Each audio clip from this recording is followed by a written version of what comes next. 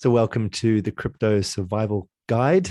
It's going to be myself, Troy, and Kevin from Crypto Collective today, taking you through, I guess, a mixture of the survival fundamentals, probably at a medium level. It's not so much an intro session today. A lot of the Crypto Collective crew are jumping on board. So we won't be going through 101 things like how to set up wallets and such, but we do have supplementary material. So if you're watching a replay and you'd like some more sort of entry level stuff, we do reach out. We do have other webinars and such to assist with those kind of things. But what we wanted to do was look at the day-to-day life of being in crypto.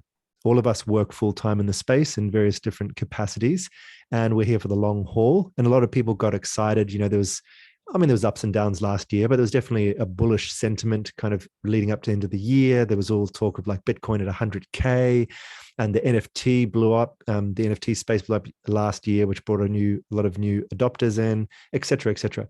And so the question we want to ask today as a survival guide kind of vibe is, how do you actually live in the space? Whether that be as a sideline thing to supplement your income, how do you actually exist in a volatile market? Or how do you relate it to what you already do? I'm a big proponent for that. Is like, we don't have to now all become financial experts or tech geeks, even though there's nothing wrong with that. And I'm totally one of those. But how do you do what you do? Because in Web3, and as I'll talk a bit more about this, the overall map, we still have all the usual functions of society. Like we need a masseuse, we need the entertainer, we need the investor, we need the community builder, we need the artist. Like everyone is still needed. And it's just a matter of working out how you fit into the big picture. So that's kind of also part of my intention today is as how to use crypto in your day-to-day business and that sort of thing as well. And as many of you probably know, but in case you don't, one of the other key reasons, and I guess part of the survival guide aspect, is that we are surviving as a community by doing a fundraiser. I'm not going to go into the specifics because it's just a personal matter, but we're not taking any profit from this today. All of the money, as I'm sure most of you know, went to a particular community member to assist with an urgent family situation. So I think that's also part of WAGMI. We're all going to make it, is that it's not just about the transactional nature. It's also we as a community can draw from different pools or resources and assist each other. So I think that's a really big part of the new economy as well. So yeah, really heartfelt, sincere thank you for everyone who's paid for a ticket today. It went to a great cause to support one of us in the community. So that's awesome. So I'm going to throw over to Troy now. This is going to be for a lucky dip to get an additional thing on top. There were those who paid a little bit more on their ticket to get into this draw to be a one-on-one. Can you just give us 2 minutes? I'm getting that list of people right now. Yeah, no problem. I'll have it in 2 minutes. I thought I had it, but that's okay. I should get in the next 2 minutes, and then we'll do that draw and we'll get stuck in. No problem, brother. So yeah, Troy will be getting this list of names and doing some very exciting technical thing to randomly generate not his favorite student or favorite colleague, but someone that the computer deems as worthy of the grand prize of a one-on-one. Get to just be in a room face to face with that big beard of his. Be amazing. And I think Kjartan as well. I think it's Kjartan yes. Also very calming, soothing man. I spent a few Twitter hours with as well. Yeah. And that's a beautiful thing. I mean, if you look at the people that we've got, people like Kjartan, I mean, he's actually working now on a really exciting project called Totem Earth, which is, I wouldn't even call it a game. It's a whole ecosystem of all kind of crypto things. But he also has like a meditative mindset mentality kind of aspect to him. So he's one of the people that you can also win a one-on-one with, which I'm sure would be very cathartic. Just look at him, his eyes, and breathe with him. That could be great. So yeah, awesome. Kev obviously is here in his giant eco resort. A example, it's proof. If you wanted proof that crypto is not just magic internet money, it actually translates to something in bricks and mortar. We have something we baked earlier, Kevin Mendoza's Paradise on Earth, aka Giant Eco Resort. And it's also part of a bigger dream called Artesia, which I'm very bullish on and, dedicating my future to. I'm really looking forward to actually getting over there. But I would like to also maybe touch a little bit on Artesia, not just from the point of view what that project is, but also maybe, and this is also my way of giving Kevin a heads up to maybe think about what that could be later on in the session, but looking at what it is like to A, have a dream, aka I want to have an eco resort. B, not just be of service to a pre-created template, but for Kevin, it's like, well, he's really big into tech, he's really big into nature. How can it be a crypto eco resort? not just that, but how can you start to build the infrastructure so other people can also benefit? So there's a lot of beautiful 3D models actually of a number of different Artesia resorts all around the world. And this is an idea that, it's not just floating yourself, but how can you start to create the foundations for other people to bring their businesses in? And we've also got some other conversations happening with other people who are buying properties who could very easily plug into that sort of system. So that's another idea, is like, how can we, with Web3, look at a gap in the market, look at our particular area of experience, look at the day-to-day life that we want to lead, look at how to build a structure for ourselves that other people can then invest in, and also then have patience, because Artesia doesn't necessarily exist at the moment. We've got this example in Giant Eco Resort, but also maybe talk, Kevin, about the how the lockdowns and the pandemic has affected it, and these are the times when survival is so important. You can have a big dream in the bull market when everything's going good, you're going at 100 miles an hour, and as we know in crypto, things move really quickly. But then how do you tread water for 2 or 3 years and stay afloat while put things on the back burner, and then still be able to bring it out once the world catches up to your dreams, and then you've got everything in position to keep going. So I think Giant Eco Resort, Artesia, and Kevin are a good example of that. And that, ladies and gentlemen, is how you fill a gap when Troy asks you to fill 2 minutes. But yeah, are you ready now? Brother. Yeah, mate, good to go. Wicked. All right, so I'm going to throw over to Troy now. I'm going to disappear momentarily just because Awesome. I'm theatrical like that. And then I will be back in a moment to kick off this survival guide. Where are you? Spotlight for everyone. Cool. Thank you, sir. Great intro, Atlas. Very professional, and he's definitely the one that carries this ship with his professionalism. So thank you. For those who I haven't met, I'm Troy. Lovely to meet you all. So I'm one part of the Crypto Collective admin team. We are an extremely busy team, so therefore we always feel like we never get a time to get enough things out in the Crypto Collective group as much as we'd love to, because things are just so insane and hectic. But it's great to have a community getting together and help people out when we can. We're always looking at ways to try and be more active and get more things out there and get things happening in the space, but it's just we all live very, very, very busy lifestyles. So we are always trying to do what we can do, and obviously have done things in the past. And the last kind of few months for us admin team have been insanely crazy. So it's been a bit of a crazy period, but it's great to be back on and talking to you all, and great to see some new faces as well. Thanks to, I just want to actually say personally, thanks to everyone who, this was like a real last minute thing. We wanted to get together. We needed to try and get this cash to this individual. So for a very urgent matter. And I'm very happy to say that we're just about there at our total. And I'm very confident that we'll reach it in the next couple of hours. So thank you all who have donated their little bit to do this. Even so many people who donated who aren't actually here live. They're all going to obviously receive the replay, but that's just amazing. I mean, we've got a tight knit group here, which is awesome. But I mean, the amount of people that have donated in, they said, "Hey, I'm completely out all Sunday, but I really want to donate," and that's fine. So that's awesome. So once again, heartfelt thank you. Now, we had something that we organised a little bit earlier, where there was a group of people that actually paid a bit more, as in double the amount that we're asking for donations, and they're all gone in a draw. Now I'm going to share the screen here. This is very sophisticated technological, stuff that we're doing here. They're all gone in a draw to get. So what we're going to do, so Kjartan, because he's a Norwegian Viking, mind space guru. Now, by the people who don't know who Kjartan is, he literally is Norwegian and lives in Norway. So therefore, he is unfortunately unable to be with us tonight, today, this evening.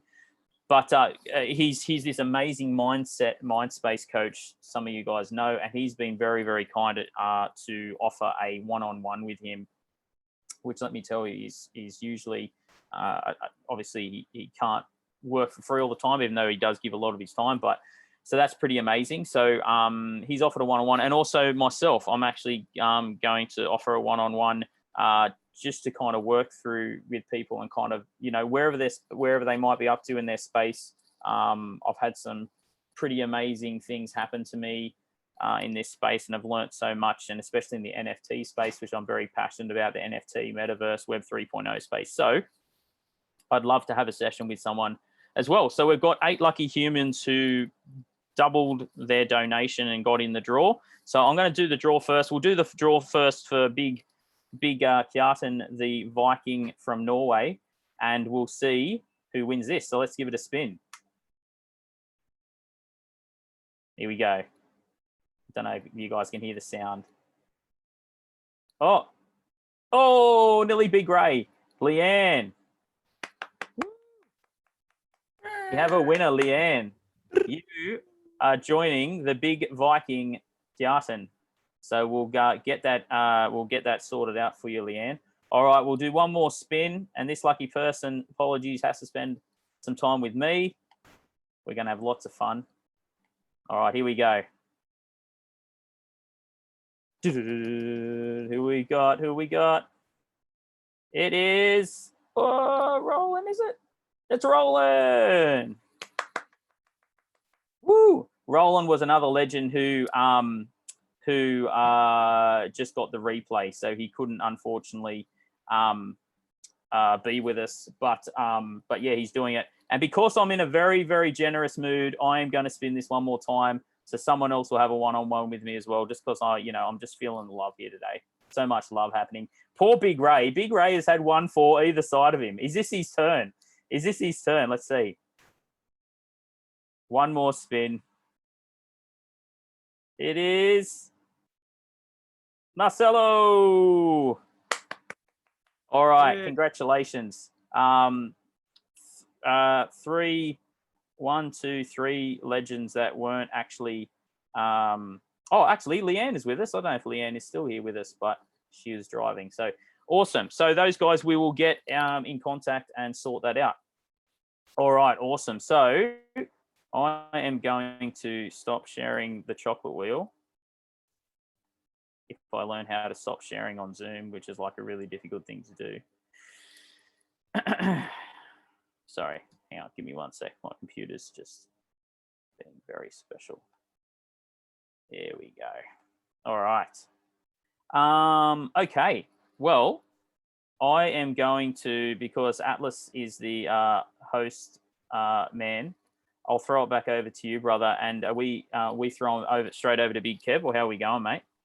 No, I'm going to start off, and then I'm going to throw over to Kev. Also, Kev, maybe give me a wave if your time, because I know you've got to jump on a boat. So if you... I'm leaving in 42 minutes. Okay. Well, in that case, just to be uber safe, I'll do a very short intro, then throw to you, and then I'll do my mapping of Web3 after you. So I'm just going to make sure that you're spotlighted. And then I'll be back. I'll be back after the call, obviously. Come back, Kevin. After an hour and a bit. Don't just leave us. Don't just leave us. I do think that a substantial corner of the cryptosphere would sag and droop if Kevin Mendoza was to disappear and never come back, because there's all sorts of websites, protocols, DAOs that rely on this individual who does live many. I think he's actually worked out how to clone himself, because he wakes up at 5 a.m. every morning. He works 7 days a week. He makes tables, rides boats. Every time we're on a team meeting, he'll be having some adventure, like literally climbing down a cliff. Just, oh yeah, this week I've got this. I love it. I really have a huge respect. Abseiling, guys. Just abseiling. Yeah, just abseiling. Just flying a hand glide just while I talk crypto. I'm doing some DeFi yield farming while I'm doing this. So good. So, okay, I'm going to spotlight myself for a moment, and then I'm going to throw to you, remove spotlight. This is like VJing right now, spotlight for everyone. This might not be happening for you at home, but for me and those who are recording, they'll get what I'm doing is just pinning certain videos. So let's take a breath in. Let's be human for a second, not just fully avatars just yet. Taking a breath into your belly. Taking a sigh, breath out. Cool. Closing your eyes and just feeling yourself grounding in. And just take a moment to set an intention for this session. The mind is an amazing pattern recognition machine, and we're going to be throwing lots of information at you. Some of it will be visual, some of it will be auditory, all of it, I'm sure, will be fantastic. But it can be overwhelming to go into new area. So by setting an intention now, you're going to sort of preset your attention to pick out the things that are most relevant to you. So are you here to get technical knowledge? Are you here to learn more about NFTs? Do you want to understand how to buy land in the metaverse? Are you trying to work out how your financial plan can fit into DeFi? Do you want to start a DAO around your organization and distribute the governance and the action to run your particular business? Well, how does this relate to you? How is this important? Take another deep breath in and just feeling the joy in the body when you could feel you've got a industrious group of people who are not trying to be extractive. We're not trying to take your money. We're not trying to get you to buy the next thing we're selling, but instead we and the decentralized web are actually working together. So just dare to have trust, if not in the universe, in the Crypto Collective, and not in Crypto Collective, Kevin Mendoza. And just feel that benevolence that, you know, someone's actually working hard because they actually want to help. And not just because they're a martyr, because they actually understand the natural system of the world, where as you give, so you receive, and a rising tide lifts all boats. And that's a really key part of Web3 and crypto and DeFi, et cetera, is the more people that win, so do we all win. So it's not purely just out of benevolence. It's because we're self-serving in some way, but it's also because we understand to not push people down and rip them off, but instead to empower and assist them to get out of the whatever grind or bind that traditional finance and traditional politics and traditional society put us in, so we can actually thrive together. Hence, WAGMI, we're all going to make it. And you know what? If things just improve a little bit, that's a new form of Eden, because we don't have to be in turmoil and isolation. So one last breath, and then we're going to kick it off. Breathing in, letting it out and letting it go. No more control. Trusting that your intention will carry you through. Trusting the magic of the mind and the shamanic nature of people who are passionate about what they do. I'm sure there's going to be all sorts of amazing insight. So to begin, I'm going to throw to Kevin Mendoza. And yeah, thank you, brother, for all the things you do. And for now, please illuminate us on what it's like to be in a volatile market, and how to have a sustainable career in the space. Awesome. Thank you so much for that wonderful intro. It was both heartwarming and really funny to hear that about myself.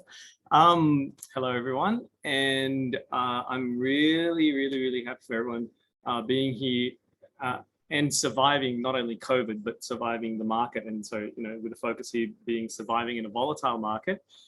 I first wanted to discuss the changing world order, right? So we're going to start off with a zoomed out picture, and I will drop these links in the chat of what I'm talking about throughout this section. So there's a video link there called Changing World Order, which is by Ray Dalio. So some of you may know or may not know of Ray Dalio. He's an awesome investor, big investor, and that was really bad intro to him, sorry, but you can watch the video. Anyway, he did the Economics 101 video that we did reference at the start of the Crypto Collective course, which I really encourage people to watch. But basically, Changing World Order talks about how there's a shift in the balance of power when it comes to the reserve currency and where resources are being allocated around the world. And in particular, if you look back in history, you know, the Dutch sort of had, you know, the reserve currency around the world, and they navigated the world to create trade and industry and all that sort of thing. And then after that, the French and the UK sort of took over. And then after them, the Americans took over. And that's kind of where we're at now, right? Where the US dollar is the world's reserve currency. And we see around the world what effect that's having across various industries, across various economies, and just humanity in general, right?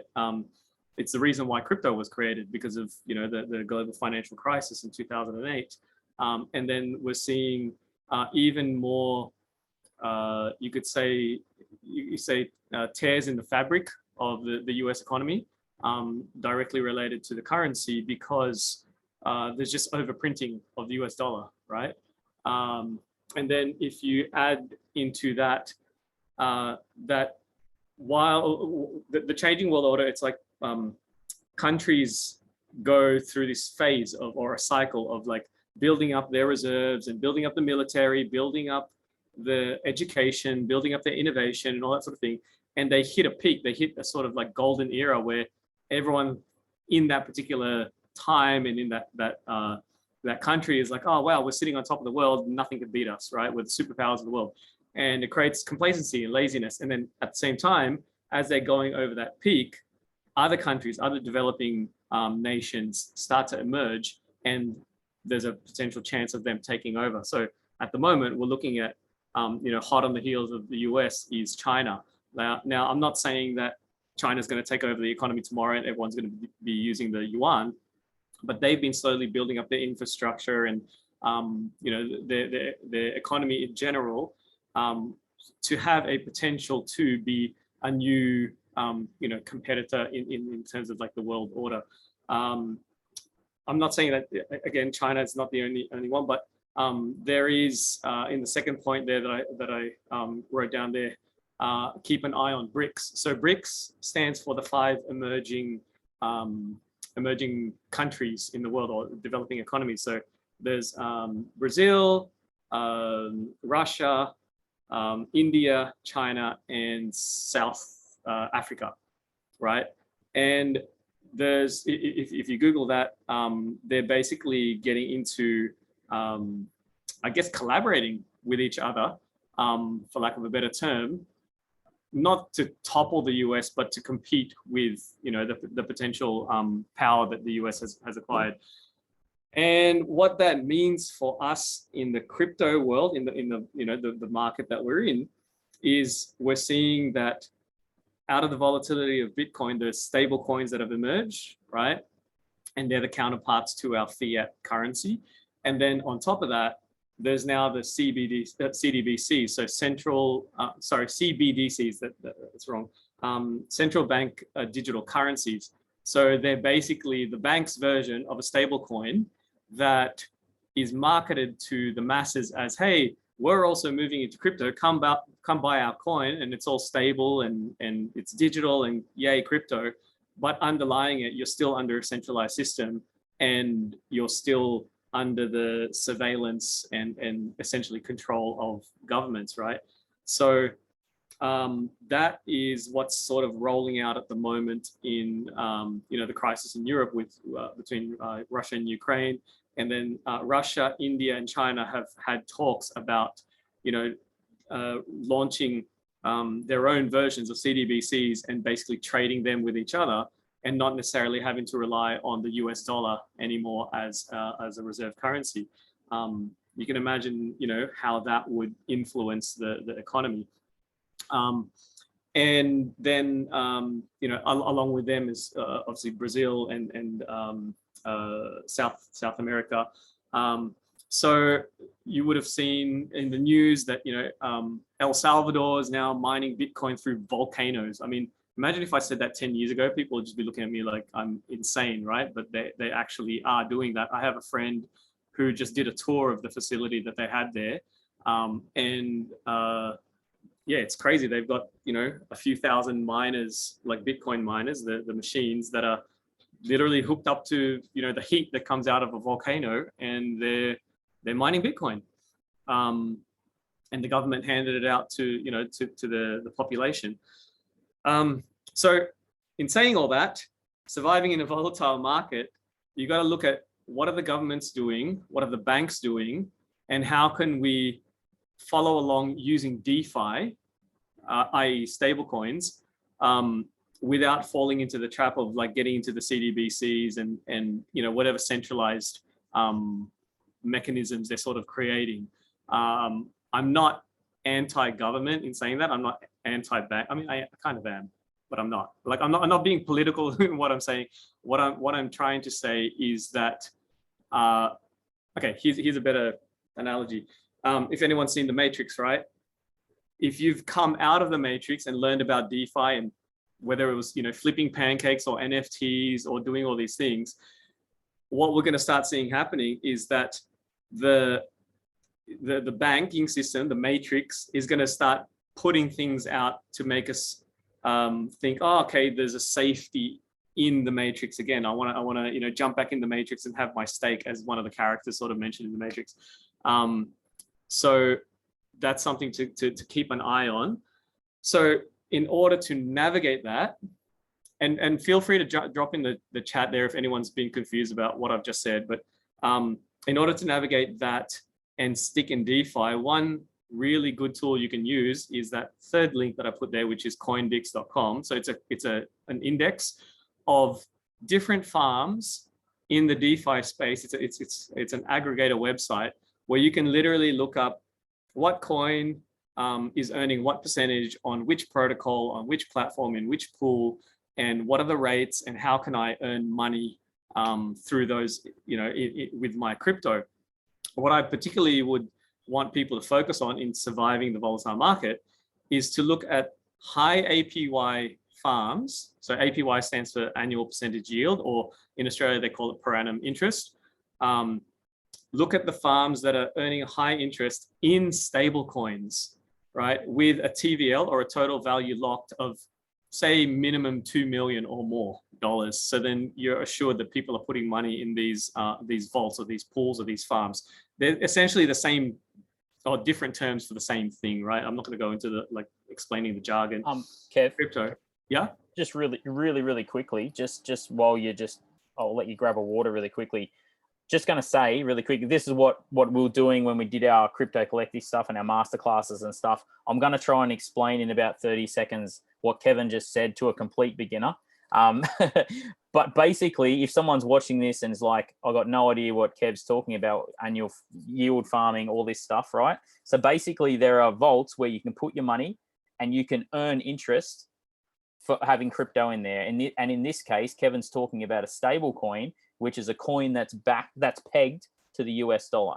Okay. Now you're going to be able to find more out about this if you're a complete beginner by watching our 2-day webinar that we do. And you can find that in the comments section. I dropped the YouTube list. So if you are like, that sounds really great, Kev, I got no idea where on earth to find or what to even do, then you can find that there. And by all means, if you still are stuck, then please feel free to reach out to us. But yeah, I just thought I'd quickly explain that. Awesome, thank you. Yeah, I'm just going to share my screen so I can actually show people what I'm talking about. Can you see the website that I've got here? Yeah, I know we can see your spread of your messages and stuff. So you probably highlighted the wrong screen. Yeah, so just sharing your signal message at the moment. Yeah, So we found out what there we go. There we go. That's all better. Good? Coindix, yeah. Okay. Right, Coindix, just so I'm not talking fluff, so people can actually see whether you understand stable coins and whatnot. You look at this like your online banking interface, and over here you've got all the different coins, different protocols. You can get really confused, but it's an awesome search function. You just go, I'm going to highlight stable coins. I'm going to look for APYs that are, say, better than 10%. Anything above 0.5% is better than a bank. And then any farms with more than $1 million where, people have put money in. And straight away, you can see there, if you invest UST, which is the US, UST stands for Terra, the Terra Network US dollar equivalent of stablecoin. If you invest that in a protocol called Anchor, you'll get 19.43% interest on that per annum. And there's $11 billion sitting in that vault from other people. So, whereas you look at this one where it's DAI, USDC, USDT, these are just 3 different stablecoin currencies that are basically all worth $1. And if you invest those 3 in Curve, you can get 0.08% and this percentage in rewards. Obviously, that's not so sexy, right? But if you look at the actual reward you get, which is a CRV token, when you look at that reward or that value of the coin, it's worth more than $1, right? anyway, I'm not going to go through like the how-tos and you know, going through this list, but basically you can sort out, you know, which ones have the best APYs, and then from there figure out, okay, maybe I'll get some USDT, USDC, and DAI and invest them across these particular farms. So that's what I'm talking about. That's pretty much, that's how you survive a volatile market. Now, it is a big part of it. And I guess in the second section after I go away and come back, because I'm talking about update on DeFi and investment, I can go into more details as to how to allocate, you know, earning these coins in farms and all that sort of thing.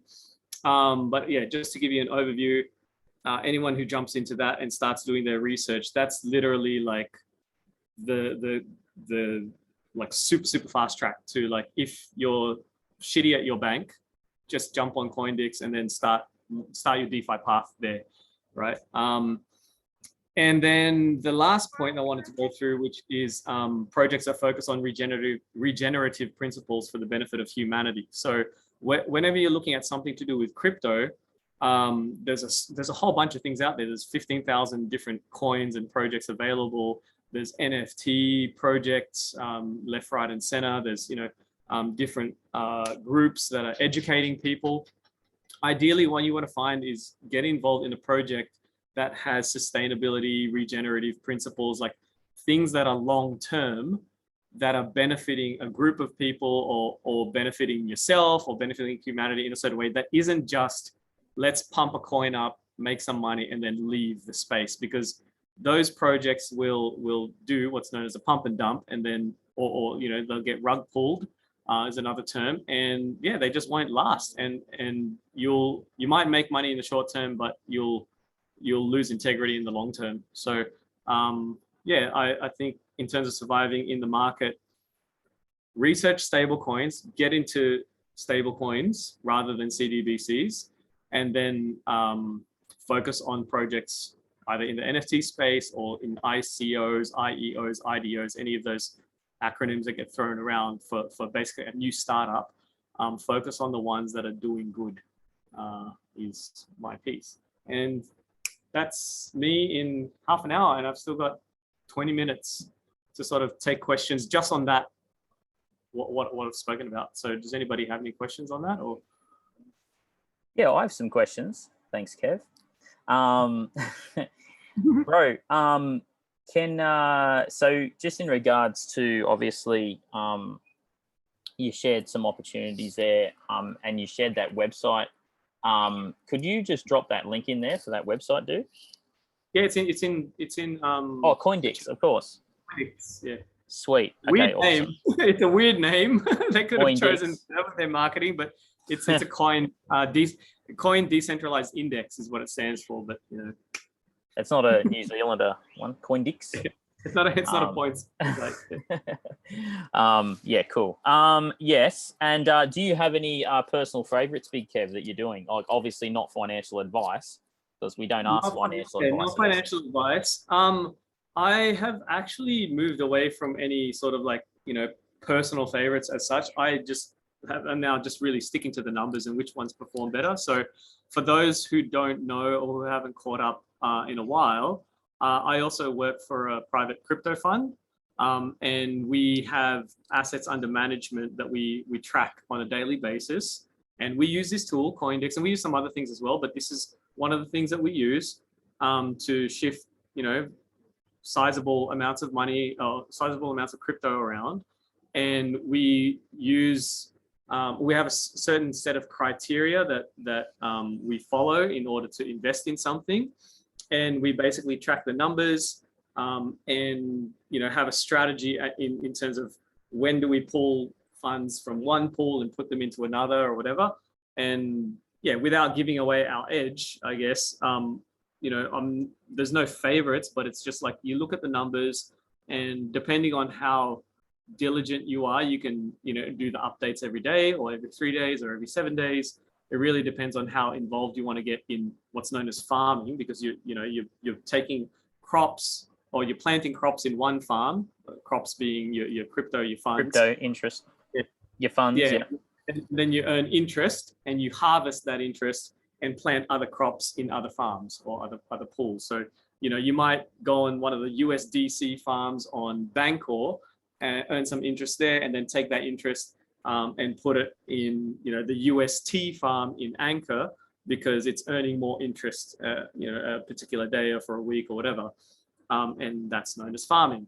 So I would, just with what I've written there in the chat, look for good APY and a decent TVL. Like, you might find an APY that's paying out 300%, and that catches your eye. It's like, holy crap, there's a bank vault paying out 300% interest, and then there's like 10 grand in the vault or something, And so what are the key things we need to look at? We need to look out for, obviously, the APY, because that's how much we're getting paid. We need to look at the actual the amount of money that's in the vault.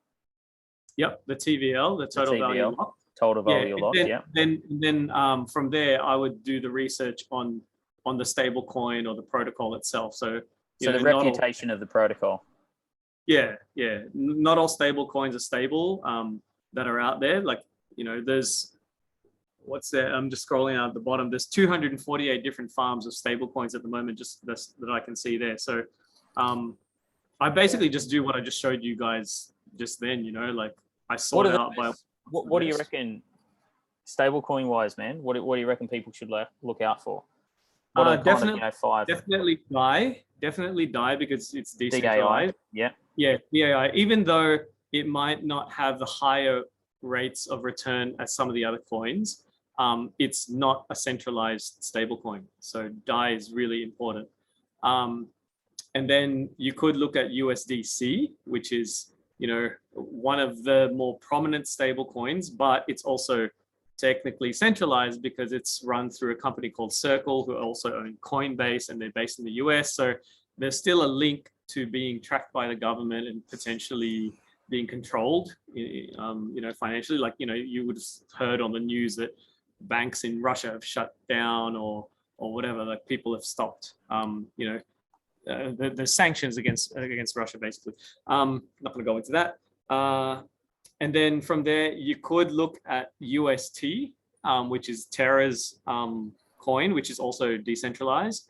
And then USDT. Now, the reason I'm saying USDT as number 4 is because it's actually like the most widely used stable coin. But, if you do your research, there's certain things about it that aren't exactly lined up.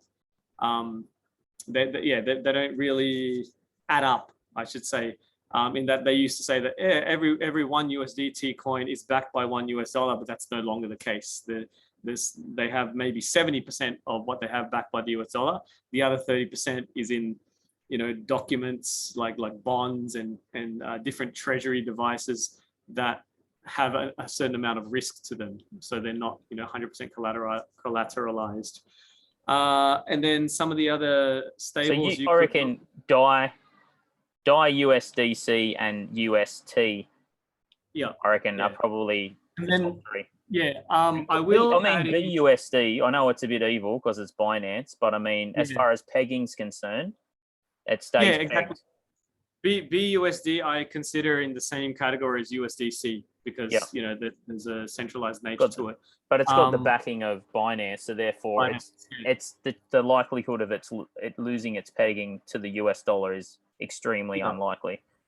Yeah, and then there's that link to what I said previously about keeping an eye on BRICS nations, right? Because Binance is essentially Chinese. They might have a bad taste in what they do now, but they've got the biggest market share.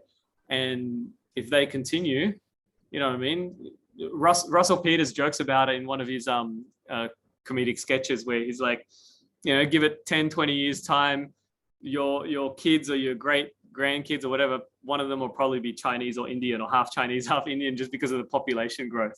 But that does, say something. Like, comedy is a reflection of current times or sign of the times. And as I said before, it's not like it's going to happen overnight, that there's going to be some sort of overthrown US government, but it's just something to keep an eye on. And circling back to BUSD, it's one of those stable coins that you could do.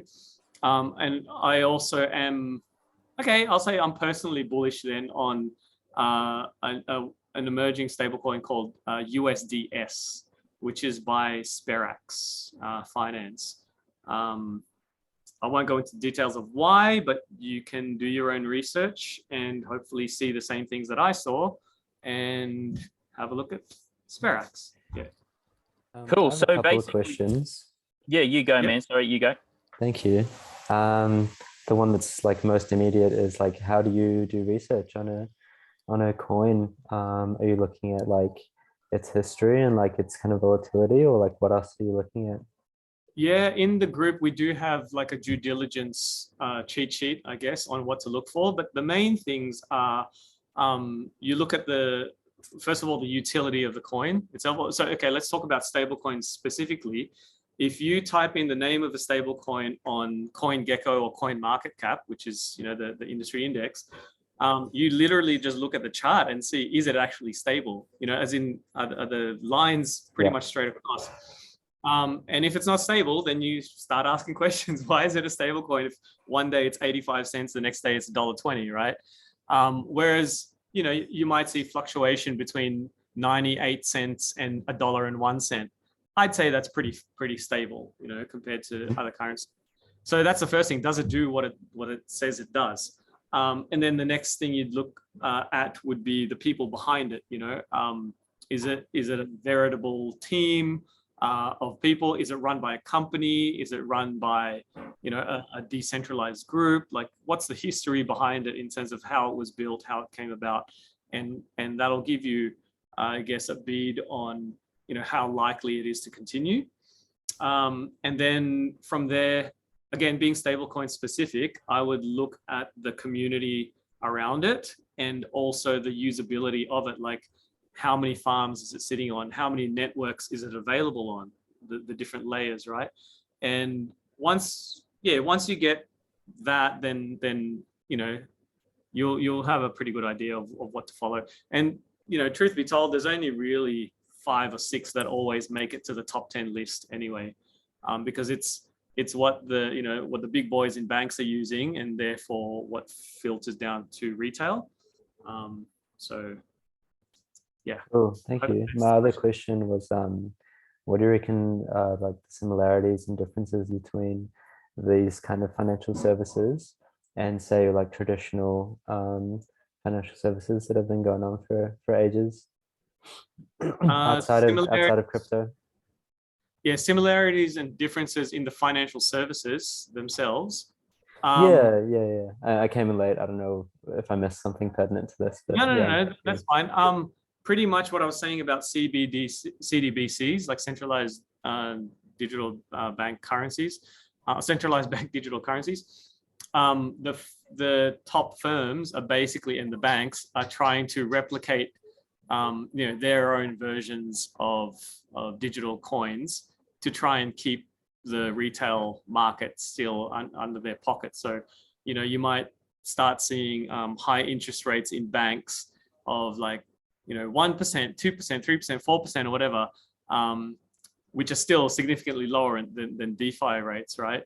But yeah, for most people, they'll probably, you know, get suckered into like, I'm already with this bank and they've got this digital coin that's now crypto, so I might as well stick with it because I can't be bothered learning about MetaMask or DeFi or jumping into farming pools and whatever else. Like, there's nothing wrong with that. You know, choosing to take the blue pill and stay in the matrix, so to speak, is personal choice. But when the other choice is like, hey, you have these options of earning sometimes, you know, as low as 10%, sometimes as high as 30%. Like, why wouldn't you take that opportunity when volatility has been, and the volatility and the risk has been minimized because of stable coins? You know, I'm not talking about, you know, investing in Bitcoin and Ethereum and all that sort of thing. Well, I mean, I do that as well, but, you know, this specific segment about the bear market, you know, the reason you would invest in stable coins is that they're pegged to the current world currency, you know. So yeah, and then in terms of like the similarities with traditional finance and crypto now, basically a lot of crypto projects are replicating traditional finance mechanisms. and it's kind of like you're not even reinventing the wheel. Like the wheel itself is broken already, right, with the traditional finance world. And so for those projects that just copy and paste whatever a traditional finance firm is doing, they might have some runway, but that runway will run out eventually because they're just copying the same wonky wheel that the banking system is using. So it goes back to my further point, my last point about projects that focus on regenerative principles and things for the benefit of humanity. There might be stablecoin projects now that are actually looking at alternative reserve currencies, or there are projects that are innovating in the space. Like a lot of people went into like Ohm and Time and Wonderland and Abracadabra Money. And yes, they've had their hiccups, because that's expected with innovating in a new industry. But the people behind it, they're the ones that have exited the traditional finance system. And so while they're sort of exploring and fumbling in the dark, we kind of have to give them, a bit of slack to just go, yep, you might trip up every now and then, but so long as you don't leverage your house and bet your baby on crypto, there are safe ways to take advantage of the system. And yeah, further to the point of like the whole theme of this thing, Crypto Survival Guide, I literally had to do that to survive being stuck on an island for the last 2 and a bit years because of COVID. Like it's not like I was in a Tom Hanks Castaway sort of vibe of having to collect coconuts or anything, but we were shut off on the island in the sense that there was one supply boat coming in once a week, and I live on an eco resort, and we didn't have any guests because people weren't traveling. So it was like, okay, I had to grow my own food and I had to figure out how to make money online. So thankfully we had internet and crypto, and that's what enabled the survival side of the bear market of COVID, so yeah. Cool. Thank Awesome. you. Thank you. Atlas, Troy, you've got to jump on a boat in like 3 minutes. So no problem. Thank you so much, brother. Yeah, well, you enjoy your trip. I know you'll be sort of connected. I'll still be on the surfing the waves, and then hopefully we can welcome you back again once you've landed safely. But I'm happy to jump in. I've got a bunch of things to talk about on the practical side of being a digital citizen in the cryptosphere. And then I'm going to be throwing to Troy after that to go into a beautiful presentation all about the metaverse. Because as we become more and more residents of this space, I guess we want analogies which we can relate to, and that's where we can have our avatars, our personal profiles as these characters. As I have my Terra Bull, we want to have a place to hang out with the friends. We want our increasing decentralization of our social platforms as well, where we can just hang out with people, share information, run our businesses, have Zoom calls like this, et cetera, et cetera. So I think, the chat about the metaverse, even though that's like a buzz phrase, I'm also keen to talk about the practicalities and the incremental integration of life into some kind of cyber duality as well. And also another thing that I always like to raise is, if you've got cynicism around this thing, I actually just shared a brief chat by Prince. I think he was at some award ceremony with a big Yahoo sticker on the front, and he was talking about, it's cool to be on the computer, just don't let the computer get on you. And so I totally understand that being plugged into the metaverse 24/7, working 7 days a week on crypto, et cetera, is not always a healthy balance. And it can plug into our addictive gambling nature. And I know it is sometimes a false replicant for things that we deeply desire, like connection with human beings, like a place we can call our own, a sense of home, all these kind of things. So if you've got cynicism around that, if you've got questions around the environmental impact, that's another thing I hear a lot as well, is like the environmental impact of NFTs, which is a big one. And, just to give a little bit of context for myself, I come from a deep kind of grassroots activist, you could call it left-wing, artistic, spiritual background. Put me in whatever stereotype you like. But I do understand those friends of mine who are like, oh no, it's bad technology. It's like a cashless, moneyless society. There's bad things about that. We're just going to be plugged into the matrix and use as human batteries, and you're killing the planet while making your little funny monkey pictures. Good points. Let's talk about it. Let's talk about what it means, and the huge difference in energy generation between proof of work and proof of stake. etc. I might also sometimes occasionally welcome Troy or anyone else to pull me up if I'm getting too technical. I think I'm probably maybe in the middle. Maybe Kevin is like at the end of like fast, technical, in depth, and I'm maybe in the middle, and then Troy bounces us out. So on the seesaw, maybe I'm the axis. So I hope to make sense. And the way I like to make sense is look at different learning types. And one of the key things that many of us like is visuals. So I'm actually going to do a screen share and show a bit of a map, because this really helped me when I entered the crypto space. I knew the concept, like cyberspace, it's like a sci-fi thing, cool. But how do I map that terrain? And therefore, and through which, how do I orient myself into that whole space? So maybe I'm just going to, before I do that, I'm just have a quick show of hands. If you dare turn on your cameras, you can now. I know there's a few people just chilling and doing whatever they're doing, but even an emoji or a hand, who here, let's start at the extreme end, who here works in crypto or something to do with trading or Web3 or like that? Awesome. Raymond, obviously Troy, yes, cool. Okay, so let's just call it like 30%, and let's pretend that rolls out and scales to all the people who are watching the replay. So kind of that's still good.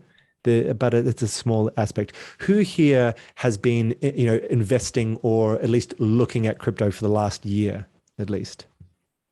Cool. So there's another couple of people. Awesome. And who here amongst those people or beyond feel like they've found their niche. They've found like, oh, I'm a podiatrist, or I like gardening, or whatever it is. I know how that relates to Web3. Is anyone who's like found that spot, the sweet spot yet? Not quite. Okay, cool. None. Awesome. Well, that gives a good reason for me then to throw to this map. So that's a really good thing, because sometimes talking about survival, right? Sometimes we need to do things for survival, and other times it's not survival. Sorry, it's not sustainable to purely do it because it makes money. And I've lived a lot of my life against the idea of doing a 9 to 5. And I really hope that crypto can get us out of that subservient factory-based, I'm just doing this to pay the bills cycle, which ironically, you just perpetuate, I work to live, I live to work, etc. Like, we want to break it out. And yet crypto is such an all-consuming thing, and there's so many moving parts that it can, ironically, you can free yourself into crypto and then become a slave to crypto as well. So I'm hoping that in showing this map, it's going to at least give you the future scope to go, cool, eventually I can position myself there. And a personal story, right? So I've been in tech and games for many years. I graduated in 2012 with a degree in professional game development and communications, right? So I'm not sure how many years that is in between, but I've been in the space of technology and gaming and entertainment for a long time, but I only got into crypto a couple of years ago. And then it was kind of getting involved with the crypto collective that I really, in the last year, and then NFTs bossing, like it sung to my tune, because it was about games and it was about cartoon characters and storytelling. So that really gave me a way in. And it was kind of near the end of last year, sometime maybe August, September. I was like, you know what? I'm setting a goal. By the beginning of 2022, I want to be working full-time in crypto. And literally within 2 months from there, so before the year even ended, I was working in a DAO, and that's SyncDAO. And then from there, I've also started consulting on a bunch of other projects, which were not tech projects. These were projects based on like embodiment and breath work and sex positive communities and embodiment coaches, and just thinking of all the different people I've consulted for. Also an artist-based project as well that I'm now working on.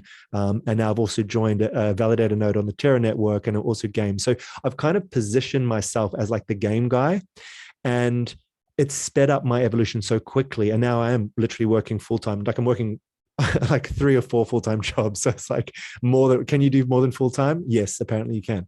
But point being, things move so quickly in crypto. So even if you're in a space now where it's like, I just do it on the side, maybe one day in 10 years I'll be working. No, this space moves so quickly, and the exponential growth and upside in the next 2 to 5 years is going to be huge. So you really can. And I can tell you from being on the inside, which is such a nice relief, when a lot of people have job insecurity, questioning whether or not they could continue to make something if it wasn't through a government handout due to all the lockdowns. There's so much work going in this space. And a lot of it is not technical. A lot of it can be community management, storytelling, marketing, internal human relations, a lot of other things, being a personal assistant, like, and it's just a matter of getting into the space. So there really is a place for you. And later on in the Q&A, if you've got a particular area that you really love, but you can't work out how it relates, I'm pretty good at lateral thinking, and I can probably give you a creative answer as to how you matter in Web3. So I'm going to now throw to a little map here. This really helped me when I first saw it a number of months ago, and I'm sure it'll help you as well. Hopefully this will help the visual learners as well. And Troy, if you can keep a lookout in the chat, in case I miss any questions, and you've also feel free to put your little emoji hand up. Sir. Thank you, brother. So, sorry, just before you jump in there, Atlas, I will quickly say that everything that Mr. Atlas just said then, and honestly, guys, and you guys, some of you guys know Atlas really well, and some of you may not.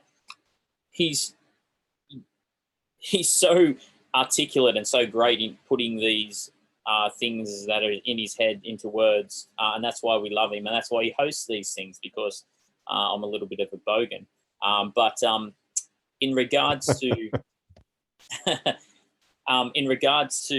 what Atlas just said, if this is your passion, I can tell you right now that I'm someone who, I left school at the end of year 10, never really interested in school, and I still paved my own way. There's so many successful people out there that will tell you that they've left, education wasn't their thing, whatever, and then they've gone being able to create their own things. This is all about, now I'm not saying go out and take stupid risks. What I'm saying is just go out and take calculated risks. Surround yourself with people that are much smarter than you all the time, which isn't hard for me. I can just go, yeah, cool, like yeah. But no, you should always surround yourself with people that you really relate to, and you can really bounce off, and that you really enjoy their words of wisdom and everything else. And this is absolutely possible to have a future and a career in Web 3.0 and in crypto and everything. So, a lot of people are just here, and if you're someone that's new to crypto, you may be listening to this recording going, this is the first time I've heard a bit of crypto, and the only things you're probably hearing is that, some guy made, $3 million in a week by putting some $100 down on some random coin. It's like, yes, those things happen, but also people win lotto in real life. Those things happen as well. They're very slim. The people that treat crypto like a sustainable, proper ecosystem are the people who win in crypto. So all the people that are in it for the long term are the people now. The people that were in it for the long term 2 years ago, every single one of those people that I know now all have a career in crypto. Every single one of them. Every single person I know that has a headspace of, I think this is the future. I think, this is where I can go and what I can do. I'm going to use Ray as an example on here at the moment. Now, I know Ray at the moment, he's working on lots of different projects. He's improved so much. He's gone awesome with his trading and lots of things. And he is a guy that I have no doubt in a year or two's time is going to be working full time in crypto. If that's also along the lines of what you want to do, Ray, I know that he's working in different things and he's been working really hard. And that's just a great example of someone who's focused on what they want to do and realize that there's so much opportunity in this space, so many different opportunities, and it's never, you can never stop learning. So, I'll quickly say before I start rambling on too much and throw it back over to Atlas, that I'll say the first thing that you've done correct is to actually be on this call. If you haven't been on calls before, if you haven't really listened into crypto before, you've only really heard what Bitcoin is, blah, blah, blah, whatever it may be, obviously jump on Crypto Collective. I've dropped the link in here. You can send me a message. I'm happy to send it to you in regards to our beginner workshop where you can watch, but just get yourself involved and realize that this space has so many opportunities in it, and you can definitely be involved in it. And the great thing about this space, everyone that's already in this can vouch for it. It doesn't matter whether you have, 0.0001 of a Bitcoin or you got 1,000 Bitcoin. Pretty much everyone is always willing to give their time.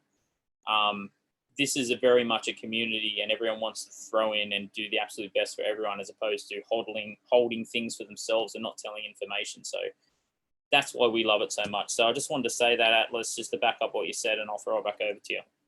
Awesome, brother. Big love. Thank you for those words. So yeah, I'm going to do the screen share now. And I'm going to make sure there's a little bit of audio so I can also play a little video. Share screen, share sound. And just if you just give me a little whoop, if you can see my screen and this big map. Is that working for y'all? Whoop. Is that the sound you're gonna make? That's what I wanted. I wanted a good whoop. And someone's calling me now, which is cute. I don't know who that is, but I'm just gonna try to ignore the ringing in my ears. Please stop calling me, whoever that is. So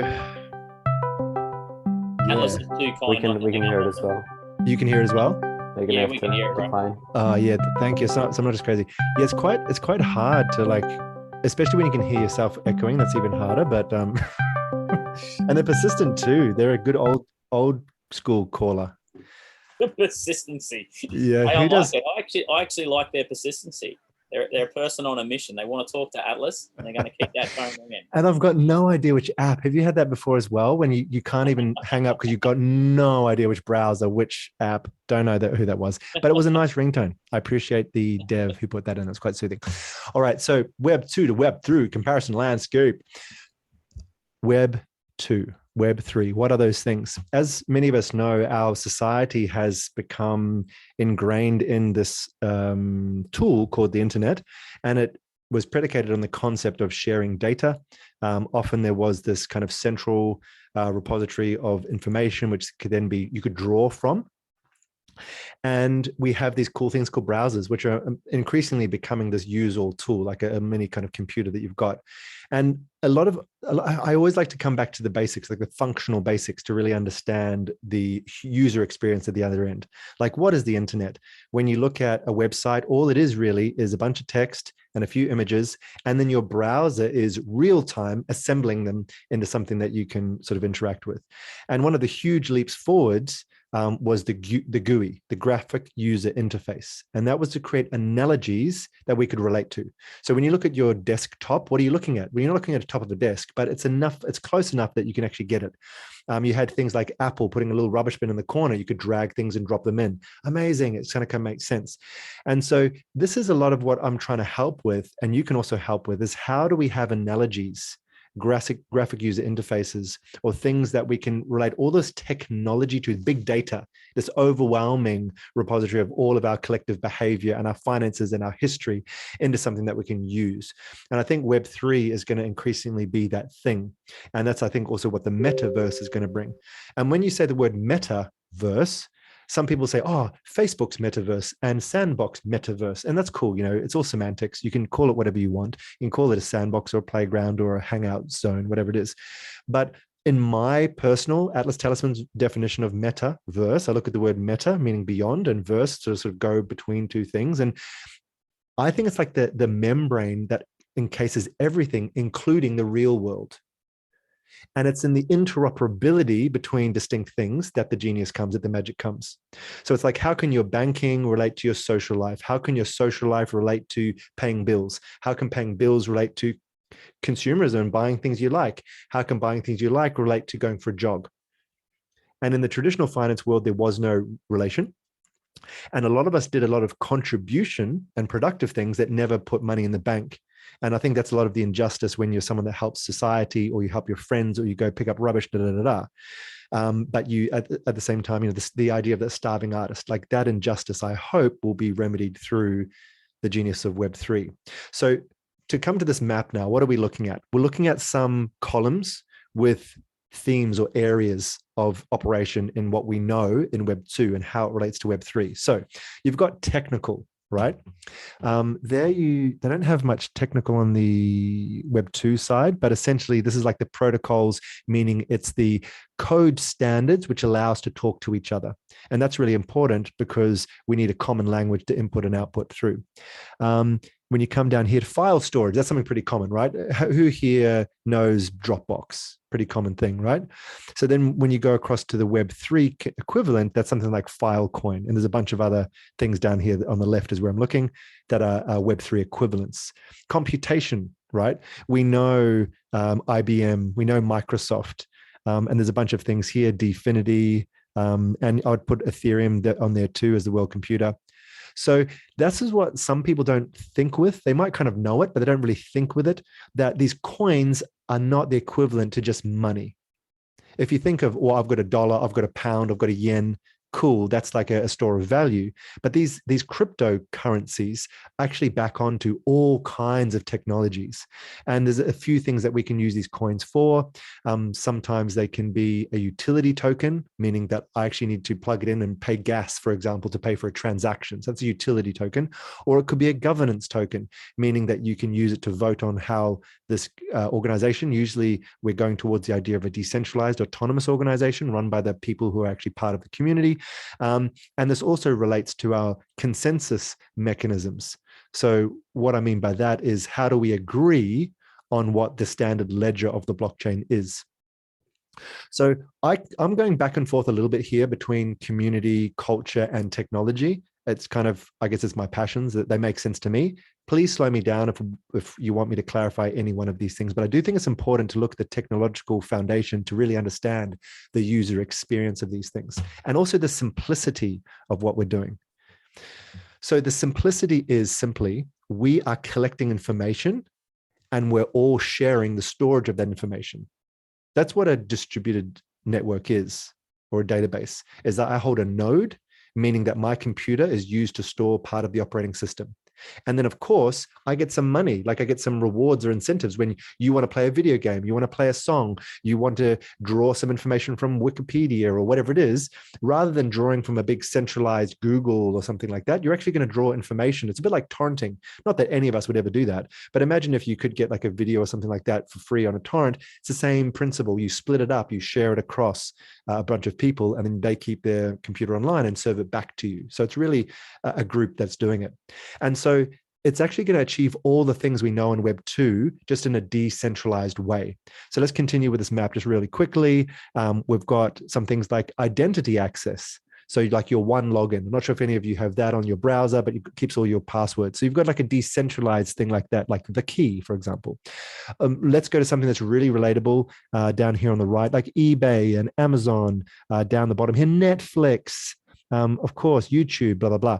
So the Web3 equivalent of something like YouTube would be the Theta network, for example, or one of these other kind of protocols. So I'm just hoping you're kind of seeing this array. It's not just like a bunch of sweaty men on the Wall Street floor trying to buy the cheap coin, like buy the dip and sell the moon boom. It's actually essentially delegating all of the things we know from various industries, including distribution of food and resource, including identity, entertainment, including legal documents, wallets, including the basic operating system that all of this functions on. And that was the massive leap and evolution from Bitcoin to Ethereum, where it can actually hold smart contracts. And that basically opens up the world of whatever you like to do. And the amazing thing about it is, with the increasing cynicism of society, which I think is justified, human beings, we can't be trusted. Particularly, we're very easily corruptible. And there's a lot of systems in place which have used various means for many years to make sure they erode the integrity of those people, even well-meaning people who get into positions of influence. So cool, what tool can we invent to fit into an untrustworthy world? What about a trustless system? And that's what crypto brings. I don't have to trust you because we hand it over to a smart contract that we agree beforehand, and it's immutable. It can't be changed after the fact. And therefore, we can get bank loans without having a credit rating. Therefore, we can safely put our business dealings or contracts into this third party, and it can draw from a trusted source, something called an oracle. We'll go and get information from a trusted source and then execute our agreement on a conditional statement. Meaning, if this condition happens, like if it rains, this happens. If it's sunshine, this happens. So all of a sudden, all these things which have been behind closed doors, all of these things which have been roadblocked because of lack of trust, even war itself, like I think we should have evolved beyond that, to be honest. Honestly, we can talk. We're not in some area where we have to send a pigeon with a note written in a foreign language and we can't trust each other. Like, it's a world, it is that one world. And for good or for better or for worse, we can easily talk to anyone in any place. So I think this is one of the key things, is we can't trust each other. We've proved that. So let's create systems for a trustless society. And I really think that's what crypto is. So I hope that makes sense. Any questions on that? And then on what I'm going to now do is go into what it's like to be a part of the culture of Web3, because this is kind of where I hang out every day now. So any questions on what I've said so far on the basic premise of evolving from Web 2 to Web 3? I'll ask a question, Atlas. Go. In regards to the time frame of this, obviously we're seeing this now. We're seeing it happen as we speak. But is there like a, you know, kind of defined, because I'm a massive nerd like yourself, and we look at like different things. And in regards to AI, for example, there's like a definition of, you know, the singularity, which is predicted to happen around between 2030 to 2040, which would be that, you know, when AI is more powerful, making more AI and things like that. Do you have like a defined timeline, right, that you think that most of this is going to be in general play? Where, because I know a lot of it's going to happen. People don't even realize now when they're paying for stuff and they're actually paying it with crypto. They don't actually realize now. But like just in general, when can you see all this implemented? Are you talking like a really short time frame? How long do you think? The way that I see it is that everything is fluctuating. And if you look at any kind of chart, it's going up and down. And that's actually a life force. A lot of us want predictability. We want it kind of like everyone to come to the party and they stay at the party. But that's not what happens. A couple of people rock up, it's boring, and then they leave. And more people come, some really party startup DJ comes, boom, boom. There's a rush of people in, they wreck the furniture, parents arrive home, all out. You know, it's like kind of like we come forward, we come back, we come forward, we come back. So I think that's just going to keep happening. I think that also we're seeing a change in the cycles from this typical kind of 4-year cycle into like super cycles. I think we've also got manipulation happening. You know, it's obviously proved itself to be a contender against traditional finance. So you've got huge, you know, you've got MicroStrategy, you've got big banks, you've even got like, it's just silly, but you've got these big firms which are openly criticizing and saying, oh, Bitcoin's going to zero. And then documents are released that they've got like a big position in Ethereum or whatever it is. So it's like, it's typical. Like, I don't expect any different, but basically all the big boys, and I do use that gender accurately because, you know, we're talking about the patriarchy. We're talking about old world banking. We're talking about stiff upper lip kind of colonial kind of control systems. They're going like, oh, okay.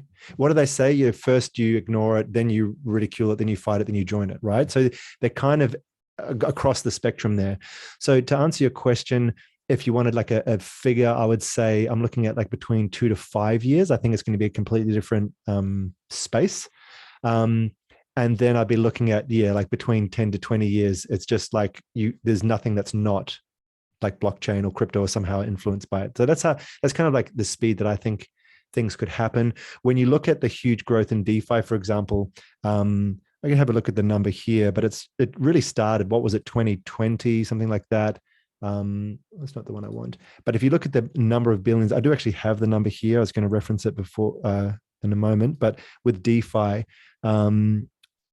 it's grown just exponentially and ridiculously in the last couple of years into this multi-billion-dollar monolith. And yet there's only something like I had the figures here. I think it was like 4 million wallets.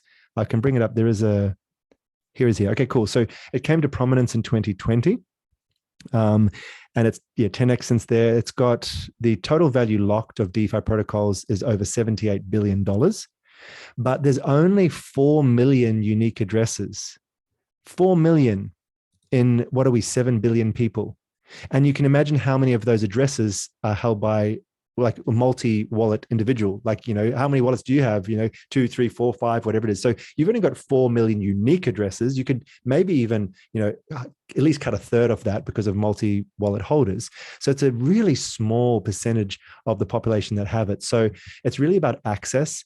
And it also correlates to a lot of other industries like communication industries, obviously themed. When you start to see it in pop culture, when you start to see pop stars and music videos featuring it, people buying Bored Apes as the start of their music clips. And you've got, obviously Tesla and Elon Musk popularizing things. You've got all of these celebrities, Eminem, Jimmy Fallon, all these people having like Bored Ape Yacht Club as part of their profile pictures. It's being popularized now. And then you've got things like Starlink or internet.org or all these kind of things, which are bringing the internet into these areas which have been developing and not had access to things. And also they're an even better potential client because they're even more under the thumb. It's even harder for them to get access to banks. Like we're just frothing and jumping in. But imagine if you haven't been able to ever get any kind of financial assistance and you can't get the legal documents. If you can all of a sudden, plug in your phone and be loaning a few $1,000s to completely change your life, that's where we start to see, the number just is unfathomable, the exponential growth in the next, few years. And you've got certain protocols, and I know it's not a popular protocol or blockchain, but things like Cardano, like I do have confidence that they know what they're doing. Like they're too slow. And they sort of are not really moving and haven't done so, but they're really focusing on Africa as an example, to provide a lot of finance and DeFi to that particular continent and across all the different countries. So yeah, it's hard to say exactly when. I think we've been a bit stung. I think we're going a bit stale. Like at the moment, the market's going pretty much sideways. We're bouncing around in a particular area. It could break down, could break up. But at the same time, I think that, the technology and the uptake is at a point where in about 3, 4, 5 years, I can't see us not being, I'm not going to give a number, but what's exponential growth? Like it's more than 5 times where we're at now, Cool. So yeah, I'd love to, if there's any questions, I'd love to talk about the day-to-day life of being a digital native in the crypto sphere. Not just a degen, but a regen as well, as we say in SyncDAO. But this is kind of the parts of culture, because ultimately it's not just a technical endeavor, it's also a human endeavor. So no, that is Cinema 4D. That's not what I wanted to show you, but it's a good program. So check that out as well. Can you see my browser again? That coming up? Yeah. Okay, cool. Cool. So what are we looking at here? So this is kind of what I was referencing before, DeFi, the biggest thing in history of finance. And those are the numbers I just quoted. So decentralized finance is massive. Happy to answer sort of questions, what that's about. But essentially what it means is that you and I play all the roles. We're the borrower, we're the lender, we're the liquidator, etc. And talking about GUI, right? Talking about the graphics user interface. You've got a lot of cool storytelling happening now. Like, look at this one. How cool is that? Astroport, the future of trading. Like, I want to go there. That looks like a video game, some kind of fun. Now, when you go and trade, it's not quite as gamified. It's like that.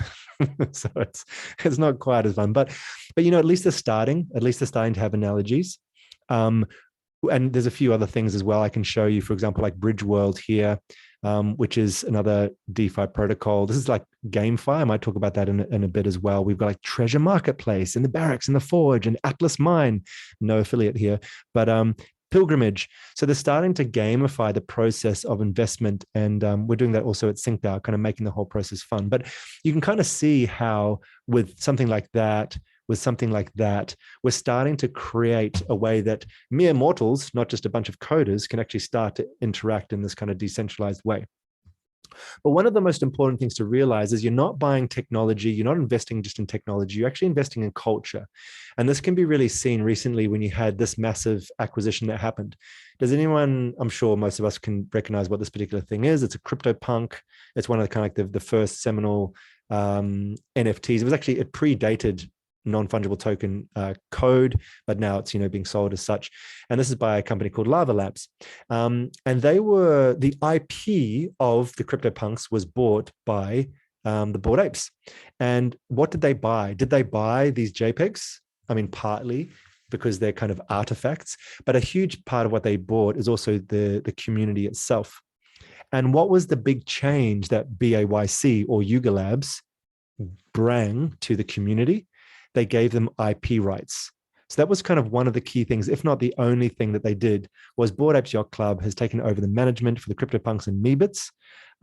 And they gave, as it says here, giving full commercial rights to the NFT holders.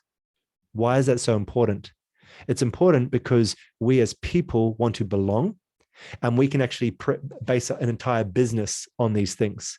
You might have seen, for example, the Adidas. Let's have a look at OpenSea really quickly here. I'll probably get it bookmarked, Adidas Originals. So this is a project, of course, Adidas, massive brand. And what they did is they went into business with a Bored Ape yacht holder, And actually, it's interesting here. You've got a Bored Ape, right? And you've got a CryptoPunk, and you've got this guy here, G Money. Why is he a monkey?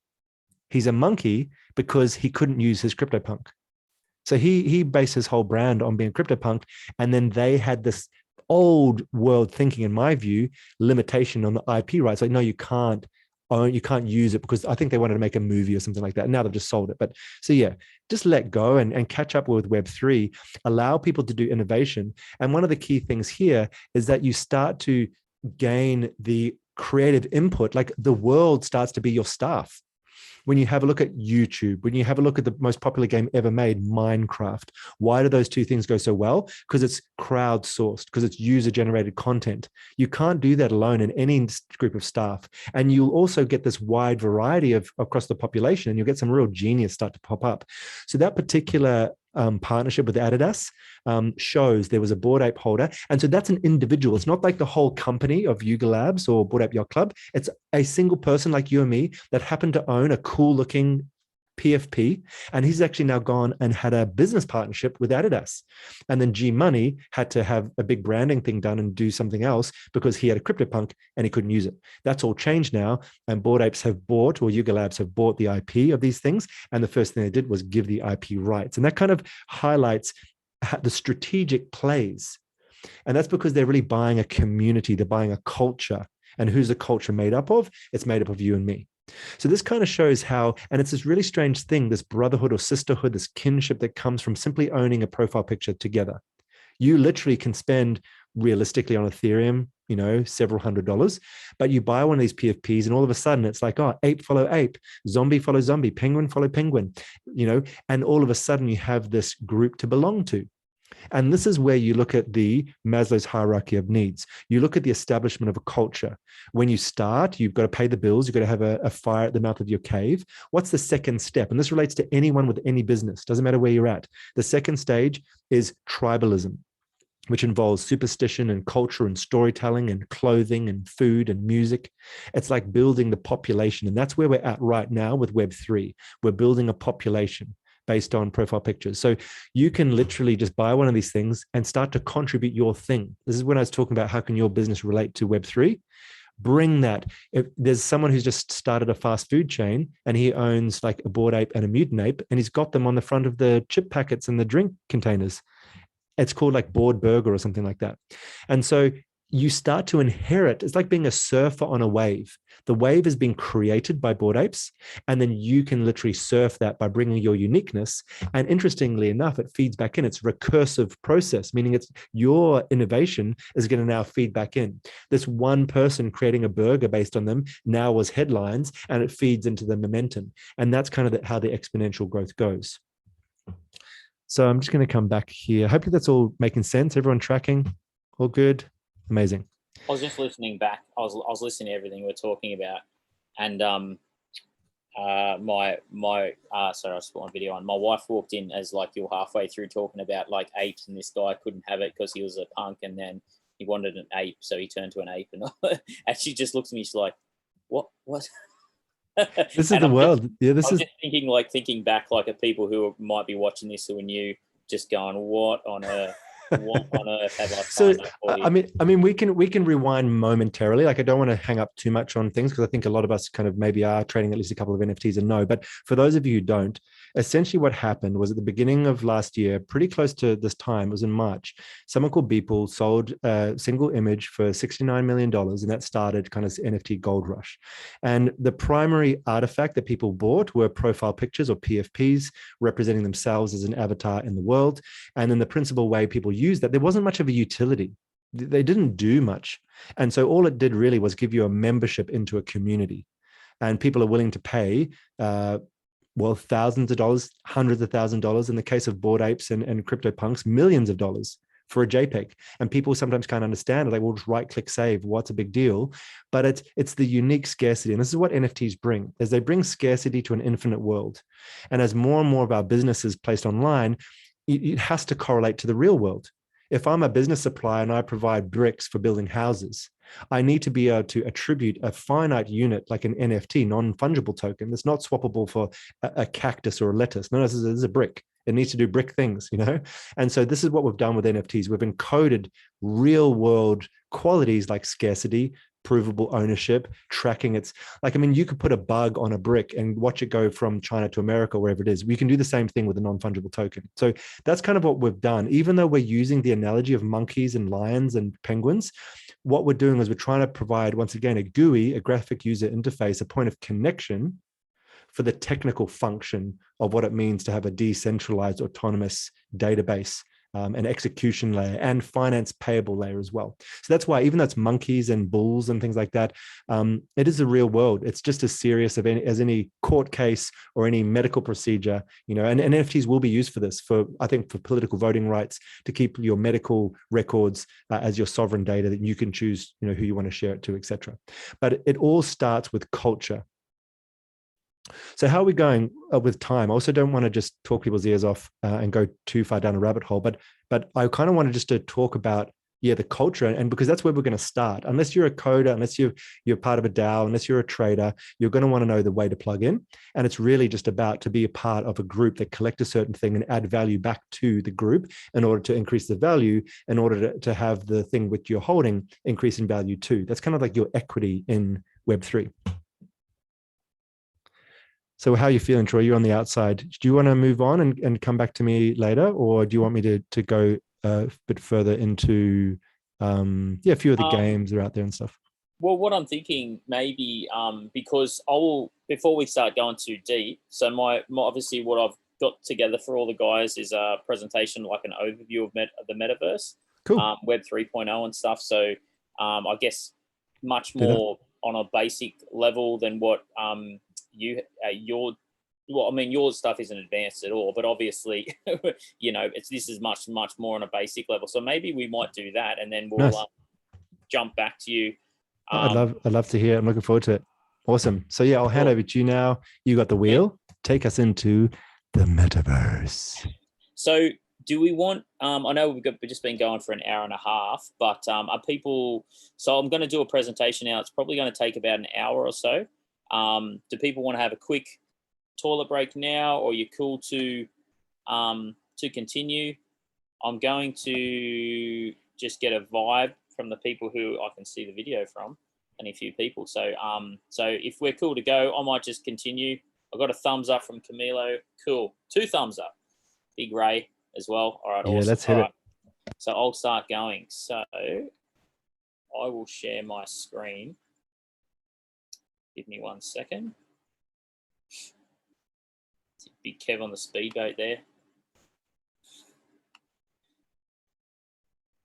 He's on his cruiser, on his massive yacht. Let me just check here. What did I do with it? Hang on, here it is. Here it is. All right, I know what I'm doing. All right. So I'm going to share this here.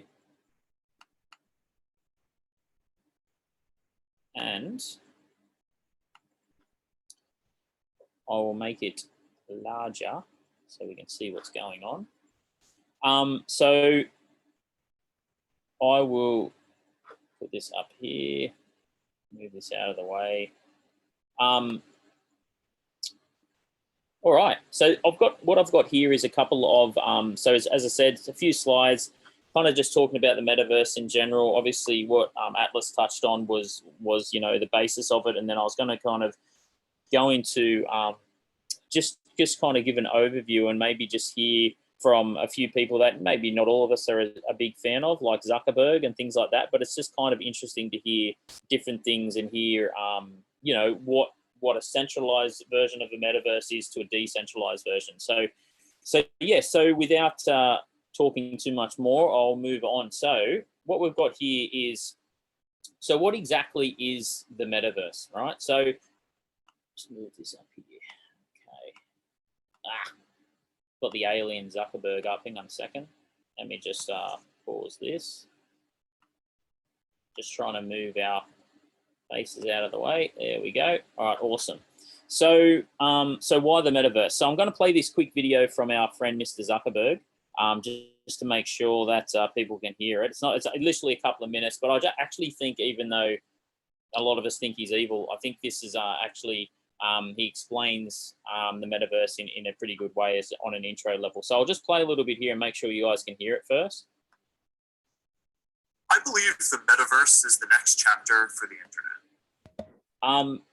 Atlas or We anyone can else? hear it, but it does feel like it's actually just going in through your mic. When you pressed share, did you click the bottom left little thing saying share sound? I don't know if I did. Hang on a sec. So yeah, so stop sharing again and then go to share. And then basically when you click share, if you look at bottom left, there's a little tick box saying share sound. And then that should okay. actually share your actual computer audio rather than going in through your open air mic. All right, let me just see if I can. All right, but I've stopped sharing there now. Okay. Yeah. Cool. So, Yeah. So click share screen and then look bottom left. There's a little share sound tick box. oh yeah, share computer sound. Awesome. Thanks, mate. Lucky you're here for us. Got no idea. Let's bring this up here.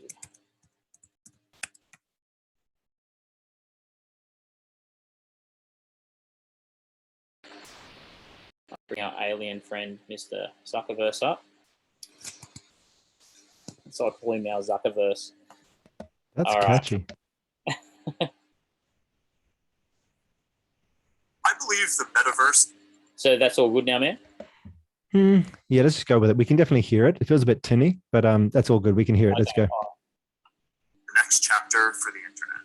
And it's the next chapter for our company too. So I've been thinking a lot about what this means for our company and who we are as we embark on this journey. We're a company that focuses on connecting people. While most other tech companies focus on how people interact with technology, we focus on building technology so people can interact with each other. One of the reasons I started Facebook was that at the time you could use the internet to find almost anything. Information, news, movies, music, shopping, except for the thing that matters most of all, people. Today, we are seen as a social media company. But in our DNA, we are a company that builds technology to connect people. And the metaverse is the next frontier, just like social networking was when we got started. Facebook was born a specific time and place, a college campus, the web. It was what we could build at the time to put people back into our experience of technology. But connecting people was always much bigger. From way earlier on, I remember sitting in middle school classes, sketching in my notebooks, ideas that I wanted to code when I got home. And even though I didn't have the skill or technology to build it yet, it was always clear that the dream was to feel present with the people we care about. Isn't that the ultimate promise of technology? To be together with anyone, to be able to teleport anywhere, and to create and experience anything? Yet here we are in 2021, and our devices are still designed around apps, not people. The experiences we're allowed to build and use are more tightly controlled than ever, and high taxes on creative new ideas are stifling. This is not the way that we are meant to use technology. The metaverse gives us an opportunity to change that if we build it well. But it's going to take all of us, creators, developers, companies of all sizes. Together, we can finally put people at the center of our technology and deliver an experience where we are present with each other.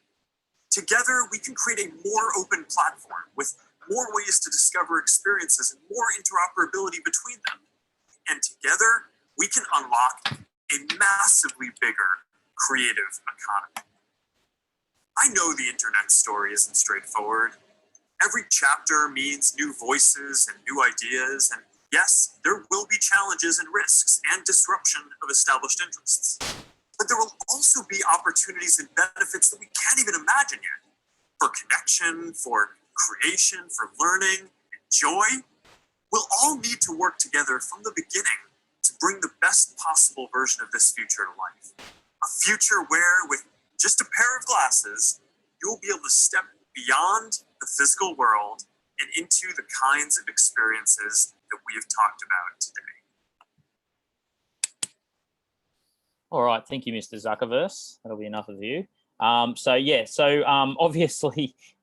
I know he's not the most popular character out there, but I thought that 2-3 minute clip is a pretty good just understanding of the whole idea, I guess you could say, from a centralized version. Now, Atlas spoke a little bit about this earlier, a centralized version of what we're talking about in regards to a metaverse, and what Facebook or big corporations looking to create, as opposed to other ones that we'll talk about a little bit later in this around decentralized versions. But that gives you an idea of, the kind of thing that corporations are looking to do. So with the metaverse and Web 3.0 imminent, what kind of future do you think we're going to see? So there's definitely going to be, like what Atlas is saying again, focus on digital ownership. So now more than ever, we're seeing the importance of owning our own data. So from government crackdowns through to tracking people's movement through COVID apps, the importance of data ownership, it's just never been greater. So, oh, I pressed it too many times. Here we go. So you creating your own avatar online, which defines who you are. Now, this is true digital ownership. Now, once again, as Atlas spoke about, this is one of the biggest things. Like we spoke about the PFPs, or the profile pictures and that kind of thing. So, in regards to, you being your own version of you online, right? You don't have to be yourself anymore. You can be anything that you can imagine, anything that you want to be. So that's the real story behind NFTs as well. And something a little bit different, like, we're already seeing this fractionalizations of real world assets. So you can imagine a future where, a world where you can own a fraction of a New York skyscraper, for example. So everything, this is all possible. Okay, token assets and the blockchain make all this possible. So Atlas spoke about this just before. So, why did this NFT sell for $69 million US? I wrote this year, that was actually last year. So like real world ownership, online ownership resonates just as strongly with upcoming generations. So remember, they grew up with the internet. So there may be some people on here who, may be a little older. I mean, myself, I'm 38, and I didn't grow up with the internet. I remember my first experience in the internet was like in high school, in the school library with the old dial-up, pressing it and making the sound. So so basically, it's just totally different. I've got kids now, 11 and 9 and 5 and 3, and these guys, they know nothing else but like high-speed internet. That's just what they know. So this is the completely different world we're living in. Digital ownership is massive. I mean, my kids get video games for free now, and they're all the purchases they make and how these games make so much money is all the online purchases that they do while they play it. So scarcity, the ability to share this digital ownership, it brings about a whole new online world and universe to do this in, a metaverse. So more than $10 billion in volume has now been traded on OpenSea. It's actually much more than that now. This figure was actually from January, so it'd be much, much more than that now. So that was in 2021 alone, following the August explosion of fervent interest in the NFT space. So once again, something else we're speaking about, I think Kev was talking about this as well. So people worldwide, young and old, so now playing games online and actually earning real money doing it. So online gaming platforms such as Axie Infinity, okay, are now earning everyday people all around the world real money. Now, an example of this, right, is that, you could be, if you've got someone who is a person that could, they're potentially living in a third world country or something like that, right? I know, and I'm going to talk a little bit more on this particular token, but there's so many different examples. There's play to earn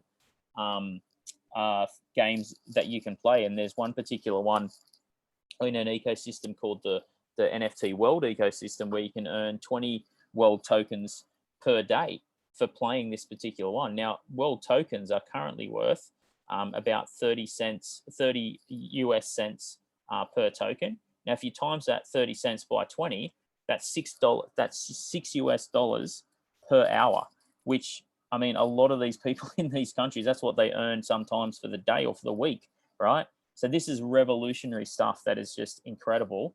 And the greatest part about all this is that it's actually going to be helping a lot of people that, that really could do with it without a doubt. Now, Axie Infinity, for example, it follows blockchain economics, where you can make money by investing and spending more time in the game. So players earn cryptocurrency, which they can exchange for real money by breeding, trading, and battling. They're kind of like Pokemon-like characters now. They're called Axies. So this is happening right now as we speak. People young and old all around the world are earning cryptocurrency and then can trade this for real money, real world money, by playing these games online. So how is Bitcoin, crypto, and the metaverse, Web 3.0, how's it all connected? So Bitcoin and cryptocurrencies provide users all around the world, as most of us know, no matter where you live, to an online financial system which allows access through peer-to-peer transactions through the blockchain. So why is this so important? This is the first time in history that technology developers can literally market to anyone, anywhere in the world and not be governed by a third-party transaction provider. So the power of cryptocurrencies and blockchain means that these transactions are borderless and limitless. So the possibilities really are endless. Okay, so with Web 3.0 and crypto, what are some of the opportunities? So we spoke about those opportunities before, right? Well, Web 3.0 will allow decentralized apps to displace centralized social networks such as Facebook, and individuals will maintain ownership over their personal data. So how many people do you hear saying, oh, you know, I swear Facebook was listening to me, you know, and it brought up all these things that we were talking about, or whatever it may be, right? You know, and a lot of people are really, you know, talking about, you know, online privacy and everything like that. So, you know, with decentralized apps, we're going to have the ability to displace a lot of these centralized social networks.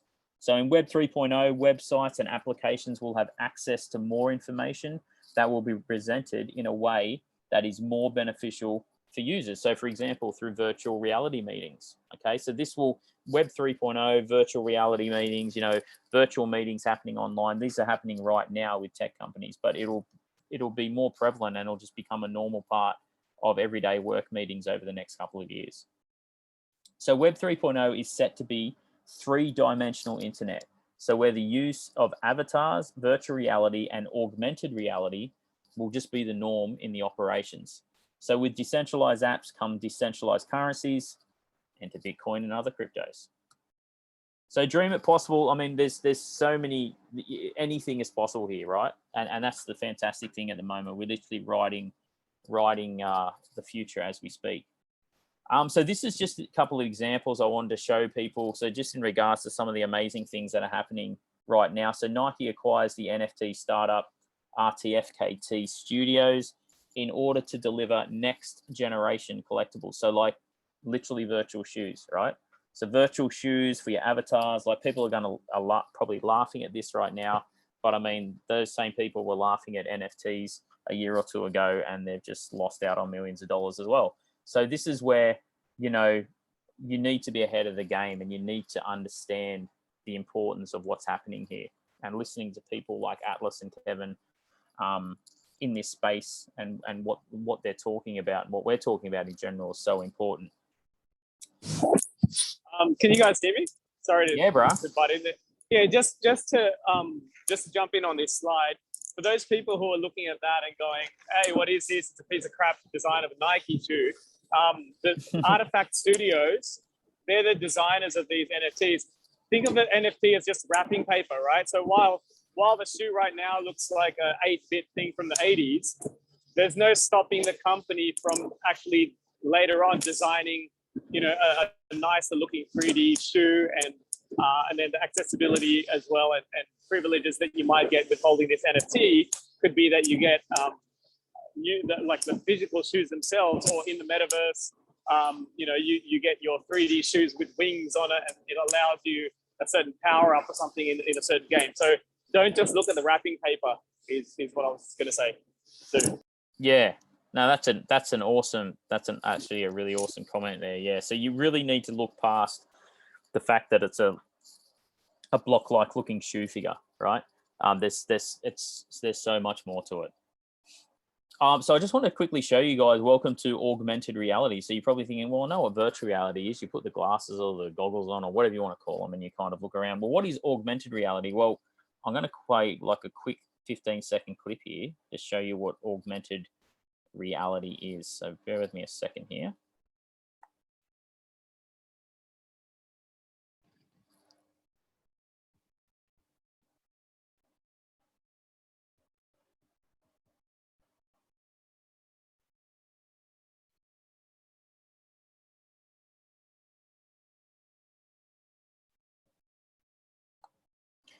So that should give you guys a good idea of what we're talking about. What is the augmented reality? So it's literally like, as you can see, that's a real person. They're standing in front of a real building on a real street, but through the click of a button, they're holding virtual shoes in their hands. They've got this virtual face, like their avatar, whatever it may be, that's holding it, right? And that's what we call augmented reality. It's and I'm sure the guys could probably describe this better, but it's literally a reality that is placed in a real world setting.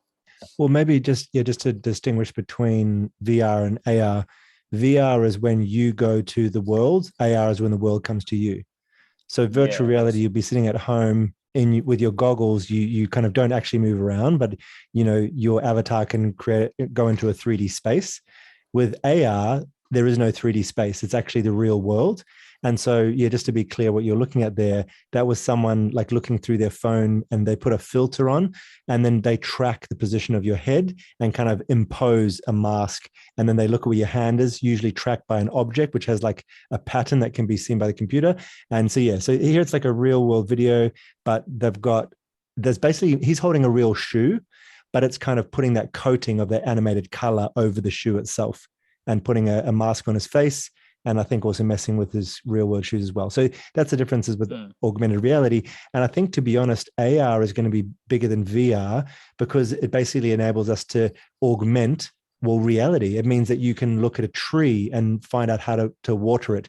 You can look at a person and know the last time you saw them. And that's sure, it's a bit Black Mirror, a bit scary, but just go with it. You can also be in a foreign city, and your augmented reality glasses would show you could put an arrow on the ground and say, walk down here, then turn left. So it could be like your Google Maps projected like a hologram or a projector image over the real world environment. Yeah, absolutely. That's a really good way of explaining it. There's absolutely crazy, unlimited areas that particular section could go. So look, this is just what I was explaining, pretty much like what Atlas just said. So VR to AR, there's so many use cases. So for example, like what Atlas just mentioned there, VR on the left is where you put on your goggles and you're kind of taken to a place, where AR, which is on the right there, you kind of got the Superman figure flying in front of the real buildings behind it. So it's just augmenting the actual reality that you're seeing. So the distinctions between VR and AR come down to the devices they require and the experience itself. So AR, like I just said, uses a real world setting, while VR is completely virtual. So VR requires a headset device, but AR can be accessed with a smartphone. AR enhances both the virtual and real world, while VR only enhances a fictional reality. So as Atlas just mentioned, that's my feelings and my thoughts as well. 100%. I think that AR is going to be, in a lot of cases, a lot bigger and a lot more used than VR will be, because you can literally augment actual reality. Scary, but cool. So what exactly is the metaverse? All right, so the metaverse is essentially a merging of virtual, augmented, and physical realities. Okay, and it blurs the lines between your interactions online and in real life. Now, just put this up here. Sorry, clicked it too many times.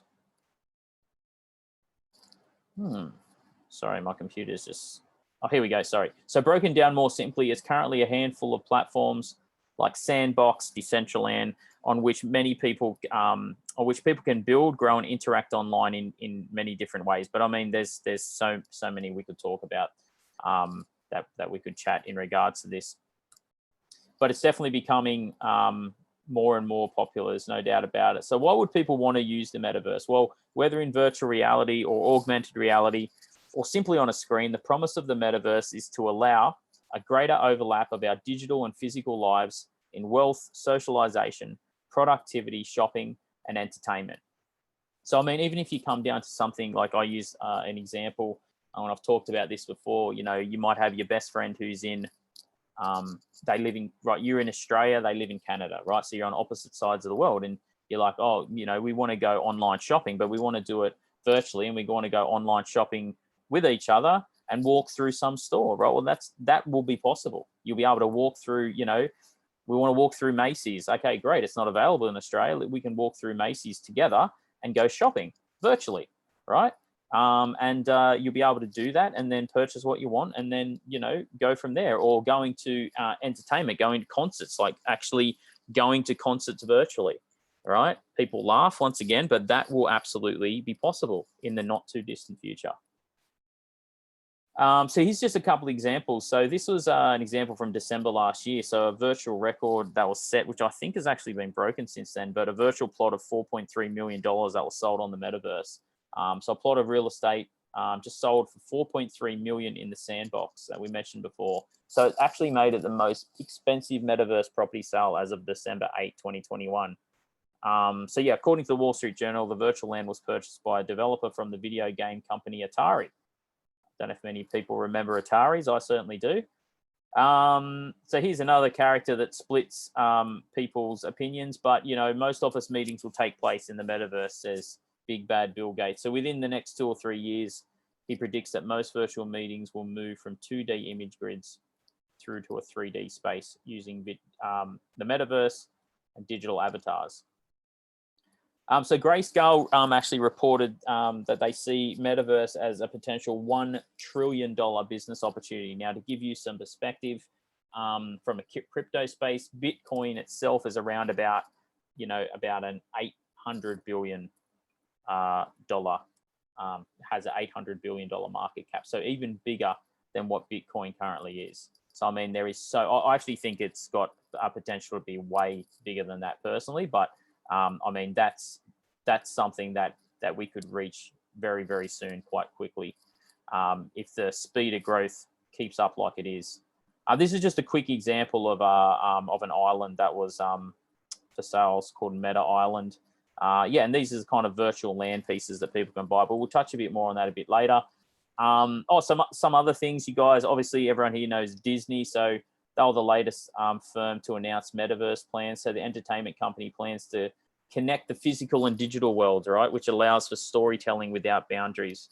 So the Disney boss described the metaverse as a 3-dimensional canvas for new types of storytelling. So, I mean, you know, obviously the graphics and what they use currently are pretty incredible, which, you know, it's just going to go to a whole new level in the not too distant future. So what could the metaverse look like? A lot of talk about that. So this is actually a really quick preview clip of a movie that Steven Spielberg created about 5 or 6 years ago called Ready Player One. Now, some of you may have seen it. If you haven't, this is just a quick preview of what it is, just to kind of give people a bit of a taste of what it could look like. Not saying it's going to look like this, but what it absolutely has the potential to look like. So I'll play this really quickly for you guys. Bear with it a sec.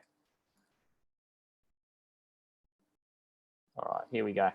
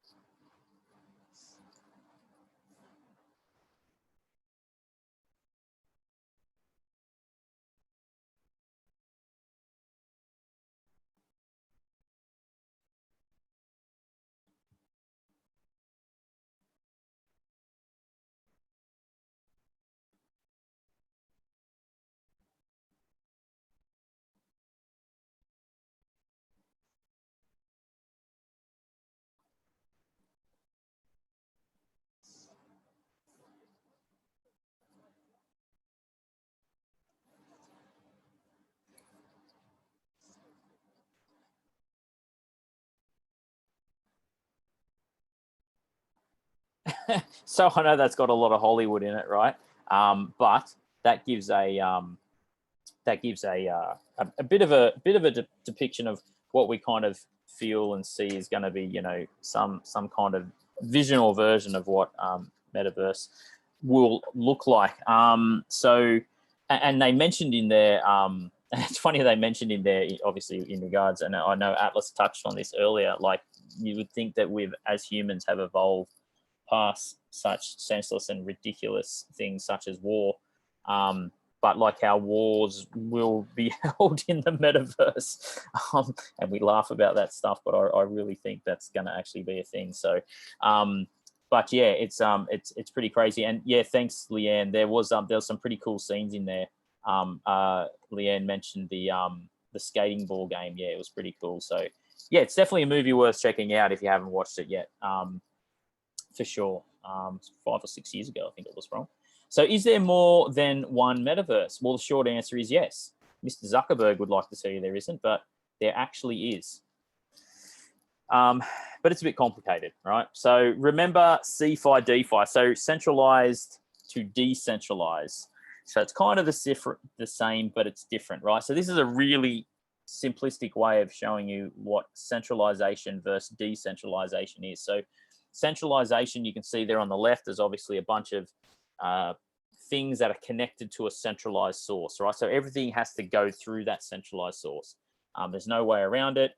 So obviously, if you're part of that centralized source, you're going to get obviously richer and more powerful, which is what we witness today in a lot of the parts of the world, or you can say all of the world that we currently live in.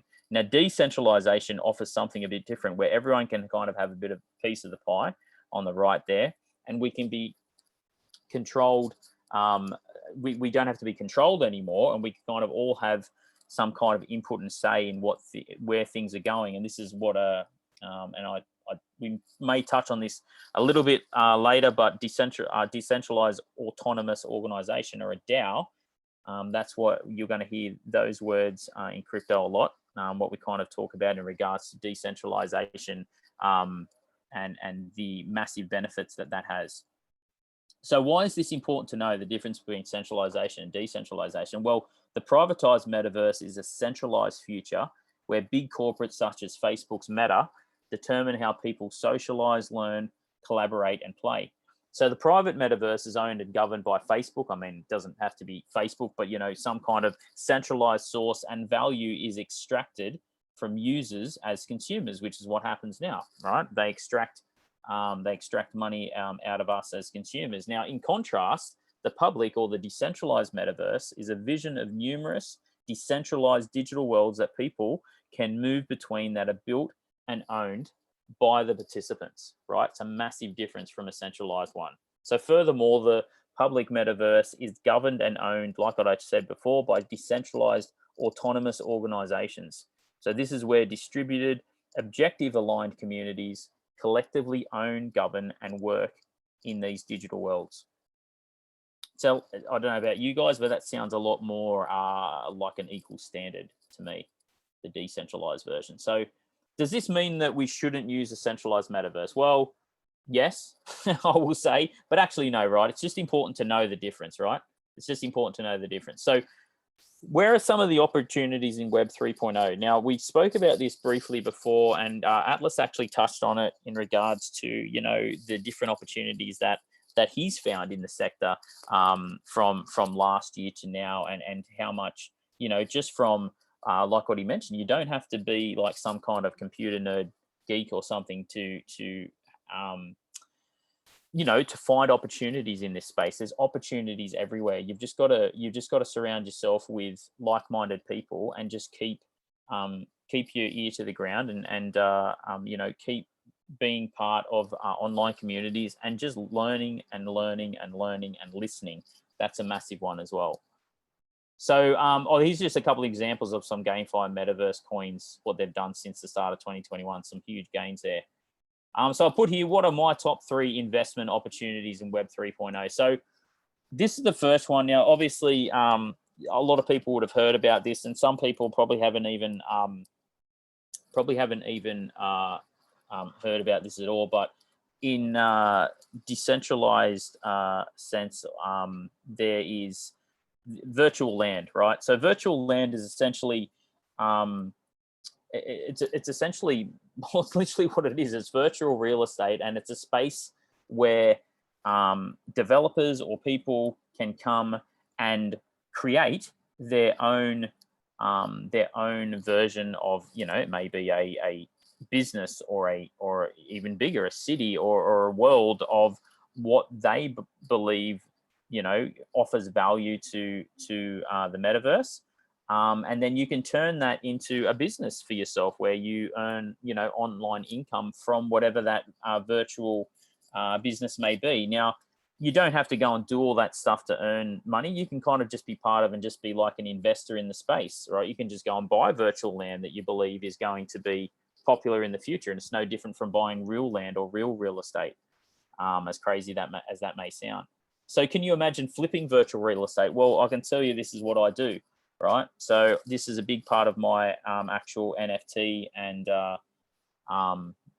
portfolio, is that I actually flip virtual real estate. So here's a few examples of some virtual real estate that I've flipped before. So there's Sandbox, Decentraland, Somnium Space, which is actually the first VR space metaverse that there was, and my personal favorite, which is NFT Worlds.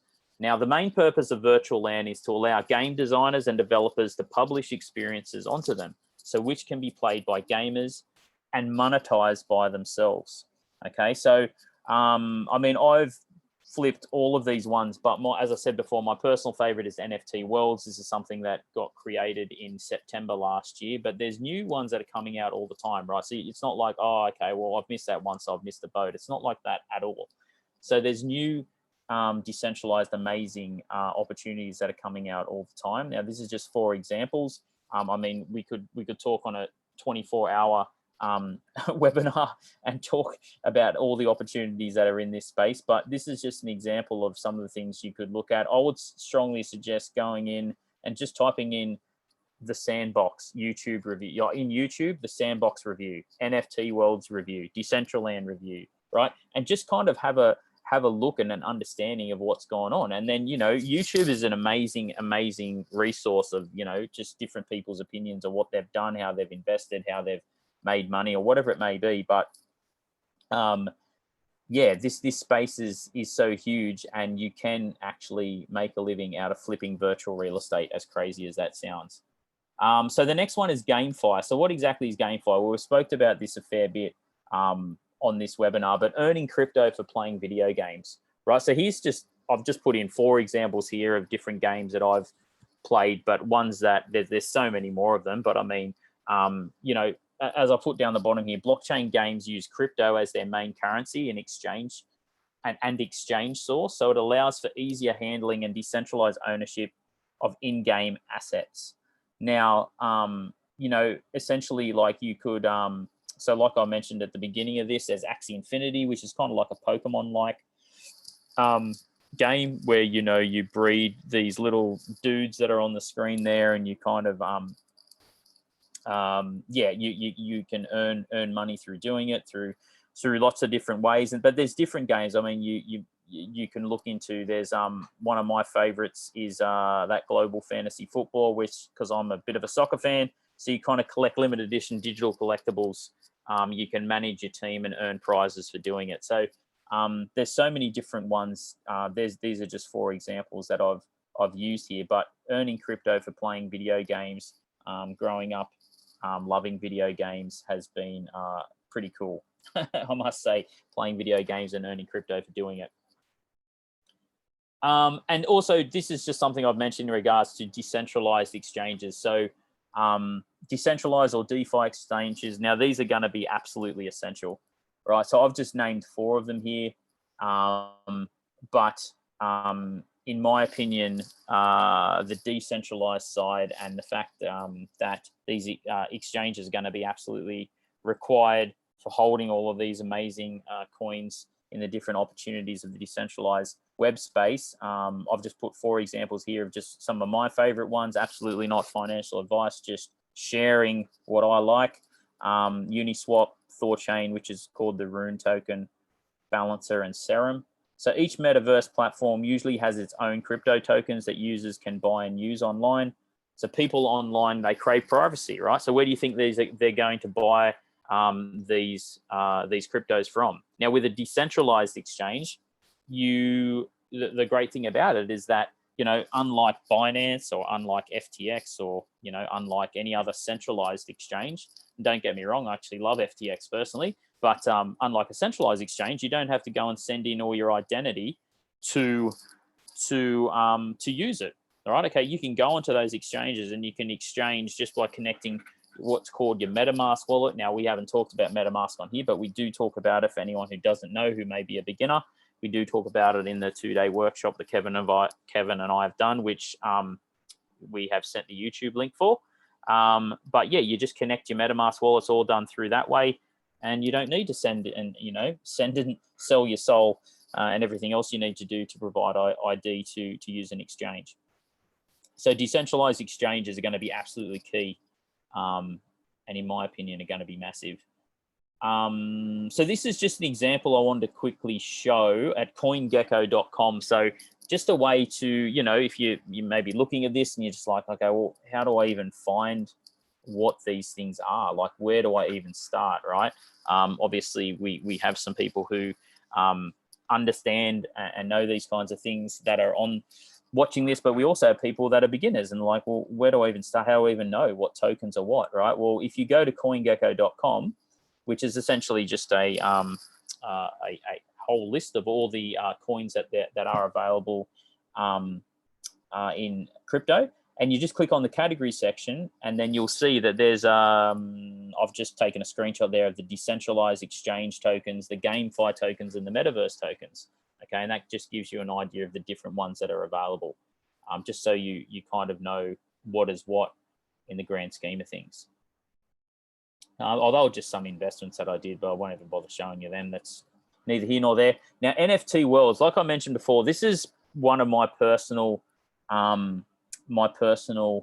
favorites. Okay, so the reason why I love NFT Worlds so much, I'm only going to do the 1-minute version because otherwise I'll be here all night, is that there's many of reasons, but I'm going to say the most important one. So they actually built through the Minecraft servers, right? Which is which, as Atlas mentioned before, is the biggest and most popular online game ever, Minecraft.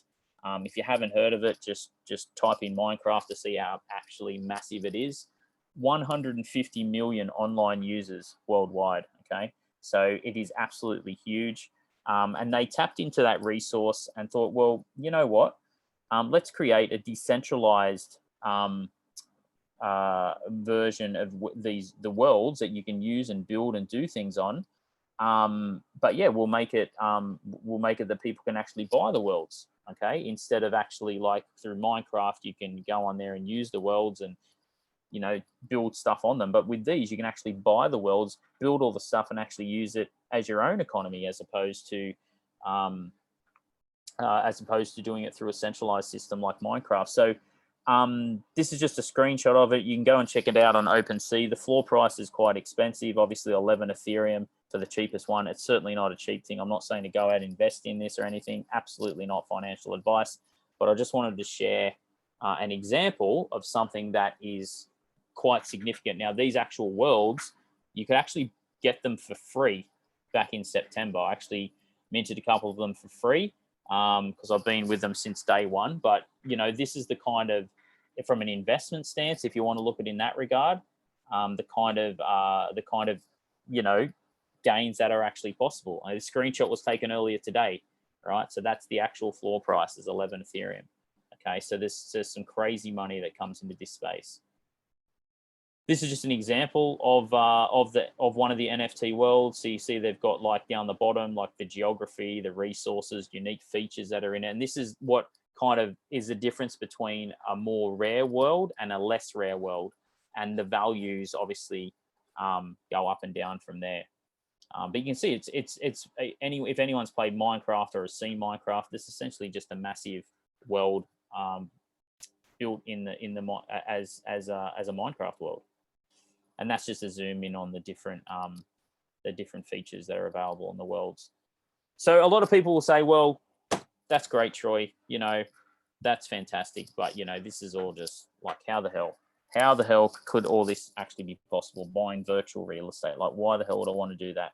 Well, they've been wrong before, right? So here's a very smart man. I say that lightly. The Microsoft CEO, Steve Ballmer, in 2007, there's no chance that the iPhone is going to get any significant market share. No chance. Well, Steve, don't know where you are now, mate. Don't know what you're doing, but I'm pretty sure, I haven't even checked this.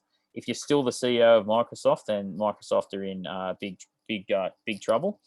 But this is just something that you know, you hear this crap all the time, and you read the stuff in newspapers and God knows whatever else. And you know, I would much rather be finding these things out for myself than listening to so-called experts on the space. Oh yeah, this is a personal favorite of mine, Warren Buffett. I actually respect Warren Buffett because he's one of the best investors of all time, right? He's an investment firm. Geez, I can't remember off the top of my head what they're called now. But anyway, that's irrelevant. He's one of the best in the business. Now, Warren thinks that cryptocurrencies will end badly. Well, sorry, Warren, things are going pretty good at the moment. They're headed for trouble, apparently. But, you know, that hasn't been the case. And it's been proven over the last 11 years that cryptocurrency has pretty much outperformed every single other asset class by thousands and thousands and thousands and thousands of percent. So one would think that Warren may be wrong, and could be getting a bit old in the tooth there. Was? No, I love was. No, okay, cool. So this is just to wrap it up, guys. I want to, I won't talk all night, but I just want to share something really quickly, and then I'll obviously let, Big Kev and Atlas come back in. I want to do a case study, which is me. All right. So as you can see, this is a screenshot that I took from the 28th of November, 2017. So about 4.5 years ago on my Facebook page. And this is a screenshot, I think it was actually of CoinJar at the time. And this is a screenshot in Australian dollars, right? So 13,290 Australian dollars. So roughly about 10,000 US dollars per Bitcoin at this particular point in time. Now I said, can someone please advise me of another investment that goes up 69% in 1 month? All right. Surprise, surprise. You wouldn't be, who would have thought that actually people come back and said bad things, right? You wouldn't have thought. Anyway, 4 years ago, here are some of the comments, right? So on the top left here, there are pyramid schemes and Ponzi schemes the world over that promise such returns. Underneath, the whole Bitcoin is built on people promoting it and building up a bubble that will eventually pop. It's all about hype, but all the best. And then a couple, two of good ones on the right here. I just feel something like this will bring about another global financial crisis, right? Like crypto is going to bring about a global financial crisis, which is pretty funny. I'm happy with the Aussie dollar, government bonds and gold. I don't know or can be influenced, mate. Something that pops up like this is just like a fad, like fidget spinners, right? The renaissance of the yo-yo in the late 90s, or the many, many fashion trends in the new wave synth pop times of the 80s. It may fade away like them or not, but I'm pretty conservative. Unfortunately, I've been brought up by my old man's work, which is old school. Now, I've actually been brought up by my old man is massively old school, right? Massively old school. And I love actually hard work. But the thing is, I also know I'm not silly enough not to listen to people that know, quite often much more than what I do. And I'm got no problem in admitting that. I'm very passionate about this space, but there's a lot of people that are much smarter than me, that know a lot more than me, that are massively bullish in this space. Now, this is absolutely not financial advice to go out and put all your money in crypto. Of course, it's not in the metaverse and Web 3.0 and just go on a big spending splurge. Absolutely, it's not. And that's not the point of this whole session that we're doing tonight. But what it's to tell you is that what I've wrote in the bottom down there in big bold letters, people are scared of things that are new and foreign. Don't be that person in 4 years' time. Sometimes being that nerd, studying new technologies, like me, Kevin, Atlas, sorry to throw you guys in the nerd category of me, it can pay off big time, right? And it has. Like Big Kev, he's living in an eco resort that he created out of crypto, right? So this can absolutely pay off big time. So our friend Albert Einstein, I'll finish with this. if at first the idea is not absurd, then there's no hope for it. So that's one of my favorites. I'll stop sharing my screen now, and I will throw it back to the floor with Big Kev. He's in his BMW there. He's in a Beamer, just cruising through the streets of. No, just joking, mate. And Driving to the airport. But yeah, no, I just wanted to share that, guys, and I hope you all got something out of that. Your camera's just off, brother. kind of- Oh, hang on. Is it off? Sorry, bro. Oh, I'm back on. So yeah, hope you guys got something out of that. But yeah, if anyone's got any questions in regards to that whole bit of stuff that I just showed, then please feel free to reach out. Did Big Kev or Atlas, did you guys want to add anything on top of what was mentioned, spoke about? Yeah, sure. Maybe to, I guess, give context. Yeah, really keen for any questions. I'm trying to find myself here to bring myself back on. Oh, there we go. I can see your Web 3.0 version of you, Atlas. Yeah, the better. This is my The good bull. side. The bull. So just so you know, for those who haven't seen NFT Worlds, that's the whole world is not that little token. You actually can zoom in and be a character that runs around. It's actually quite an expansive space, and you can build all kinds of economies there. For example, if you wanted to have a clubhouse, if you wanted to have an adventure playground, if you wanted to have a place to, I don't know the integration of things like YouTube videos and things like that, but these metaverse spaces will be places you can bring your communities to play your videos. You can maybe, there's lots of musicians doing gigs in these places. So essentially by holding that metaverse land, you hold an event space. And you can do all kinds of things with that. So just making sure that it's not like the pixelated shoe. It's something you actually can go into and actually kind of live in and exist in. There's quite a few things that came up while you're presenting, and I'll be maybe going into a few other details of the future potential of NFTs.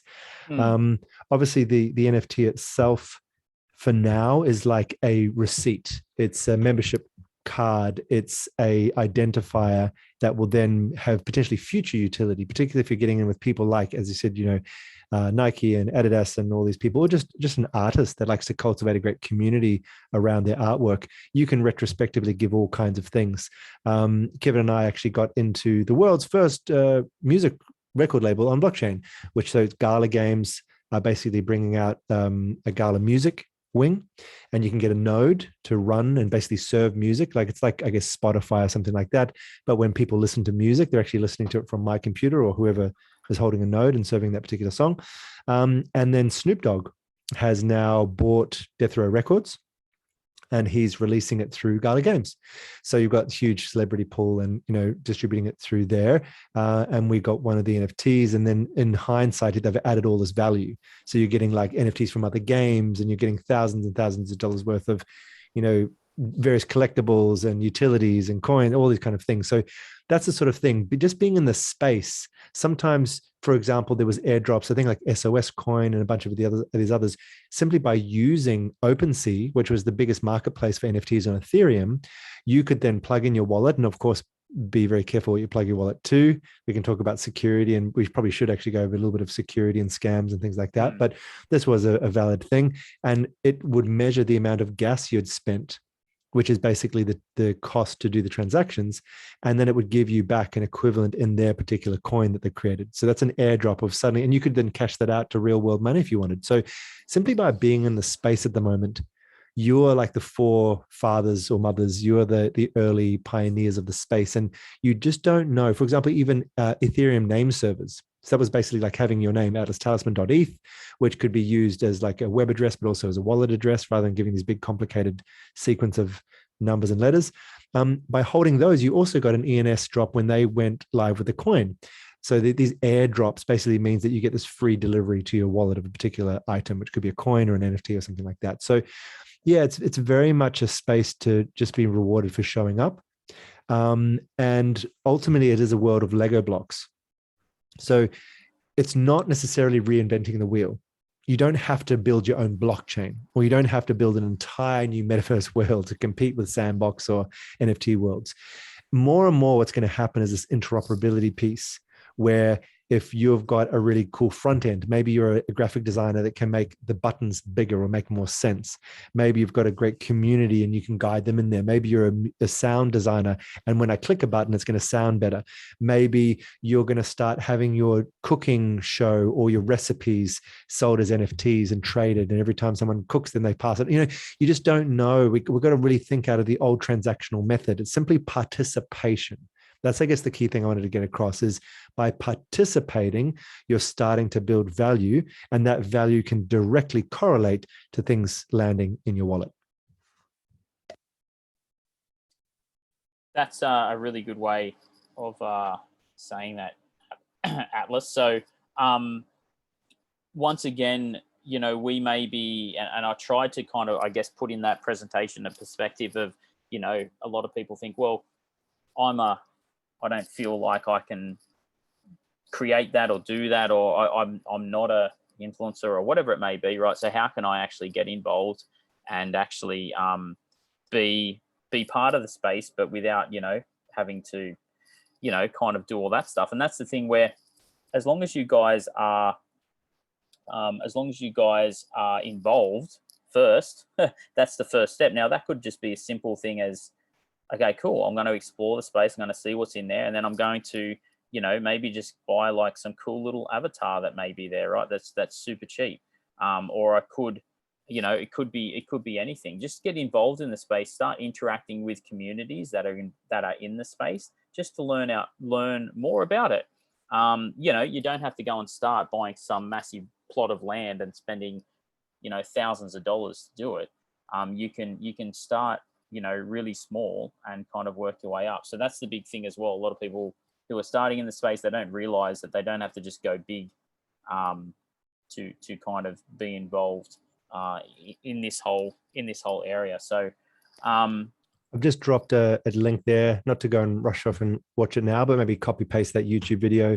It's basically another video. I don't want to do a screen share of that, but it basically talks through the idea of a metaverse where you can also buy NFTs like billboards, and then you can also have a DAO mechanism where people vote on what they want to see on the advertising billboard and pay money to that. So it's kind of like showing a few more of the external or daisy chain ripple effect of NFTs within NFTs, liquid metadata, all these kind of things where they can be changing and responding to the behavior. So yeah, there's a lot of protocols and a lot of innovation in that space, and that's a good video. It's on Polkadot Network with Remark, which is another kind of approach at the NFT space. Yeah, awesome. Yeah, and if obviously you're watching back on this video, you're not going to be able to see that YouTube link. So just hit up Atlas or myself, and we'll be happy to provide that for you if you are watching the replay.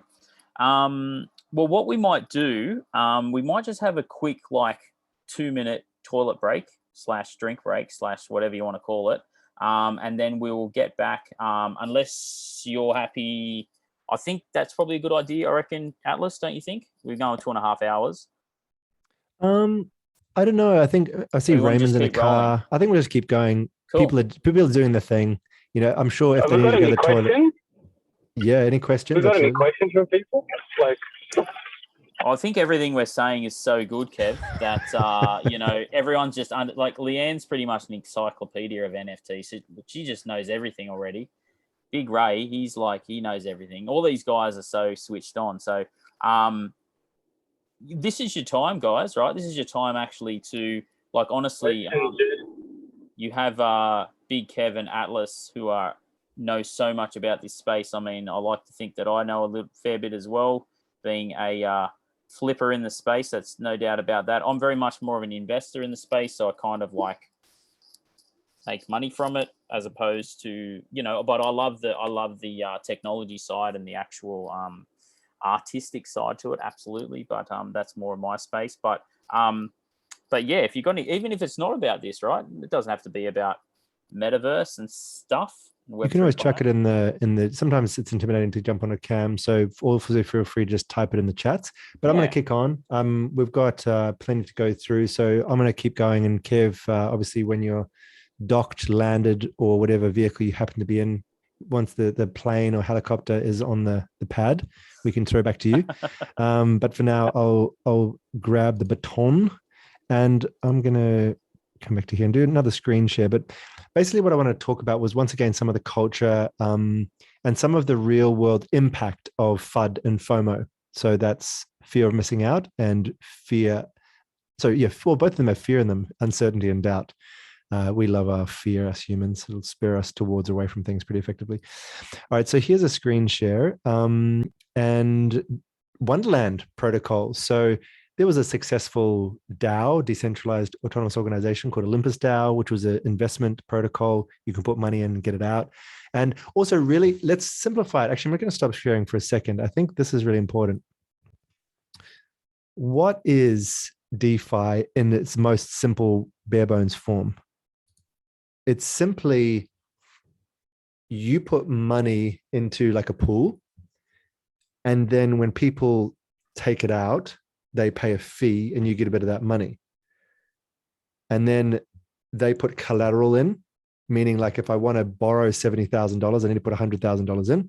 Why would you want to do that? Well, you might be holding assets like Bitcoin that you don't want to sell, but you need to make money off it in the meantime. So you put a bit in there, you take a percentage out in some kind of stable coin that you can use to buy whatever holiday or pay rent or whatever it is.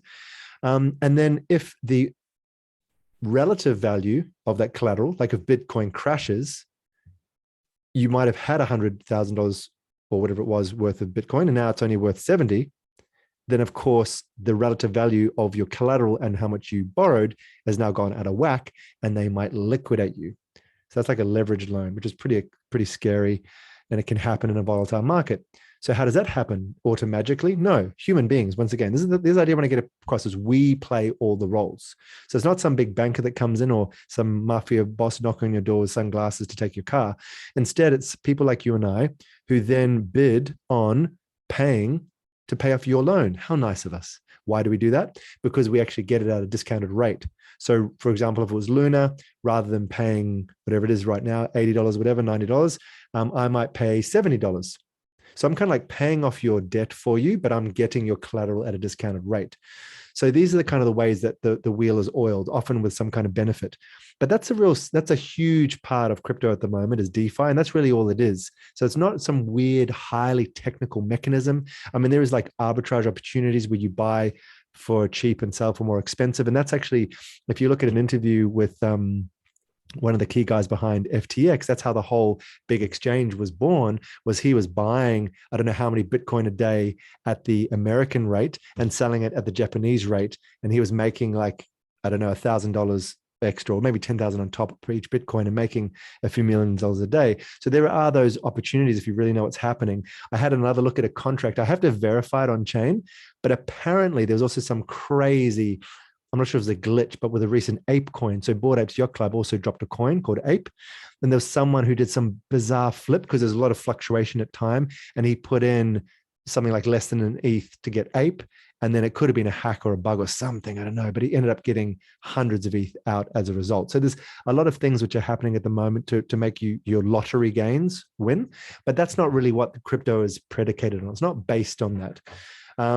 Another thing that happens, like how can this magical intermoney keep on being multiplied? It's not just based on the idea of people paying a fee to use an exchange. It's also the idea of their tokens. So the tokens themselves are in some ways magic internet money in that we can start our own project with its own coin, and we can print a few million, a few billion of them, which is kind of like money out of thin air, but we're actually not printing it out of thin air. We're giving value. We're doing labor. We're creating a business. We're doing the branding. We are entertaining you. We're delivering food to your home. We are taking stock of your automobile parts. Like there's actually labor at the back of that coin. And then if you've got a functional economy of your project, it could even just be you. I don't know what you do. Are you a storyteller? Are you a masseuse? Do you make homemade shoes? Whatever you do, if people are willing to exchange for that value, you can attach a coin to it. You can make your own coin. You could trade NFTs. You could use an existing coin. Maybe you just say, hey, everyone, let's go all buy Atlas coin, which is an actual coin, on a game called Star Atlas, and we'll just trade that. And you don't even have to build the value. Like it actually has real value. You can trade it right now for money, whatever cents it's worth. And then wait, if you were at the start all over again. Oh wait, here's a question. I'll just finish that sentence and then I'll look at the question. Point being, you are linking a real world value of your product and service to this made up value of a cryptocurrency. And like I said, that could be your own coin. You could just designate an existing coin to be something you trade in your community. You could use NFTs, whatever it is. But this is where it's not just a Ponzi scheme. It's not just speculative, because we're grounding it into real world labor. We're grounding it into actual change and things you would actually pay money for anyway. But you actually can have this decentralized way of sharing it across nations. And it also plugs into all the activity that's happening with a huge upside. So yeah, that's just a bit about the kind of the economy. And then when you have your own coin, you can kind of use this as an offset. So for example, let's talk about a specific one being Anchor Protocol, for example. This is something, one of the big exchanges on the Terra network. Terra is a blockchain based on the idea of a stable coin called not just UST. That's the most popular one, based or pegged to the US dollar. But it's also got other ones for a number of other countries, Korean coin, Indian coin. Like there's lots of different countries that have their own denomination. And the idea is with the, I think it's a Chia app, you can go and pay for things at a supermarket or whatever it is with this particular currency. But it's also used heavily in DeFi. And so the way that they work is that you could take a loan. So when I borrow money, I actually get paid to borrow money. How is that possible? It's offset with their ANC token. So for example, I'll pay, say, I don't know, 3-4% on top of the loan, but then I might get the equivalent of 5 or 6% back in the ANC token. And that actually means I'm actually positive. So I'm actually being paid to borrow money, which is a whole new way of working it. And that's not magic. Like I said, I'm still paying a fee, but it's offset with their own magic internet money that they've just simply got because they made it up, and they can give it to me. But because of the use case, because there is buy pressure, then I can actually sell it and I can actually make real and transfer it across to real world money. However, there is also impermanent loss. The idea of putting in money in one thing and the value of it drops. So even when you're making money on top of it, this happened to me the other day, you actually, after your savings and your compound interest, you actually lose money. So I was so bullish on Terra, Luna, ANC, and I was like, oh, I'm going to do a really smart thing. I can borrow money, and rather than being lazy money, just sitting there as potential loan, I'm going to take that loan and I'm going to go do half in stablecoin and half in the ANC token. Because when you do just a stablecoin, UST, you get about 20%. When you do the liquidity pool of half ANC, which is their own coin, half UST, it's like, I don't know what it was, like 60% return for the year. So I did that, and in about a week, the ANC token went from $5 to about $2. So yeah, I don't have as much money as before, even though it's so smart. So yeah, I mean, you can get liquidated, you can have this impermanent loss, you can have all kinds of things. But point being, that is just kind of part of the mechanisms, right? Like, how can this money simply just be printed? It's not printed. It's not inflationary. This is the huge thing when people say, oh, but I like the Australian dollar or US dollar, whatever it is. Let's just calm ourselves and slowly face the factual state of the world economy. This is not like me being a hacker pirate trying to convince you to just go on Silk Road and help fund the Russian war or anything like that. Nothing like that. I'm just taking a cold, hard look, and I don't mind calling governments criminals. I'm pretty convinced that we live under criminal regimes. Anyone that's going to pay trillions of dollars to bomb innocent people, like, I'm just not for that. And I think it's important to face the quote unquote necessary evils of the modern world and say, you know what, we don't have to do this anymore. And if we've got these really highly paid economists who don't understand that by adding heaps of money to a country, you're going to make that money worthless, I don't know what to tell you. Like, it's just either malicious or idiotic. And either way, we don't want to be sort of part of that. So that's what we're not doing in crypto. We're not just printing a bunch of money, making the currency go down. In fact, we've got deflationary mechanisms. We actually burn. You know, Ethereum is doing this at the moment. When there's transaction costs, they're actually burning, which means like reducing the amount of something to make sure that the value of it is going to actually go up. And then, you know, it's not always the case that they are printing some more as well, but they're kind of balancing it. And this idea of a stable coin as well, you might say, well, Atlas, if you're so bearish, or if you're wanting to short the fiat currency, if you think that the government currency is going to be inflationary and become worth nothing, why would you want to peg a stable coin to that? It's stable because it relates to a dollar, but the dollar itself was going down. And that's where algorithmic stable coins come into play. And that's why I also really like Luna and UST. They're a pair that work together, where the amount of UST is, or the value of it is stabilized, where if it goes up or down, you either add to or take away from the amount of it in circulation by printing or burning coins. And that's in correlation to Luna itself. So they've got these things which don't actually rely on the government. It's like internally generated. It's called endogenic, which means inside, it's internally generated rather than going to have to buy the government's currency. We do it internally, we balance it out. And they've also recently got some other collateral to back it in the form of Bitcoin. So these are the ways that we work this economy. We work it with the arbitrage opportunities, we work it with real world labor, and we also work it with our own magic internet money that we have a certain stack of to offset the costs or give you benefits, but we actually also have utility in our community, which means it's actually based on something that is also of value. So that's kind of how I see DeFi. Hopefully that makes sense. And I just want to talk down to the bare bones mechanics to show how simple it is when we all just get on the playing field and start to play together. So I'm just going to look at this question here. Just going to add to that while you're looking at the question. Yeah. Another easy way to define DeFi is just that DeFi is just a bank with a computer that's run by a computer and not people, essentially. And what that means is that there's less overheads, there's less fees to pay, but the people that provide the money for the bank, what Atlas was talking about, jumping in pools, are the customers themselves. So if Atlas and I were to jump into a pool of funds and say, hey, I'm going to put $1,000 into something, Atlas, you put $1,000 in, there's $2,000 in the pool, we could take it to, I don't know, Leanne could jump in and say, I want to borrow $500 out of that pool, and she would pay a fee in order to borrow that money, same as any other bank. That fee would go to the participants of the pool, Atlas and myself. And then if Leanne was to then go and, make some money elsewhere, use that money for whatever, and then return it to the pool, then the pool, the liquidity goes up in the pool, the value goes up in the pool, and everything is sweet.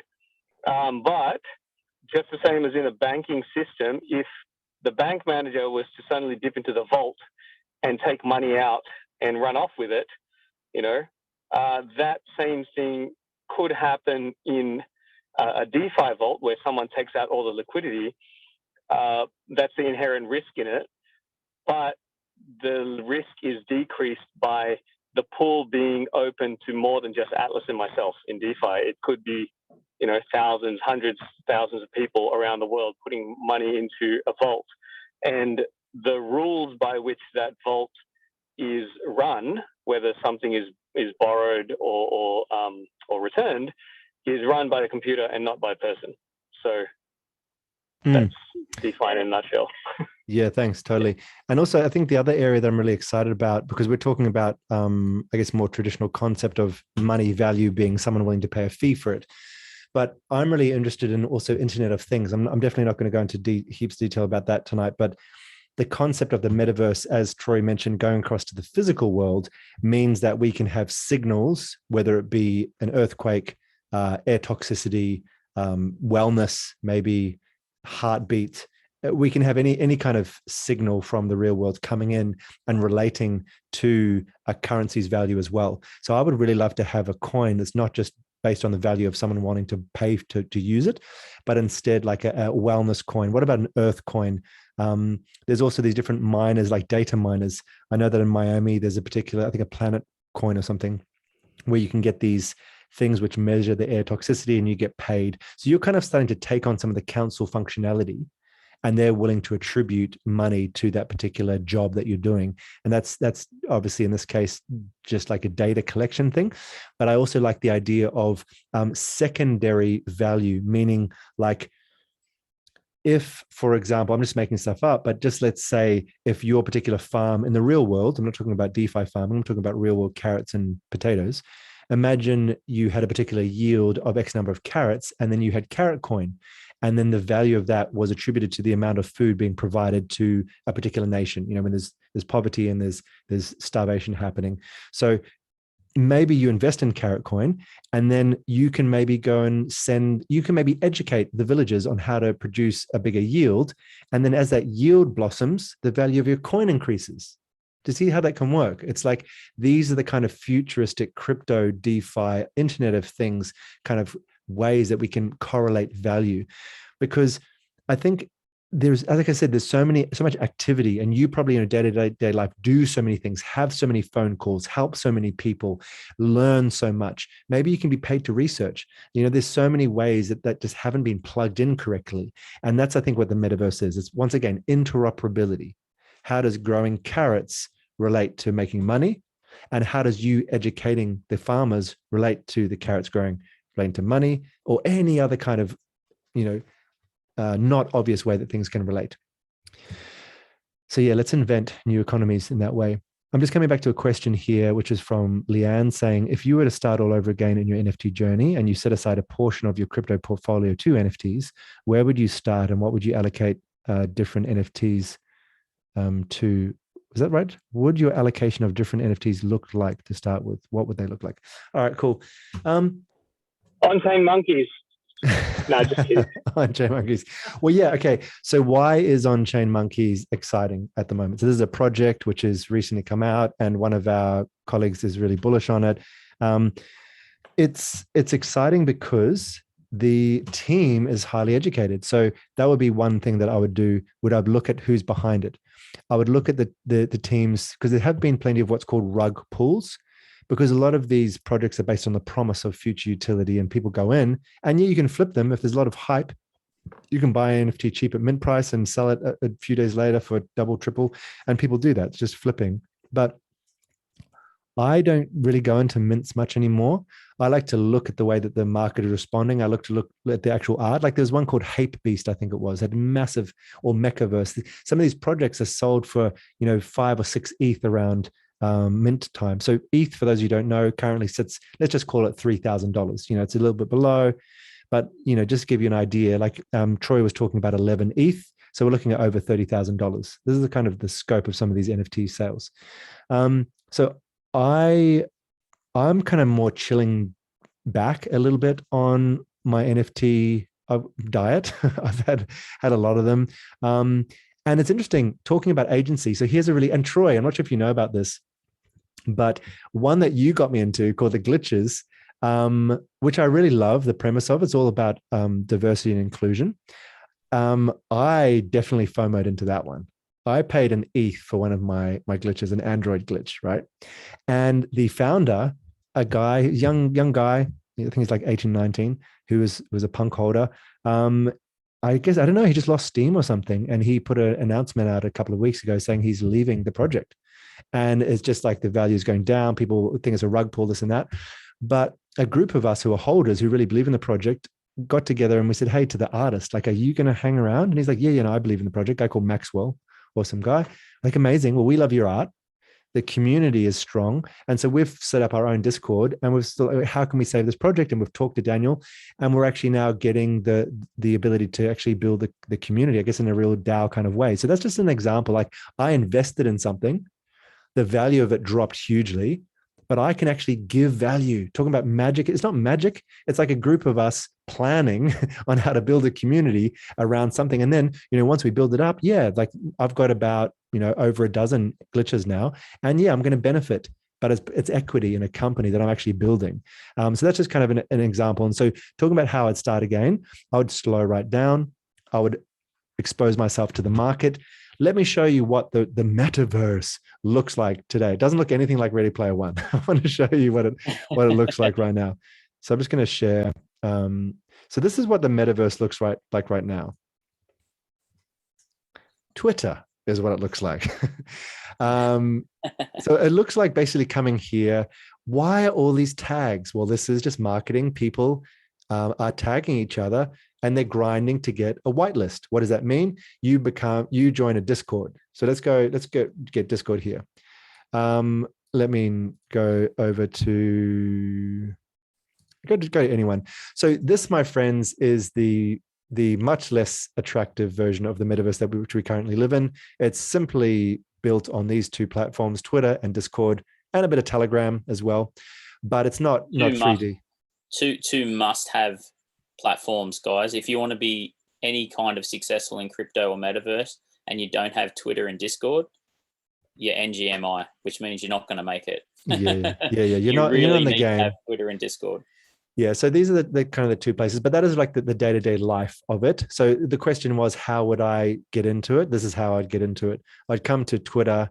I would maybe just search for something like NFT here in the search bar, press enter, and then it brings up the top related things. Oh, look, OpenSea. I wonder what that is, and Coinbase NFT. And then I basically go and look, giving away 3 WL spots for Kaiju friends. What's WL? And then you'd find out that means whitelist. What is a whitelist? Well, probably this challenge came from Discord, where they probably have something like a Twitter raid or whitelist for all, WL for all. I've got an exciting opportunity, blah, blah, blah.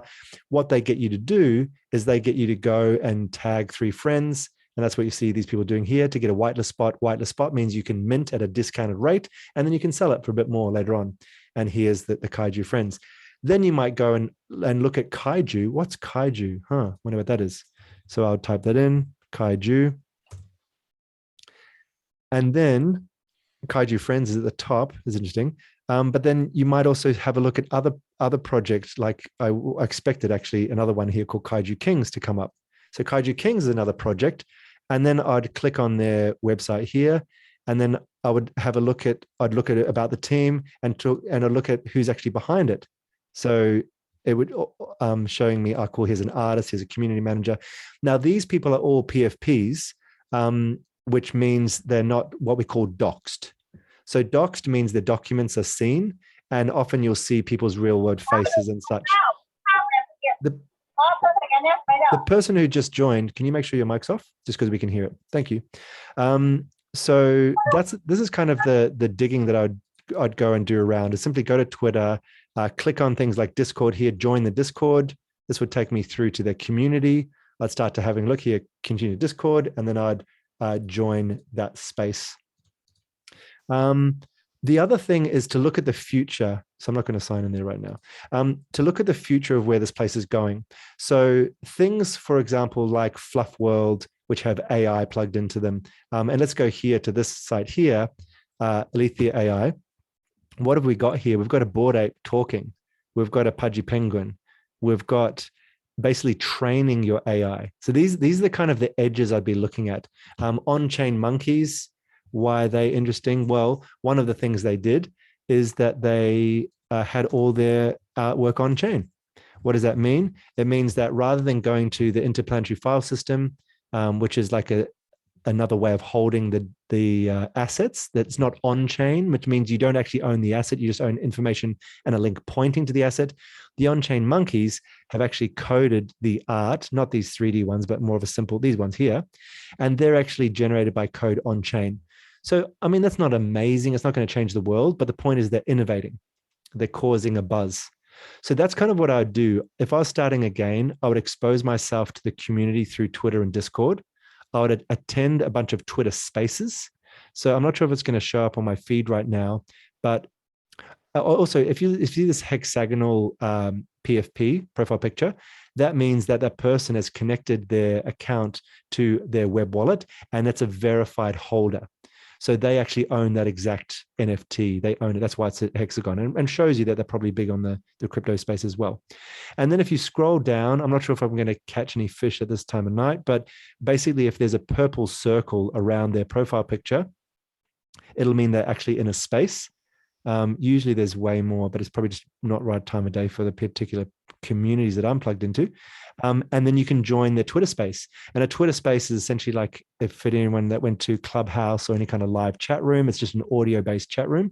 And then you'll basically hear people talking. And it's a very community-based. People are welcome you up on stage to ask questions like we're doing now.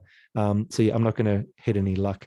And then follow this person here, Vitalik Buterin. Amazing writer, founder of Ethereum, and he's always putting information out. So yeah, as boring as that might sound, I would simply do that. The other thing I'd do, you want to ask a question? Yep. Oh, sorry. No, you go. I didn't know. Sorry. I was just Yeah. going to add something to it, but you do. No, you finish add. that. I've got always more to say. What were we going to say? Oh, okay. Oh, cool. I was just going to say that we spoke about the ways to survive the crypto market, right? So a lot of the stuff Atlas is saying, you may be thinking, okay, cool. Like that's how is this going to help me crypto wise or whatever it may be, right? So what you need to understand now, whether you're a beginner, a crypto, intermediate or advanced, it doesn't matter. You need to understand that crypto is about community, and without community, you simply will not make it in this space. Like you will not be successful. You might have some lucky coins that you jump into, maybe just through guesswork, and you may be lucky, but you might as well not even bother with crypto. Then go and buy a lottery ticket and try and do it that way. If you're in it just for the investment space only. Now, if you are in it for the investment space only, that's great, because that's, we're personally in it for much greater reasons. But if you just think, okay, cool, can make some money from crypto, then awesome. This can be the space for you. But you really do need to realize that the community aspect is so important. So the things that Atlas is saying, where you can go through, and you're going to have to watch this recording back, because obviously we're talking about a lot of stuff. You're not going to be able to write it all down and take it all in. But becoming part of these communities on Twitter, on Discord, listening into Twitter Spaces, hearing what the people on the street are saying, right? As opposed to, I'll wait till CoinDesk or some other magazine, crypto magazine, sends it out. Like, it's old news by then. It's done, right? You need to hear it live on the front, right? On the war front. Like, by the time it gets to the newspaper, it's done. So if you can, this is the advantages that people get. The advantages that people have who actually spend the time and care about their investments, like what Atlas is showing you guys now, compared to the people who just are like, oh, I'm just going to wait for someone to tell me, and then hopefully I'll read it on some newsletter that comes. Do you reckon that newsletter, has got your best interest in mind? It's just sharing some information that was shared to them by another source. Don't rely on other people to tell you what you should and shouldn't be doing in this space. You need to go out there and do it yourself. And the people who work and go out there and find this stuff themselves, get involved with the community, listening to spaces, listening to people that know what they're talking about, are always the people in this space that the three of us see succeed over and over and over again. And the people who don't do that are always the people who always go, oh, can you just tell me? Like, and it's like, hey, I can tell you, but that news happened, man, 3 days ago. That's done, right? You needed to have got onto that now. So it's so essential if you want to be successful in this space and survive crypto in any market. Like, I know me personally, I don't really give it, like, I don't base crypto off Bitcoin, even though I've got a Bitcoin sign behind me. I got it as an appreciation thing. I go off the price of Ethereum. I don't really give a crap what the dollar price of Ethereum is. I'm just all about gaining more Ethereum. So how can I get more Ethereum? That's all I'm about. So it's like, well, okay, cool. So to do that, I need to know my stuff. I can't be just in a guessing game, right? And you can you know your stuff, and you stay ahead of the game by interacting and being part of these communities. And if that's not for you, then that's fine. But just at the same time, just realize that if you don't do this extra work, you just won't make as much money. If you talk about investment wise, you won't make as much investment. And then secondly, you won't learn all the things, as many things as someone who does do the extra work will learn, and learn how to use Twitter, learn how to use Discord, learn how to get involved in these communities, listen to people, go to Twitter Spaces, hear out, even if they're talking shit. And they're sorry to say sorry to swear. I usually swear a lot more than this, but even they're talking stuff goes over your head. Who cares, right? The more you listen to the stuff, the smarter you're going to get. And I know some very amazing people that were in our masterclass last year who now have they know so much more just from listening to people for a year. All right, and that's just the stuff you need to do. Sorry, Atlas. I just wanted to. No, that's great. Add on top the how vital that information is that you just shared. Thank you. Yeah, no, I appreciate that. And also, I guess the simplicity is just pick your horse and learn how it runs. Like you cannot and you'd have to be a jack of all trades and master of none if you try to get into everything. And if you try and chase everything, you'll miss all the trains. They'll all leave the station. You'll be late. So I'd recommend finding the thing that you don't mind spending a bunch of time researching and get to know it. And sometimes having a bit of skin in the game really helps. In fact, I'd say all the time. If you put even as $50, you'll start to go, oh, I wonder what the price of Ethereum is today. I'm definitely in that position now. I've gone probably too overexposed to Luna, but I really like the protocol. And so I'm checking, like, no lie, over a dozen times a day, but I'm getting to see the behavior. I'm getting to see the market cap, which means the sort of amount of money that is in the project overall and how much it fluctuates by billions of dollars based on the sentiment in the market. So these are like, it's technical analysis by looking at like patterns on a screen. And there's the fundamentals, like looking at the people that are running it. What's the word on Twitter? Are people upset? And these things have just as much, if not more of an effect on the movement of a market. And I'm going to show you now in relation to Phantom, which is a blockchain which we've just migrated across to with SyncDAO, the huge effect of one person called Andre Cronje, and how, because psychologically we thought he was basically the grandfather of DeFi, when he left, it really had a huge impact on the market. So understanding the human effect on something that's technological is huge. And also, as Troy is saying, exemplifies why the community and the culture is so important, because it is also still run by human beings. So my suggestion is is it art you like? Is it money you like? Is it technology you like? Is it communication and entertainment you like? Is it community building you like? And there's technologies and projects based around your particular thing. And then dive in, like commit. The upside of the next 2 to 5 years, in my prediction, I think there's going to be huge, massive growth in that time, is just massive. You're setting yourself up for life. You really are putting an investment, not just in technology, but in the culture this will be second nature to them. Troy was talking about his kids. I've got a son too. He's 18 years old. The rate of change is going to be so great. You're not going to have to be a hacker or a coder to live in the metaverse. So you're really future-proofing any kind of business by being involved in this. And approach it from the human level. Have a chat with someone on Twitter, rock up to a space, be humble. I just arrived here. I don't know why this is. And people are very forgiving and there's no dumb questions. So I absolutely agree. So I'm just going to screen share and talk about this incident with Phantom and a little bit of backtrack to kind of show you the effect that these things can have. So we had this incident. There was this particular protocol. I started to talk about this earlier, which was a copy. And this is the other interesting thing. I'm just going to stop sharing because I want to talk about sharing. If you're coming into Web3 with a Web2 mentality of IP rights and wanted to keep everything close, this is what CryptoPunks did. And it really crashed and burned, in my opinion, compared to giving people the rights to participate. Open source things. So DAO, the Olympus DAO, which was a particular investment protocol, had open source code. And then someone came along and took it all, copied and pasted, and made their own iteration of it. And this is done with big things like Uniswap and SushiSwap. People are just copying successful things that are done. But there's plenty of fish in the sea. There's plenty of investment to be had, and there's plenty of improvement to be done on these things. So same thing with any of your products and services. I would suggest make them openly available, and it's through people using and copying and sharing that you really actually have a vital community. And this was done with this particular protocol called Olympus DAO, and they made a copy and called it Wonderland. And they had this time token. And then there was this guy, Daniel Sesta, who was creating all these good things. But then it was found that he actually employed a convicted felon to take care of all the money, a guy that was involved in something called Quadriga. So that didn't go down very well, this character called OX Sifu, if you want to kind of find, there it is, OX coming from the Ethereum wallet addresses start with OX, and a lot of people use that in their name. But OX Sifu was in fact this person that was a criminal. And so that didn't go over too well with Frog Nation. So that's basically a group of platforms and DeFi services all linked together under the banner of this guy. Daniel Sesta is like, bit of a bad thing. And at the time, he was also working with someone called Andre Cronje.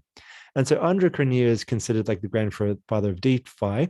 And he was a big consultant for Phantom and building a new protocol and exchange on that place. And then, as you can see here, on 6th of March, just this year, Andre and I have decided to tap out, and 25 apps and services that we're terminating on the 3rd of April. So that's going to have a massive, that's like a shockwave. What? Like our hero is gone and all of these apps are now closed. And this happened on the 6th of March, boom.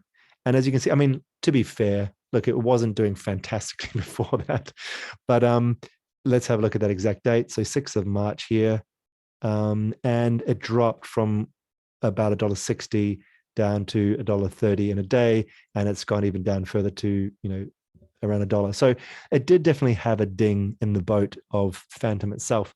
And so that just kind of shows you that the human side, like people's histories, the fact that this person had previously been a criminal, and that sort of hung around loosely attached to Andre because he was working with Daniel Sesta, and then Daniel left, and then something that he wasn't even working on. This is a whole blockchain, and he's only been, you know, a gentle kind of advisor on it for in the past year. It still has a sort of a big effect on the market movement. So that's just kind of showing you the psychological effect of some of these things. And then coming back to how I would research these things, I think Camilo asked before as well, how to research. Look at these things called light papers. These are a much more digestible form of a white paper. A white paper is kind of a document which goes through all the technological things and also just the user sort of things. You can have them pretty fun looking. Here's a white paper based on an NFT project called Neon Pantheon. So it's talking about the folklore of this project and why we're doing this. So yeah, it's not that intimidating. It's just like a PDF. Look, fun images. So you don't have to be like highly technically proficient. They're kind of cool images like this. Here's the white paper for Anchor, kind of showing you, you've got the UST stablecoin. You've got B, which is bonded Luna, bonded ETH and Ethereum, bonded DOT or Polkadot. And this is another thing to understand, is the idea of these wrapped assets. So if you've got something like Ethereum, you don't only have to use it only on the Ethereum network. You can also use it on, say, Terra by having this wrapped version of it, which can then be bonded on another thing as well. So just coming back to this here, this is a white paper for Anchor, and that's kind of what I would do. I'd look at something like this. A lot of projects have Notion sites. You just basically Google Notion and the protocol, or just document or white paper, whatever it is. And they've got them all here, your Twitter, your Discord. And this is actually a good summary of all of the key touch points for Web3. You've got a Twitter account, you've got a Discord account, you've got a Telegram account, you've got a Medium blog, which is where you do all your updates. You've got some kind of documentation like a white or light paper. You've got a YouTube account, you've got your documents, you've got a website. Boom, summarized for you right there. So that'll be kind of a standard way that I'd look into a project as well. And then if you wanted to be a bit more technical, I mean, this is going to go over a lot of people's heads, but just a kind of a concept on patterns and technology. This is what I'd look at this site here, Investopedia. It's a really good site. And for me, I'm not like a tech kind of person. Sorry, that's not true. I'm not a financial kind of person, but crypto has gotten me into finance and markets. I'm learning about trading, all that kind of stuff. And this thing here, the EMA, the exponential moving average, just made sense to me, because essentially what it is, and I'm going to take that away because it's a scary looking thing. All it's saying is like, let's look at what did happen to anticipate what could happen. And so it's just looking over the last like 20 days or 50 days or whatever the time scale is you want to look at. And it plots on a chart. You might just pick one thing. So let's just like summarize all I've said for the last 10 minutes. Pick an area, like look at a map of Web3. You might want to go to CoinGecko. And that was something that Troy actually showed. I'm just going to go back here to CoinGecko and show you here. You could literally go to coingecko.com. You could click here on categories. And then you could look at the area you're interested in. Are you interested in the operating system and smart contracts? Go to that category. Are you interested in stable coins, which are just going to keep their peg and it's a bit safer? Go to that one. Are you interested in Terra ecosystem? Because Atlas keeps talking about it. If so, go to that one. Are you interested in play to earn or metaverse gaming or GameFi? Go to those ones. And so this kind of starts to hone you in. And then you might, for example, click on GameFi because you're into video games and you know that they're bear market resistant and there's a lot of anticipation around this. Cool. And then maybe go to Gala. What is that thing? And then you'd do a bunch of research and you'd start to look at this every day. You'd start to look at all these kind of things like the market cap, how much money it is, how much 24-hour trading volume, is there much activity? And then you look at the max supply and you start to learn this like a creature that you're studying. And so that would be when you could then get one of these charts. So you might want to go to something like TradingView. So tradingview.com, you can get a free account here. And you can go to your charts that you might want to see. Let's have a look here. Go to charts. And you might want to add to your watch list the particular coin you chose from CoinGecko. In this case, maybe it's Gala. And you just want to look at this day in, day out and start to get used to it. You can, for example, click up here and look at it 1 second, 5 second, 1 minute, 5 minute, 1 day, 4 hour, whatever you would like to look at. And you get to start to look at the behavior of this thing on different time scales. You can look way back in the past and get to have a look at its whole history. But then this EMA idea basically plots over the top of that an additional line, which shows you the behavior over the last 20 days or whatever it is. And that is something when you think, well, overall, it's gone down below that average, it's probably going to go up. So maybe you want to buy then. And if it's above the EMA, the usual moving average, it's probably over bought. So if we look at the past, it's probably going to be sold soon. So I'm going to sell before. I'm going to get ahead of the game. And this is where we have a thing which is called buy the rumors, sell the news. So this is where we're talking about expose yourself to the front line, get an idea of what's happening, understand that these things are cyclic, understanding they go by psychology. If someone like Andre Cronje leaves, probably the Phantom coin or something that is attached to people are going to start to sell frantically. Now, if you're too late, don't like sell on the way down. You might want to wait until it finds its bottom. So it finds its kind of support level. And then if you look at it and looks like on previous behavior, it's a lot higher than that. It's probably a good time to buy in because likely it'll return to the average. And that's the kind of thing, even though it's very volatile, going up and down, it's actually just moving around a center. And if you look at something like Bitcoin or Ethereum, its center line is just going up like this. It might go up and go up down, but that's actually the opportunity. A friend of mine said that the price of opportunity is volatility, because you can literally ride things up and down. And if you get to know one particular project because you like the area and you believe in its change it's bringing, you just literally expose yourself to it day in, day out. And that's what I call literacy through exposure. By looking at these things again and again, it'll slowly come into focus. So that was a very long answer to a very simple question where I would start with NFTs. But I hope that I was like a trawler and I scooped up a bunch of other stuff along the way and gave you context for a much more in-depth way that I would approach things. There's something you mentioned in there that was super interesting. And once again, I won't go down another rabbit hole with it, but literally you should never, ever, in my opinion, unless you desperately need the money, you should never, ever, ever, ever sell any asset class in crypto based on some news that's happened, right? Because often, like some crazy, I'll relate it back to NFTs. So about 3 days ago, the Bored Ape Yacht Club, which is arguably, it's the biggest crypto NFT in the space, bought out ApeCoin, right? Which is, funny name, of course, but they're planning to make it like a whole new ecosystem and so on in the metaverse and crypto space. So, and we had people who, when they heard about ApeCoin coming out, and I saw multiple examples of this, bought a Bored Ape or bought a Mutant Ape, which is like a cheaper version of a Bored Ape, but still part of the same family, to therefore, because if you owned a Bored Ape or a Mutant Ape, you got given this ApeCoin, right? You got given it as an airdrop. So they bought it at a high. So everyone's buying these NFTs thinking, oh, this is awesome, I'm going to get a airdrop, which they did. So they bought them at a higher than what the actual floor price was. And then as soon as they got the airdrop, a whole heap of people sold them. So I saw people literally selling them. I saw people who bought Mutant Apes for like 24 Ethereum and then were selling them 8 hours later for 15, and just stupidity like that, right? And other stuff like where they bought a Bored Ape for like this is a different price category again, like 110 ETH, and then we're selling it for 76 ETH 12 hours later. It's just absolute insanity. And there's no way the amount of ApeCoin they would have got would cover the loss.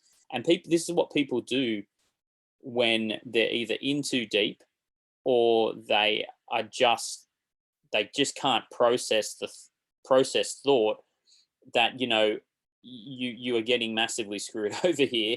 But I think it really plays into the psychology of it all, where you FOMO into something and you think you're doing the right thing, but really you're just FOMO into something that's in a vertical direction. And one of our good friends from the masterclass, and you guys, some of you guys know about him, Marcus will say you never ever buy into a vertical rise, and they buy into that rise that's shooting up.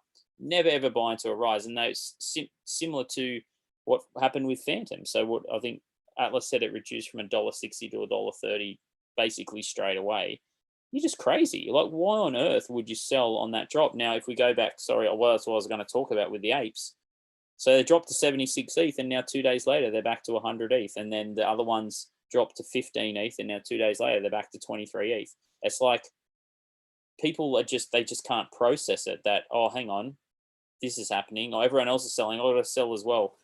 You know, if it's a quality project, this is why I always say this as well. I never, ever, ever spray and pray. So there's the spray and pray model where you just spray your money out over a bunch of crypto and just pray, fingers crossed, one of them go up in price, right? I always thoroughly research my projects and things that I'm in. So I'm a master of each of the projects. And then what you could do is that, okay, cool. Like, so I'll give you an example. I own some Phantom coin. Did I sell on the drop? Absolutely not. Why would I? It's just crazy. Well, I'm going to sell. Well, I'm going to sell at a reduced price for. It's always going to bounce back up. If it's a quality project, like a lot of these projects, like a majority of project, I mean, there is a lot of crap on the market, but Bored Ape Yacht Club, when it comes to NFTs, the most quality project that is out there. Why on earth you would ever sell one of their NFTs at a loss is just absolutely perplexing and makes no sense whatsoever. And the same thing with a lot of these other projects that show great potential, but then some news happens which makes them drop in price. Never ever sell on a drop, like just the same way you never ever buy when it's shooting up.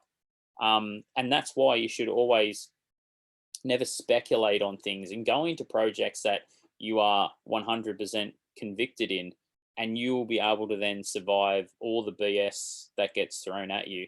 And the guys from the masterclass will know that 3.5 years ago, I went heavily into Ethereum because I was like, I believed in it, right? And yeah, some will say, oh, you got lucky, you bought it at a good price. But I'm like, yeah, but you know what? I did a hell of a lot of research into it. Now, the thing is that it wouldn't have mattered what happened after that point, after I bought Ethereum, right? It doesn't even matter now.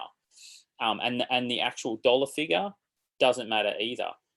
Because I'm in Ethereum for the next 30, 40 years, and I'll just give it to my kids. But the thing is that apart from all that stuff, the fact is that I never sold it, no matter how high it got or how low it got. And obviously, you know, I should have probably taken more profits when it reached the real high. But what I'm saying is that you don't ever get waived.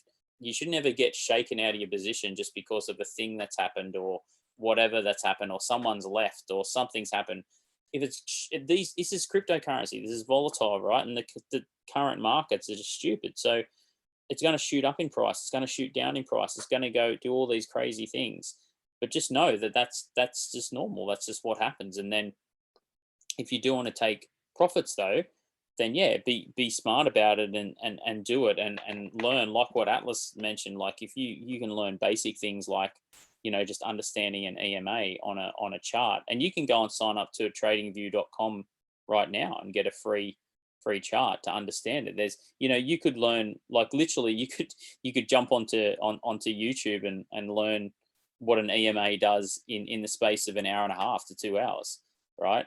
But people are just like, they just don't want to do it. Like you know, you guys will probably, I'm not saying you guys in particular, but a lot of people who watch webinars, they get all pumped up and they get excited, and you know, you watch something on crypto or whatever it may be, and then you go, cool, and then you just go and live your everyday life the next day. And that's the people who win in this space, like I said again, are the action takers. People who actually go out there and actually, you know, give these things a crack. Otherwise you're just gonna, yeah, not go anywhere. Yeah, I was thinking like what I'd do if I didn't, I could buy one NFT or something like that. I would, really spend the time around communities. Often you can even be given an NFT. You can earn one simply by being in a community, and then by holding NFTs, you'll often get airdrop things. For example, there's one called Slapes, which is Superlative Apes, which is like a derivative project. I held one of those, and then because I held them, I got a mutation vial, like an elixir, which mutated my ape. And then I can then for free get a mutant version, which is similar to what Bored Apes did with mutant apes. You see this again and again. There's another project called Women of Crypto. If you're a Women of Crypto holder, you're going to get a Men of Crypto. They're going to airdrop it to you. So this is the point. Like I wouldn't be hungry trying to buy. I'd be hungry to do, to have chats. Same thing with my PFP. My profile picture is this bull. It becomes a bit of a brand. I remember there was actually someone I just met yesterday. I think they're on the call here as well. They might still be saying, "Oh yeah, when I think of you, I think of the bull." So it becomes a little bit like your personal brand. And if you've got your IP rights, you can actually start to use it in that kind of way. But that bull relates to Terra. And now I've gone and I've linked up with a validator node, and I'm kind of assisting if I can help them launch a game on that. So it's like I'm now investing, and probably I don't really ever think I'll sell that bull. But maybe I'll have a couple of them. I might buy a few additional ones. But for example, another thing is I've got that bull and I've got a free Tesseract, which is like a cube, which converted it from a 2D form to a 3D form. So like all of them will have their gamified ways of having the community.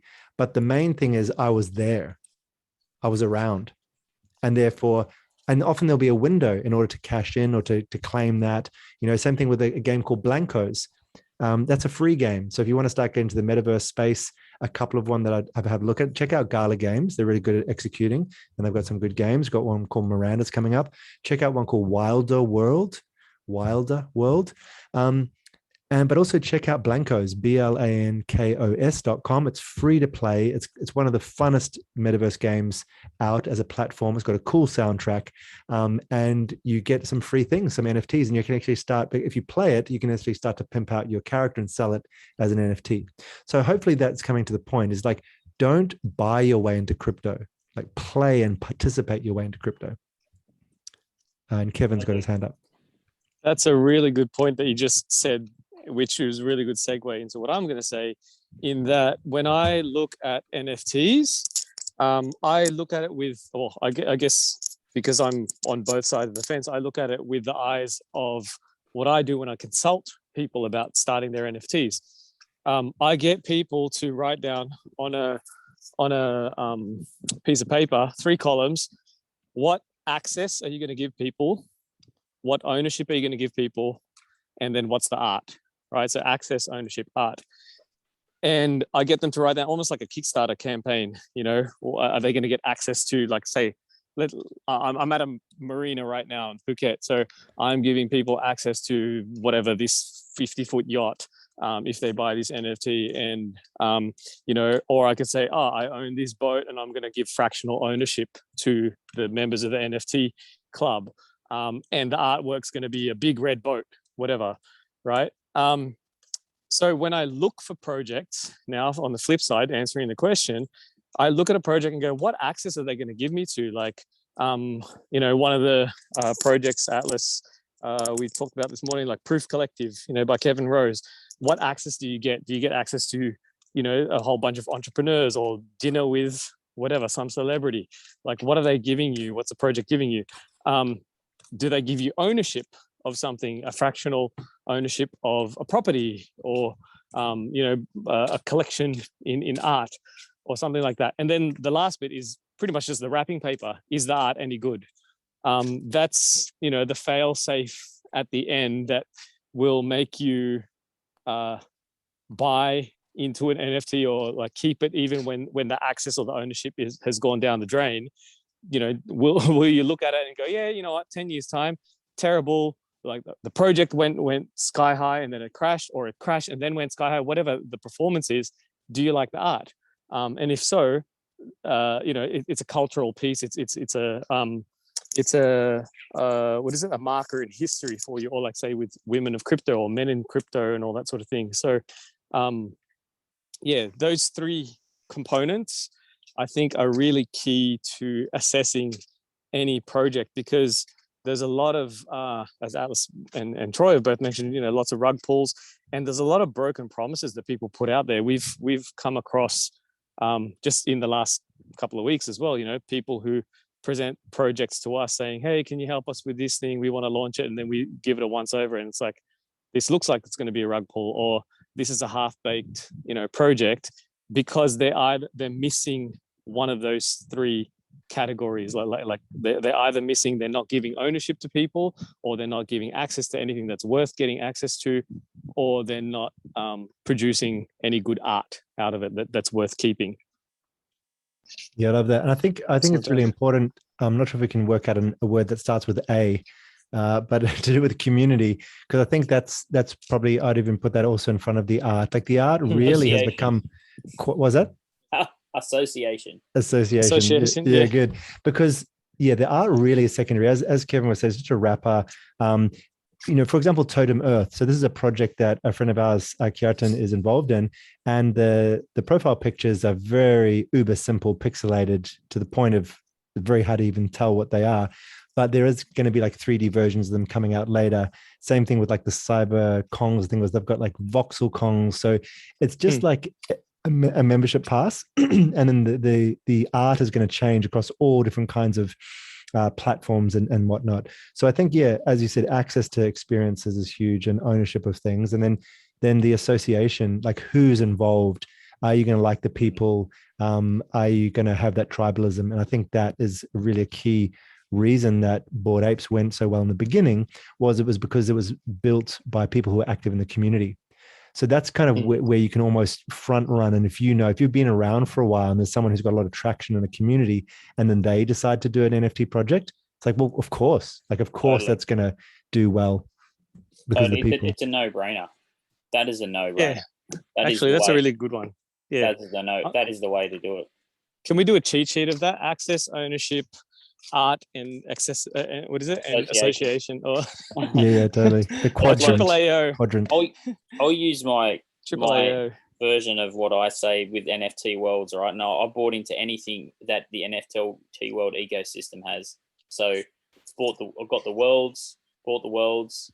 Got the world token. They've got an avatar out called Grey Boys. And once you know that, like, the developers and the people they really know what they're doing, and they know their stuff, and they're delivering on their promises. So that was a big thing that Kev just said. It's all right to say all this stuff. You could have the most amazing looking roadmap and the most amazing looking, this is what we're doing in the future. But if you're not actually delivering on those things, then who really cares? All right, you tell me that you can do all these amazing things. I just don't care, because you're not actually delivering on any of them, or it's like the things you are delivering on, the things you're saying you're going to deliver on are just so, how on earth are you going to get that done, right? And the Grey Boys example I'll give will be that, and this is actually a key thing. So I'll point out the two major things that I'll only invest in. Now, I know we're talking about a lot about NFTs and stuff, but they're so important in this new metaverse Web 3.0 space. And the two things for me are, one, the team is doxed. So I actually know who the team is. And what docs means is that you know the identification of the team. So it's not just some random developer or Discord personality that's saying, hey, this is this great thing that we're creating, blah, blah, blah. I actually think that that's a key thing in the future. And I won't actually invest in any project now that the team is not doxed. And that was a key reason why I invested in NFT Worlds, because they were straight up and said, hey, this is who we are, this is what we do, this is what we're looking to create, blah, blah, blah. Obviously, the project had got massive traction because of what they were created and the great ideas and thoughts behind it, but you knew who they were. We heard of so many, we talked about rug pulls. Rug pulls are so easy when you're some anonymous online developer on Discord or on Twitter that can just disappear overnight. Now, the second thing is, so we talk about doxed. There's only two things. Come on, mate. Oh my God. I've been put on the spot. The second thing is the doxing and the utility. Utility is huge, but it's like I'm talking about like right at the beginning.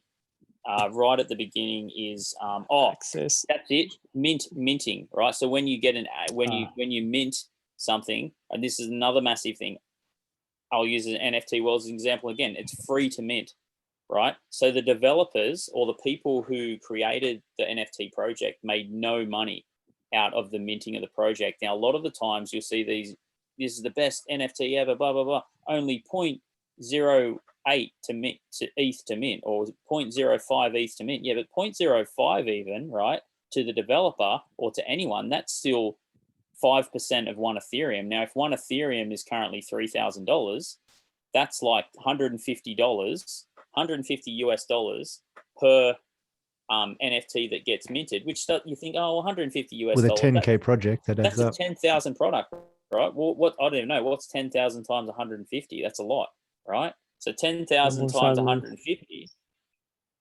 What is that? 1.5 mil.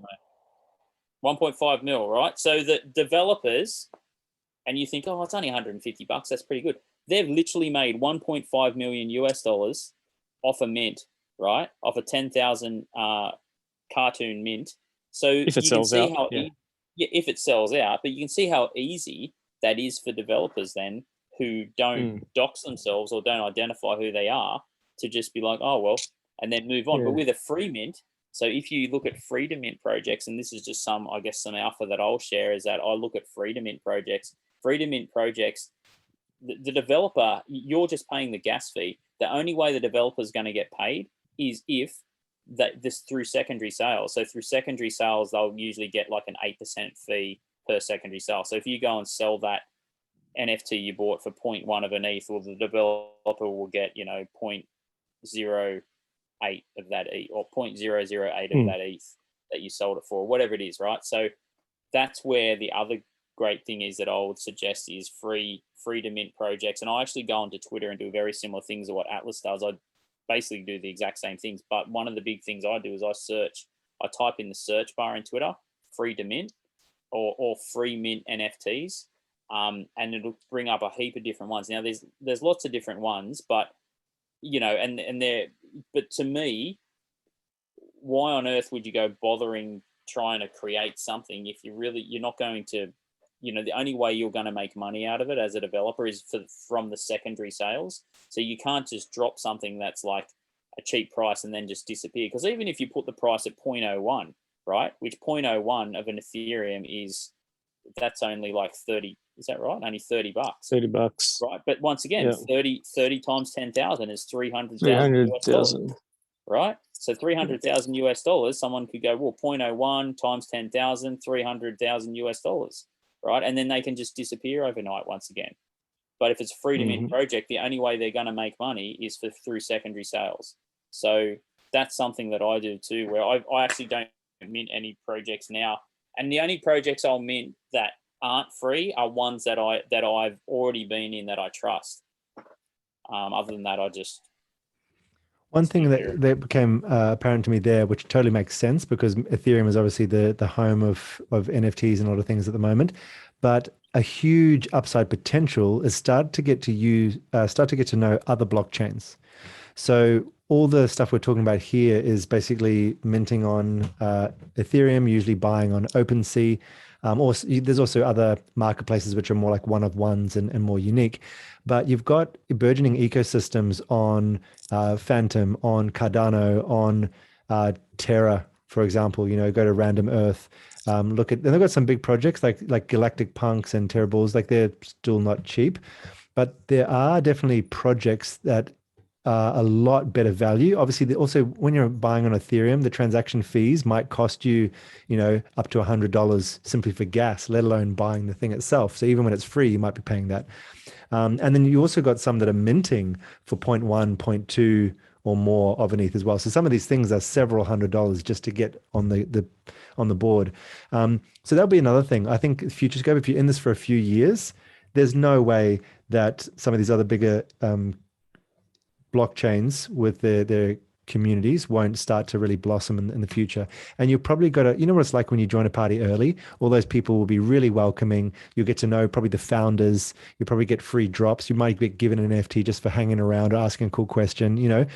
So there's a huge upside potential. We've already seen, and this is about patterns, like, and it's not one for one, but if you look at the behavior of Bitcoin, you can mirror and match Ethereum's behavior lagging a few years behind.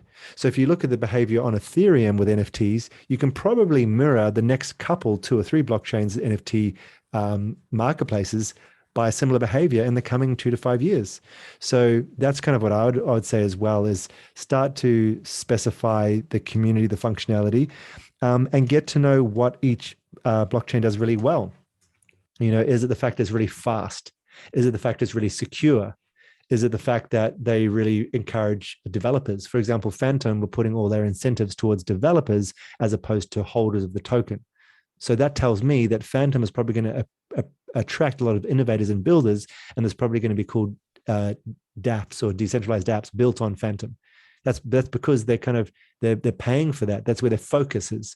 So you find a blockchain that focuses on something you're passionate about, and then go hang out in those communities and then buy those NFTs. So that's just another bit of future scope that could help for the coming years. That's awesome that we answered that one question. Don't give us any more. We'll be here all night. I was talking and bloody muted. Yeah, sorry. Yeah, no, yeah, you're right. We will be. Sorry, I dropped a comment in there. I just wanted to clarify in regards to the mint. Like, it's great that Troy, you mentioned, you know, you look for free mints and also that teams are docs, but I'd say don't also close yourself off to. There are certain teams where the majority of people are docs, but maybe the devs themselves, because they've amassed, you know, certain amounts of funds in crypto, for the sake of privacy, are keeping themselves docs. Like the whole, you know, Andre Cronje saying he's leaving these projects. Who knows if he comes back as, you know, Bob the Builder NFT from, you know, with a Pudgy Penguin or whatever, and continues developing. Mainly because when you reach a certain level where you need to take the target off your back that the government has on you, if you've achieved anything significant, then it is, you know, good to be protected privacy-wise, and that's one of the benefits of being in crypto. So, if you come across projects where maybe 1 or 2 people or key players aren't identified, but the rest of the teams are, there's still access to the project through those people, then I wouldn't throw the baby out with the bathwater in those. And likewise with the minting, certain projects might need to mint in order to raise funds to develop the thing that they say they're going to develop. But it is obviously infinitely better just to, you know, have a free mint. And then other projects might mint, as you mentioned, they might have a minting price, but they've already established a project. Like case in point, I could say right now, hey guys, I'm going to mint an NFT for $5,000 that gives you access to, so going by the 4 principles or whatever, it gives you access to taking this boat on a spin in the water with me, and spending a week with me at Giant, and I'll teach you stuff about crypto or whatever. You're not going to get ownership of anything, but you get access, and then you get association with, we'll jump on Zoom calls with Atlas and Troy and whoever else is at the resort or whatever. And the art is going to be my big toe. Now, if I put that out on the internet, some people might go, hey, the access is really cool. Oh, but I don't get to own anything, you know, on the platform. Then, on the resort. Then they might just be like, oh, okay, that's not for me because that's not what I'm looking for. Or someone might look at it and go, oh, that's you know, that's someone's big toe. Why would I buy that as a piece of art? Own the big you know toe. what I mean? Yeah, yeah. Well, there you go. Yeah. I'm sorry. But based on those four areas, you can pretty much assess whether something is for you in the NFT space. You know, some people might go, oh wow, I don't care about the access, I don't care about the art or the ownership, but if I get on a call with Troy or Atlas because I really love listening to them or whatever, then that might be the key that gets people on board. So just figure out when you're looking for NFT projects, what is it that catches you, that gives you value?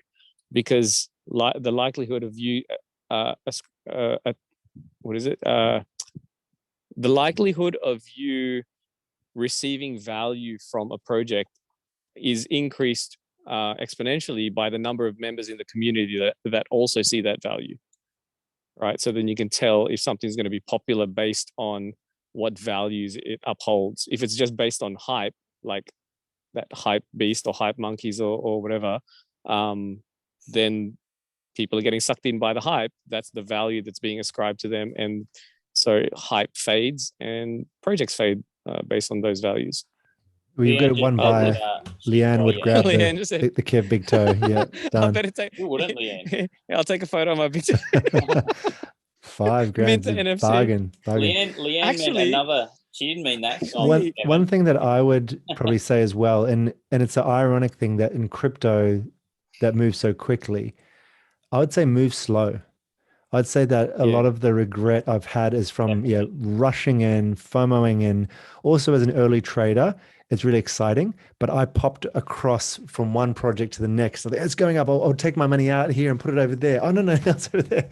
Like the busyness, and it, I guess my mind liked the activity. I was so busy in my early days, like moving money here, moving money there. I didn't make any money. I didn't lose money, which was amazing.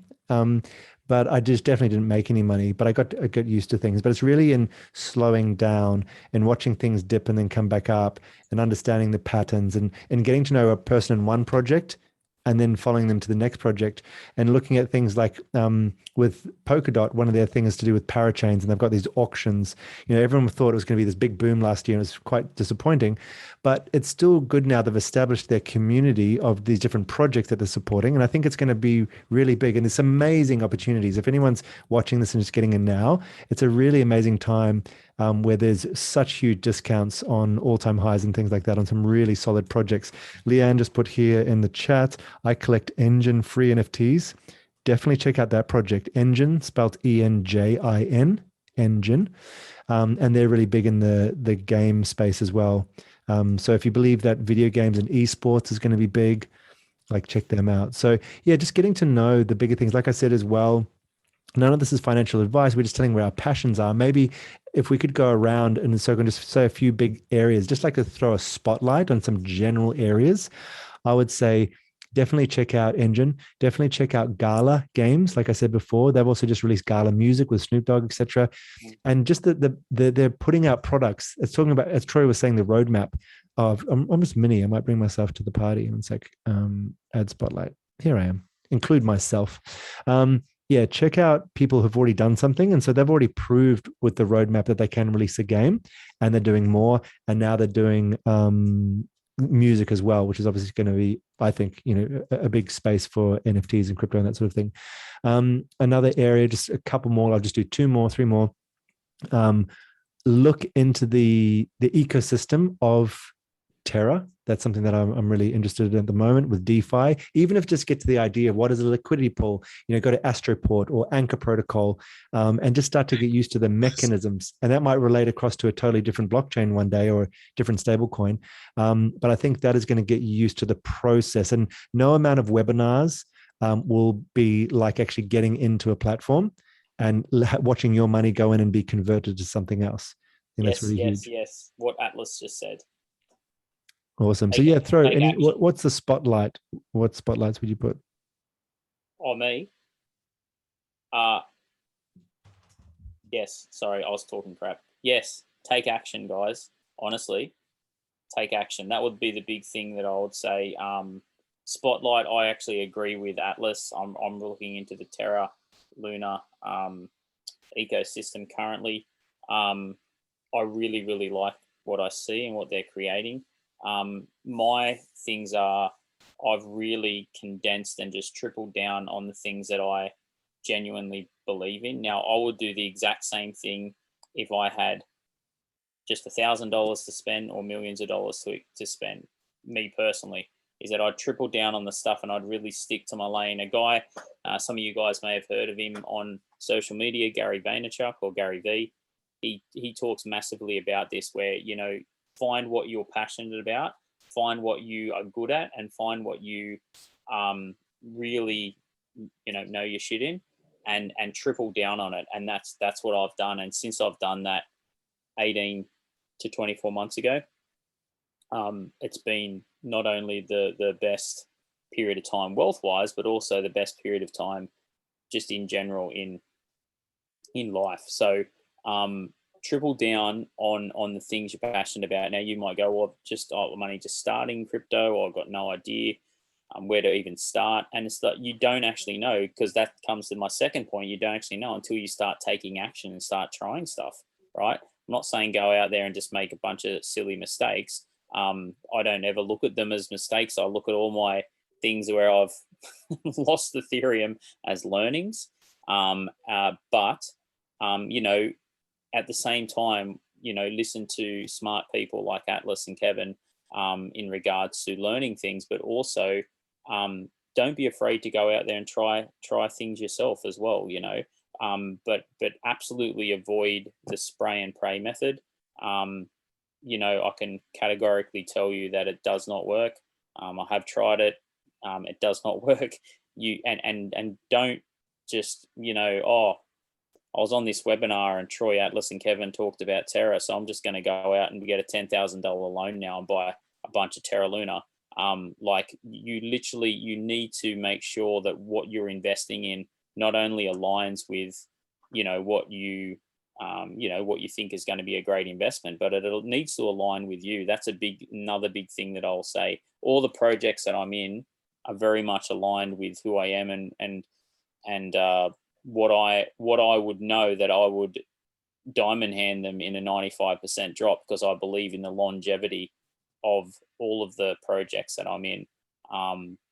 So basically I can't be shaken out of any of them, which is a huge thing for me. And that's because I haven't tried to, you know, get on top of 20, 30 different things. I'm a master of the nine projects that I'm in. I know them completely back to front. I know the length of time. I know my entries. I know where I'm going to exit. If I am going to exit, I know the percentages that I'm going to exit. If I am going to exit, I've got a plan on all of them. And for me personally, some people might find it easy to have 30 or 40 different projects and be cool with that. I can't go over 10 because it's just too much. I'm a very simple guy. So I'm happy to stick to the 9 that I have. It's not that I'll never replace that 9. If something comes along that I think I need to go much harder in, I will. And I've just done that recently with Luna. I had a small position. I've increased that a lot. And, you know, that's just the best way that I can say is triple down on what you're passionate about and what you're good at. Nice. Thanks. Awesome. What about you, Kevin? What's your spotlight? My spotlight will be a little bit of a long one, because I remember I had a segment to cover, which is, you know, DeFi 2022 and crypto 2022. So to sort of wrap up, I'll actually give practical like ranges of things to look at based on your budget. So if you've got like $1 to $5 grand to spend, and you know, it's not that you're taking out a loan or anything like that, but you've got spare $1 to $5K to dip into crypto, whether you're a beginner or an advanced person in crypto. If you're just beginning, spend the money on education, right? Maybe get a bit of Bitcoin, maybe get a bit of crypto, bit of Bitcoin, bit of ETH or something to start off with. But spend the money on education, because you're going to learn more. The value of your money is going to go much further learning with that sort of budget than it is, you know, taking a punt on Dogecoin or whatever, dick pic penguins, right? If you are somewhat advanced and that's your budget, then in the current market, look at the NFT side of things that we've spoken about, you know, GameFi, like future forward type stuff, but also have, you know, a good bag of stable coins in your a good bag of stable coins in your bag, basically, so that you do have funds to fall back on and to also purchase, you know, other things, right? Whether it's an NFT or a protocol, like kind of, I'm mixing them all in the same bag based on the budget, right? And if you've got like 10K or more, then take it seriously and allocate your funds in, something that we've recommended before, like an unstoppable portfolio, style. And that's not a product. It's just a way of allocating funds by going, okay, 70% will go into stable coins, 20% will go into growth assets, and 10% will go into venture bets, such as NFTs and other projects that are volatile. The only thing I would change about that portfolio with 10K or more is in the current market where it could be, sideways or bearish, in the growth assets side of the portfolio. So the 20% that you put into growth assets such as Bitcoin, Ethereum, Phantom, AVAX, Layer 2 solutions, Terra, Luna. I would switch that 20% into stable coin farms that produce reward tokens in growth assets, if that makes sense. So rather than buying Bitcoin or Ethereum and then putting it into a farm that produces more interest in Bitcoin or Ethereum, just because of the current climate, I would lean more on the risk mitigation side and go, okay, what if I find a farm where I put in more stable coins, but it still pays out in Bitcoin, or still pays out in Ethereum, or still pays out in Phantom, or whatever the layer 2 is. So you're still in that growth category. So you're still exposed to the volatility and the potential reward, but you're also cutting down a little bit more of your risk by starting off in stable coins or increasing your stable coin bag. So it ends up being that you're 90% in stable coins, but there's that 20% that's giving volatile growth. Does that make sense? Totally. Yeah. Or you could be like Kjartan and just be like total, like he because of his mindset, he's like, nah, fiat is the risk in all this. So his portfolio is more like 90-10. 9% crypto, 10% fiat kind of thing, or 10% stables. So if you're ballsy and gung-ho like that, you could do that. But for if you're just starting off, or you're intermediate or whatever, I'd say play it safe with those numbers. Like, you don't have to be like 70-20-10 exactly, but that range is good when you're still sort of finding your feet. And then last spotlight point is buy my Big Toe NFT that I'm going to release this afternoon. Yeah. Alpha here. You heard it first. Grab it while you can. I'll share it with you guys. I know we're kind of coming to an end. We're at 6. soon, Yeah. but I'll just quickly share a portfolio with you guys that a good friend of mine who's very successful in the space has. Let me just share this now.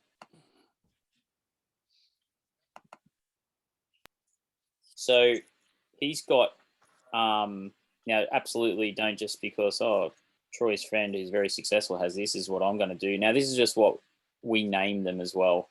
He's got 15% Bitcoin. He's 20% stables, 20% blue chips. Now, these are coins that are kind of in the top 20. So like your Solana, Phantom, Avalanche, all those kinds of coins. Binance blue coins. chips would be some that you would consider as growth coins, basically.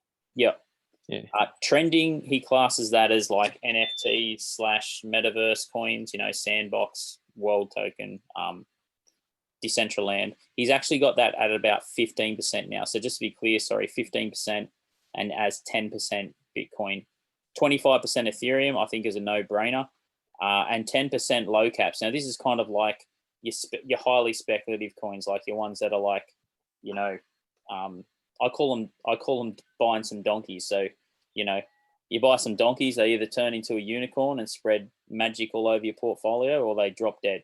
They're the two options. So it's 10% highly speculative. So whatever you put in this 10%, you should always be prepared that you could lose all of it, but you should absolutely be prepared that 10% can disappear at any day, any time. So this is just an idea of a portfolio that I actually really like. I base my one off this, except I've got a really, really small portion of Bitcoin, like 2 or 3%. Like I hardly have any Bitcoin now, because I massively believe in Ethereum and the whole ecosystem there. And I'll have a larger position in trending, so NFT, DeFi, metaverse kinds of things. But I think personally, this is a no-brainer. Having at least 20% in stable coins, like what Kevin just said, though, you can increase that much more and have much more stability. Or you could look at the other side and go, well, I don't believe in fiat currency, so therefore I'm happy to be exposed more. But just know the more you're exposed in crypto, that you have that issue if you are looking to take money out, or if it's a long-term thing, well, that's different. But at the moment, as whether we like it or not, for the foreseeable future, the US dollar is the world reserve currency. So whether we like it or not, that is the pegged currency that we value things on and we buy real world things in. But with the metaverse kicking in, maybe that'll disappear. But I just wanted to quickly share that with you guys, just to give you some context on a portfolio that you could potentially look at. Thanks, brother. Yeah, really useful. And that brought up two little things for me. One is the idea of looking at those top 10, like the stable ones. So I might actually do a real quick screen share and just talk through what they are. Like this is going to literally be, 15 seconds. It's going to be very short. But I just wanted to give some kind of context when you look at these, like blue chip, you could call them, or really big projects. Growth assets. Do they do something? Yeah, I'd love to. I mean, Yeah. I open this up to the three of us. Like, by all means, I'm not necessarily going to have the most perfect summary of what these are, but my take on it would be here. So this is just CoinGecko. Take XRP out of it. That'd be my take on it.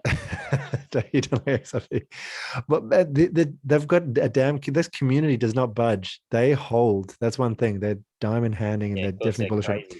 So let's just talk about what they are. So this is the top 10 based on market cap. It's the amount of money. In that, you can see that, as Troy was saying, we're looking at the top one here of what is that, 800 billion down to 350 with Ethereum, 80, 60, 50, and then you start to get into the 30s and 20s, and you can see things swap around here. But this is like your top 10. So Bitcoin is the big daddy that started it all, the big mama, and it's a great store of value. And it's the best known sort of thing. So it's kind of slow moving, but it's very secure. It's the people who tried to smash, hack, and dent it, and it just keeps going. So it's battle tested. The Hydra. Yeah, it's essentially Top off its head, it grows two back. You could call it digital gold, right? So then you got Ethereum, number 2. And that's a hugely different proposition. This is the idea of an operating system, like a substrate, a thing you can build on top of it. This is a world computer. It's got smart contracts. You can program it. So it's essentially, just think of it as an operating system that you can build applications on top of. So hopefully that in itself is like a massive sort of shift. Number 3 is Tether. And that is $1 because it's a stable coin. And we've talked plenty about that today. BNB, this is a coin linked to Binance. So if you really like the idea of the Binance Smart Chain and the Binance Exchange, which is centralized exchange and all they do, well, then you're kind of, in some ways, even though it probably wouldn't be said to be such as a security, you're kind of investing in the chain, in the exchange itself, and all that they're doing with their own smart chain as well, which has a bunch of things built on top of it. Then you've got USD coin. Once again, you're looking at a stable coin, XRP, which Troy is not a fan of, but basically they're positioning themselves towards traditional banking. So enabling, transactions to very quickly go across international borders, and in some ways being an on-ramp for banks and other big things to kind of use them. You got Terra, which I've talked plenty about. This Luna token is kind of the counterpoint to UST, which is down here, the stable coin. So you're really betting in that case on DeFi, on the stable coin, and on the fact that they'll continue to burn these as more Terra is used. Luna gets burnt. And so you can look at a guy called Do Kwon, and you can look at, Orbital Command, who's a validator that put a bunch of information out, which I'm linked to. And you can, look at YouTube and just sort of see what's happening there. But essentially, I would say it's quite a DeFi heavy protocol because it's based on a stable coin. Honestly, guys, I know Atlas probably just said stuff in the last 15 seconds that you're just like, what the hell is he talking about? Honestly, guys, you can go onto YouTube. YouTube is your new best friend. YouTube, Twitter, and Discord, you need to know how to use, all right? And literally just go on there and go, Terra, type in YouTube search and go Terra Explained. Yeah, totally. I'll tell you, speaking of which, this is a really good, even though the guy's voice is a little bit hard to sit through, if you go to Whiteboard Crypto, Yeah, he's good. this here, look, I'm subscribed and I've got even the bell on, just like they told me to do. You go to this one and you watch them, and he does these in-depth explanations on like, what is Elrond? What is Harmony? What is Chainlink? With all these things, what's an NFT? What is staking? Look here, like this is a masterclass in itself. What is proof of work? What's a crypto wallet? So that's my bit of alpha there. Check out Whiteboard Crypto, really useful. And then And yeah, Finematics. Finematics. Finematics. Yeah. Oh, Finematics, yeah. Finematics. Yeah. Finematics. There you go. I'm also subscribed to that. I'll put the bell on. Yeah. And then you just go each day and you click, because a lot of these have daily inform. So that's what I do. I just come here, I click my little bell, and then you'll have like Eric Crown's update on Bitcoin, and then you'll have more crypto. Hashoshi, he's also really good. Watch him all the time. Really like the way that this guy presents. Another one of my dailies is Invest Answers. I really enjoy the way that he breaks down everything from geopolitical things to the market and all that kind of stuff. So yeah, you'll find people that speak to you. But as Troy said, just sort of come and Google. When you find someone you like, subscribe to them, get the bell on, and then every day just come and literally just watch at least one or two to kind of get updated. There's no excuses, guys. So I'll just quickly finish this run, and then I'll invite you guys to speak back to it or add to it. So we've got Solana next, number 8. So Solana is a layer 1. So you like, that's the same as Ethereum. You can build things on top of it. And what would its characteristics be? Well, it's fast. It's got a fairly decent kind of young feeling developer community. I think that Ethereum has a great developer community, huge amount of people building it. And Solana has a lot of people building as well. It has had some downtime, some instability, but ultimately, yeah, it's got massive throughput. And by all means, add whatever you want. Also, probably it's the secondary place for NFTs. Like if Ethereum was number 1, probably a Solana would be the second place that NFTs are sort of doing quite well. Cardano, once again, another layer 1.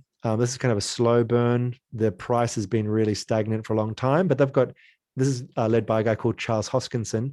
And if you listen to him speak, once again, just YouTube, Charles Hoskinson, I love the way he shows up. He's accountable, talking about docs. He's like uber doxed. He does these live streams. He's like the head of it, but he explains the vision. He's very articulate about the potential for decentralization and sovereignty and that kind of thing. And they've got their site squarely looking at Africa.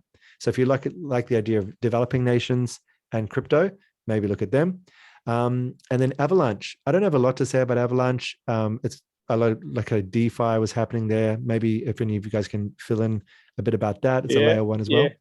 Yeah, I rate them as much as Phantom as well. They're really putting time into the devs at the moment. There's an Avalanche Uni. There's software that they built. They're teaching their devs. So it's one of those things that I'm bullish on, because you'll see stuff. There's stuff coming out now, obviously, or stuff that's coming out, but you'll see more stuff coming out in the next 6 months or so. So yeah.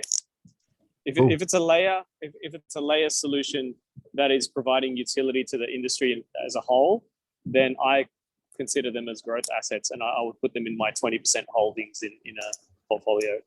Yeah. Awesome. Yeah, same. Avalanche are in my 20%. So they're one of my 9 projects. I agree with everything that Kevin just said. Awesome. And I'm going to sneak it over the line to include Polkadot as number 11. Polkadot is all about cross-chain, polychain. They've got all these auctions with a bunch of projects coming in under them, like Moon River and I think it's Glimmer and a lot of other ones as well. So just be aware of what they're building. A guy called Gavin Wood is behind it. He's one of the co-founders and the coders of Ethereum. He actually created the Solidity language that Ethereum is based on. So big brains. And I feel like even though it's been pretty disappointing in the last year, also still long term, it just makes sense. But yeah, like I said, do your research, understand these technologies.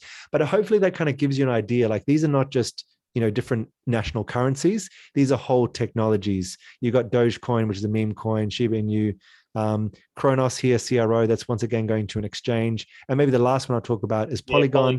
Yeah. So Polygon Matic, that's basically like a layer 2 solution. It's a key part of the Ethereum scalability and future scope. Because if you're bullish on Ethereum, then kind of also looking at Matic is kind of key, because that's kind of Yeah. part of the expanded aspect and the expanded network of what Uh, Ethereum's functionality will be. I would also say, because you skipped over Kronos there, but yeah, Kronos, Osmosis, anything on the Cosmos blockchain, definitely something to keep in the bag. Yeah, cool. And the other thing Yeah. I'll quickly add on is just, we didn't really get to talk about it, but that's fine, is ETH 2.0. So obviously there's a lot of talk lately of Ethereum 2.0 coming out. Now, if you're not sure what Ethereum 2.0 is, once again, just go and Google it to tell you what it is, Ethereum 2.0. But basically, it'll be Could I also just, before, I really want to hear what you're about to say, but also just in case people Google that and they get confused, they've stopped using that term Ethereum 2.0 and they've swapped it out with what they call the execution layer and the consensus layer.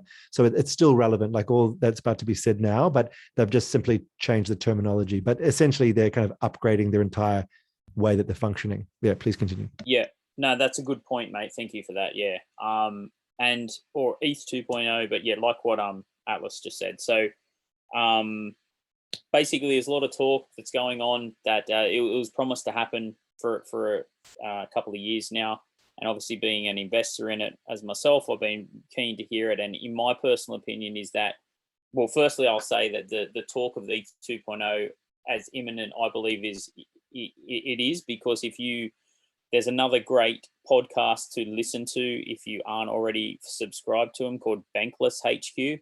So one word, Bankless, Bankless HQ. The guys are absolute legends in regards to the decentralized finance space and are absolute OGs in the space. So they know everything to do with everything, especially about Ethereum. So I've been listening to them pretty religiously for a year or two now. And yeah, they're basically saying when developers are actually talking about, hey guys, we're pretty much ready to go here, then you know that it's not too far away. So in my personal opinion, once again, absolutely not financial advice, but my personal opinion is that if Ethereum can nail 2.0, it's going to be extremely difficult, based on the simple fact that when you look at the chart of the amount of money that an ecosystem makes, Ethereum is like in first, and then there's like Daylight, and then whoever's in second place after that. So they're really going to be really shooting off, in my opinion, in regards to just how massive it could possibly be. And we think of a price of around 2,800 USD as it is now. If they really nail this scalability, it could leave other potential projects for dead, especially based on all the biggest projects that come into the space in that area. They always, once again, not saying it's a mandatory, but they do always focus on the Ethereum space. So yeah, I might just add on to that as well. I'm also really bullish on Ethereum, and I think that being bullish on Ethereum, you start to look at what it really means to be part of the greater ecosystem of what that means. So even though some of these terms might be a bit technical, still just note it down on a pad and paper and go and research it if you're not familiar. But look at this thing that we talk about called layer 2. So we talked about Polygon, but also look at things like Immutable X, look at things like Arbitrum. And these are ways that you can essentially have a lot of the functionality, but just in a lot cheaper or kind of bundled up. And so I guess talking about bundling, once again, a bit technical, but ZK rollups or any other kind of rollups, optimism rollups, basically what that's doing is it's taking a lot of the transactions and taking it off Ethereum, doing them, and then coming back to Ethereum and doing it through one single kind of transaction. So once again, reducing the gas fee. So this is what I think about the ecosystem. If you're bullish on Ethereum, understand all of the limbs of what's going to make it scalable, what's going to make it fast enough, what's going to make it interoperable, all these kind of things. And I think then you're really understanding what you're investing in. What you just said. Amazing. Well, we are here. And I also just want to say, I'm obviously now part of Crypto Collective. I'll bring us all back on screen. I'll spotlight us all so we can share a little cozy space. I'm not sure if it affects you all, but it affects me, and therefore the recording. So right now I'm bringing us all onto screen. So the three of us are here together. yeah, huge props to the two of you because you've been doing this longer than I have, and you just keep on rocking up and giving a lot of free content and love. And thank you to the community for supporting this, because we're just giving our time tonight. We're not making any money. All the money is going to a community member. So thanks for investing in that. And huge props to the two of you, Troy and Kevin, because you just continually give so much to this community. And, we're living good. I don't think you're martyrs at all. I know we're all thriving and it's good times, but it takes a lot of heart. So thank you. I'm proud to be alongside you here. Thank you. Yeah, thank you for thank being part of the Crypto Collective. We've got big plans. We are moving slow in some areas, but it's because we're moving fast in many others. And all of the work we're doing, and whether it be X10 Effect or MMX Capital or SyncDAO or all these things, we're gathering more and more connections, more and more experience, and we're going to keep bringing it back to Crypto Collective. So it's like our love project, and we're going to keep feeding it back here. I would love to see us have our Twitch stream running again, even if it's less regular. We're doing it every day for a while, but maybe once a week is more manageable. And we're also looking at some more education products and that sort of things, which can flow out from here. So yeah, we're here for the long haul. I hope you all are too. I hope you got some great insight today. Feel free to reach out to us, probably best through either the Discord or the Facebook group for Crypto Collective. And just take action. If there's one area that's sort of lit up on your map today, hone in on it, step in, take action, and participate. And you'll learn from there. And you don't need to buy your way into crypto, because it's all about building it together. That's all from me. Any final words? Thank you, Atlas. You have shown so much energy and presence in everything that you've done, not just with Crypto Collective, but SyncDAO and MMXX and everything else that we've shown up to. Like, I'm so glad that you jumped on board and took action when you did, because none of what we have now could be possible without you. So I just wanted to shine a light on that. Thanks, brother. And yeah, can't wait to have you over here. And on that note, anyone else who's out there, like, I haven't really caught up with many people with, what's happening with Crypto Collective and whatnot, but basically we've been plugging away at the Giant side of things, like getting the resort, maintained and up and running again now that borders have opened up. And we've got some of the team from MMXX Capital, which is the fund that I work for. Same with Atlas. Over here, we're collaborating on several projects, and we're basically putting the invitation out there as per the original vision to incubate projects in the crypto space. So if anyone's out there, whether you're watching this live or watching the replay, wants to reach out and become an artist in residence, or potentially someone that we support through the crypto journey. If you're building something, if you're building the future or doing something good, hit us up. Let's collaborate. Let's connect. Let's create something good. Amazing. I mean, I would highly recommend to take that opportunity, flow power to power, and you will ride that wave. And opportunities like that. I mean, Kevin is hugely connected, hugely industrious. So much is happening. So yeah, once again, don't overstretch yourself. Take your time, pick your area. But if that sounds like something you could do, I'm definitely going to be arriving there within the next few months, maybe 6 months. But yeah, I've got my sights set for Giant. So yeah, we deeply believe in You this. guys are awesome. And it's I'll quickly say. Yeah, please. Sorry, man. Sorry. I'll just quickly say thanks to you, Atlas, as well. I must have a delay here or something. It's because I'm in New South Wales. We're a bit delayed. How's the internet? Yeah. Thanks everyone who's shown up. Look. Kev's in he's off the coast of Thailand, and he's like crystal clear, and I'm like an hour. I'm an hour from Sydney and I get delays. I'm on my phone in the middle of the water. Unbelievable. Just sort of like cruising, and it's clear signals here. Unbelievable. Anyway, I just quickly want to say a big thanks to Atlas for organising all of this. I want to say a big thanks to all you guys for being so generous and amazing. Your generosity really is felt. The person that we're helping out has once again said he can't express how thankful he is. So thank you all so much. Due to the sensitivity of the nature, we're not going to go into detail what it is, but honestly, you guys have changed a life today. So thank you. And just reading some of the comments, thanks all you guys.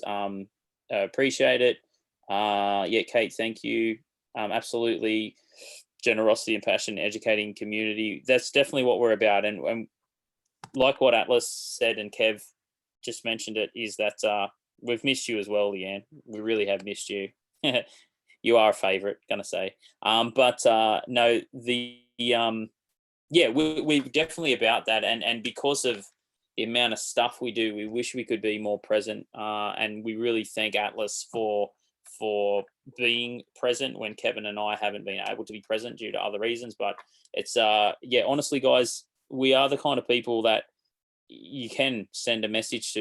I'm on Facebook very rarely, but I do get on there and say some smart ass things every now and then. And honestly, my messages, if anyone ever messages me from the Crypto Collective community, I'll do everything I can to help or answer questions or whatever. So just feel free to reach out. I know the other guys are very helpful with stuff as well. So this space in this whole community, this crypto thing, it is very much a collective. So that's why obviously so passionate about the word Crypto Collective. But honestly, there's people in this space that will give so much time, and giving without the expectation of receiving anything back is what we're about. So yeah, thank you. Just want to say thanks again for being here and being with us. Thanks, team. We'll wrap it up. Bunch. Big love, and we will see you in the metaverse. Bye. Take care, guys.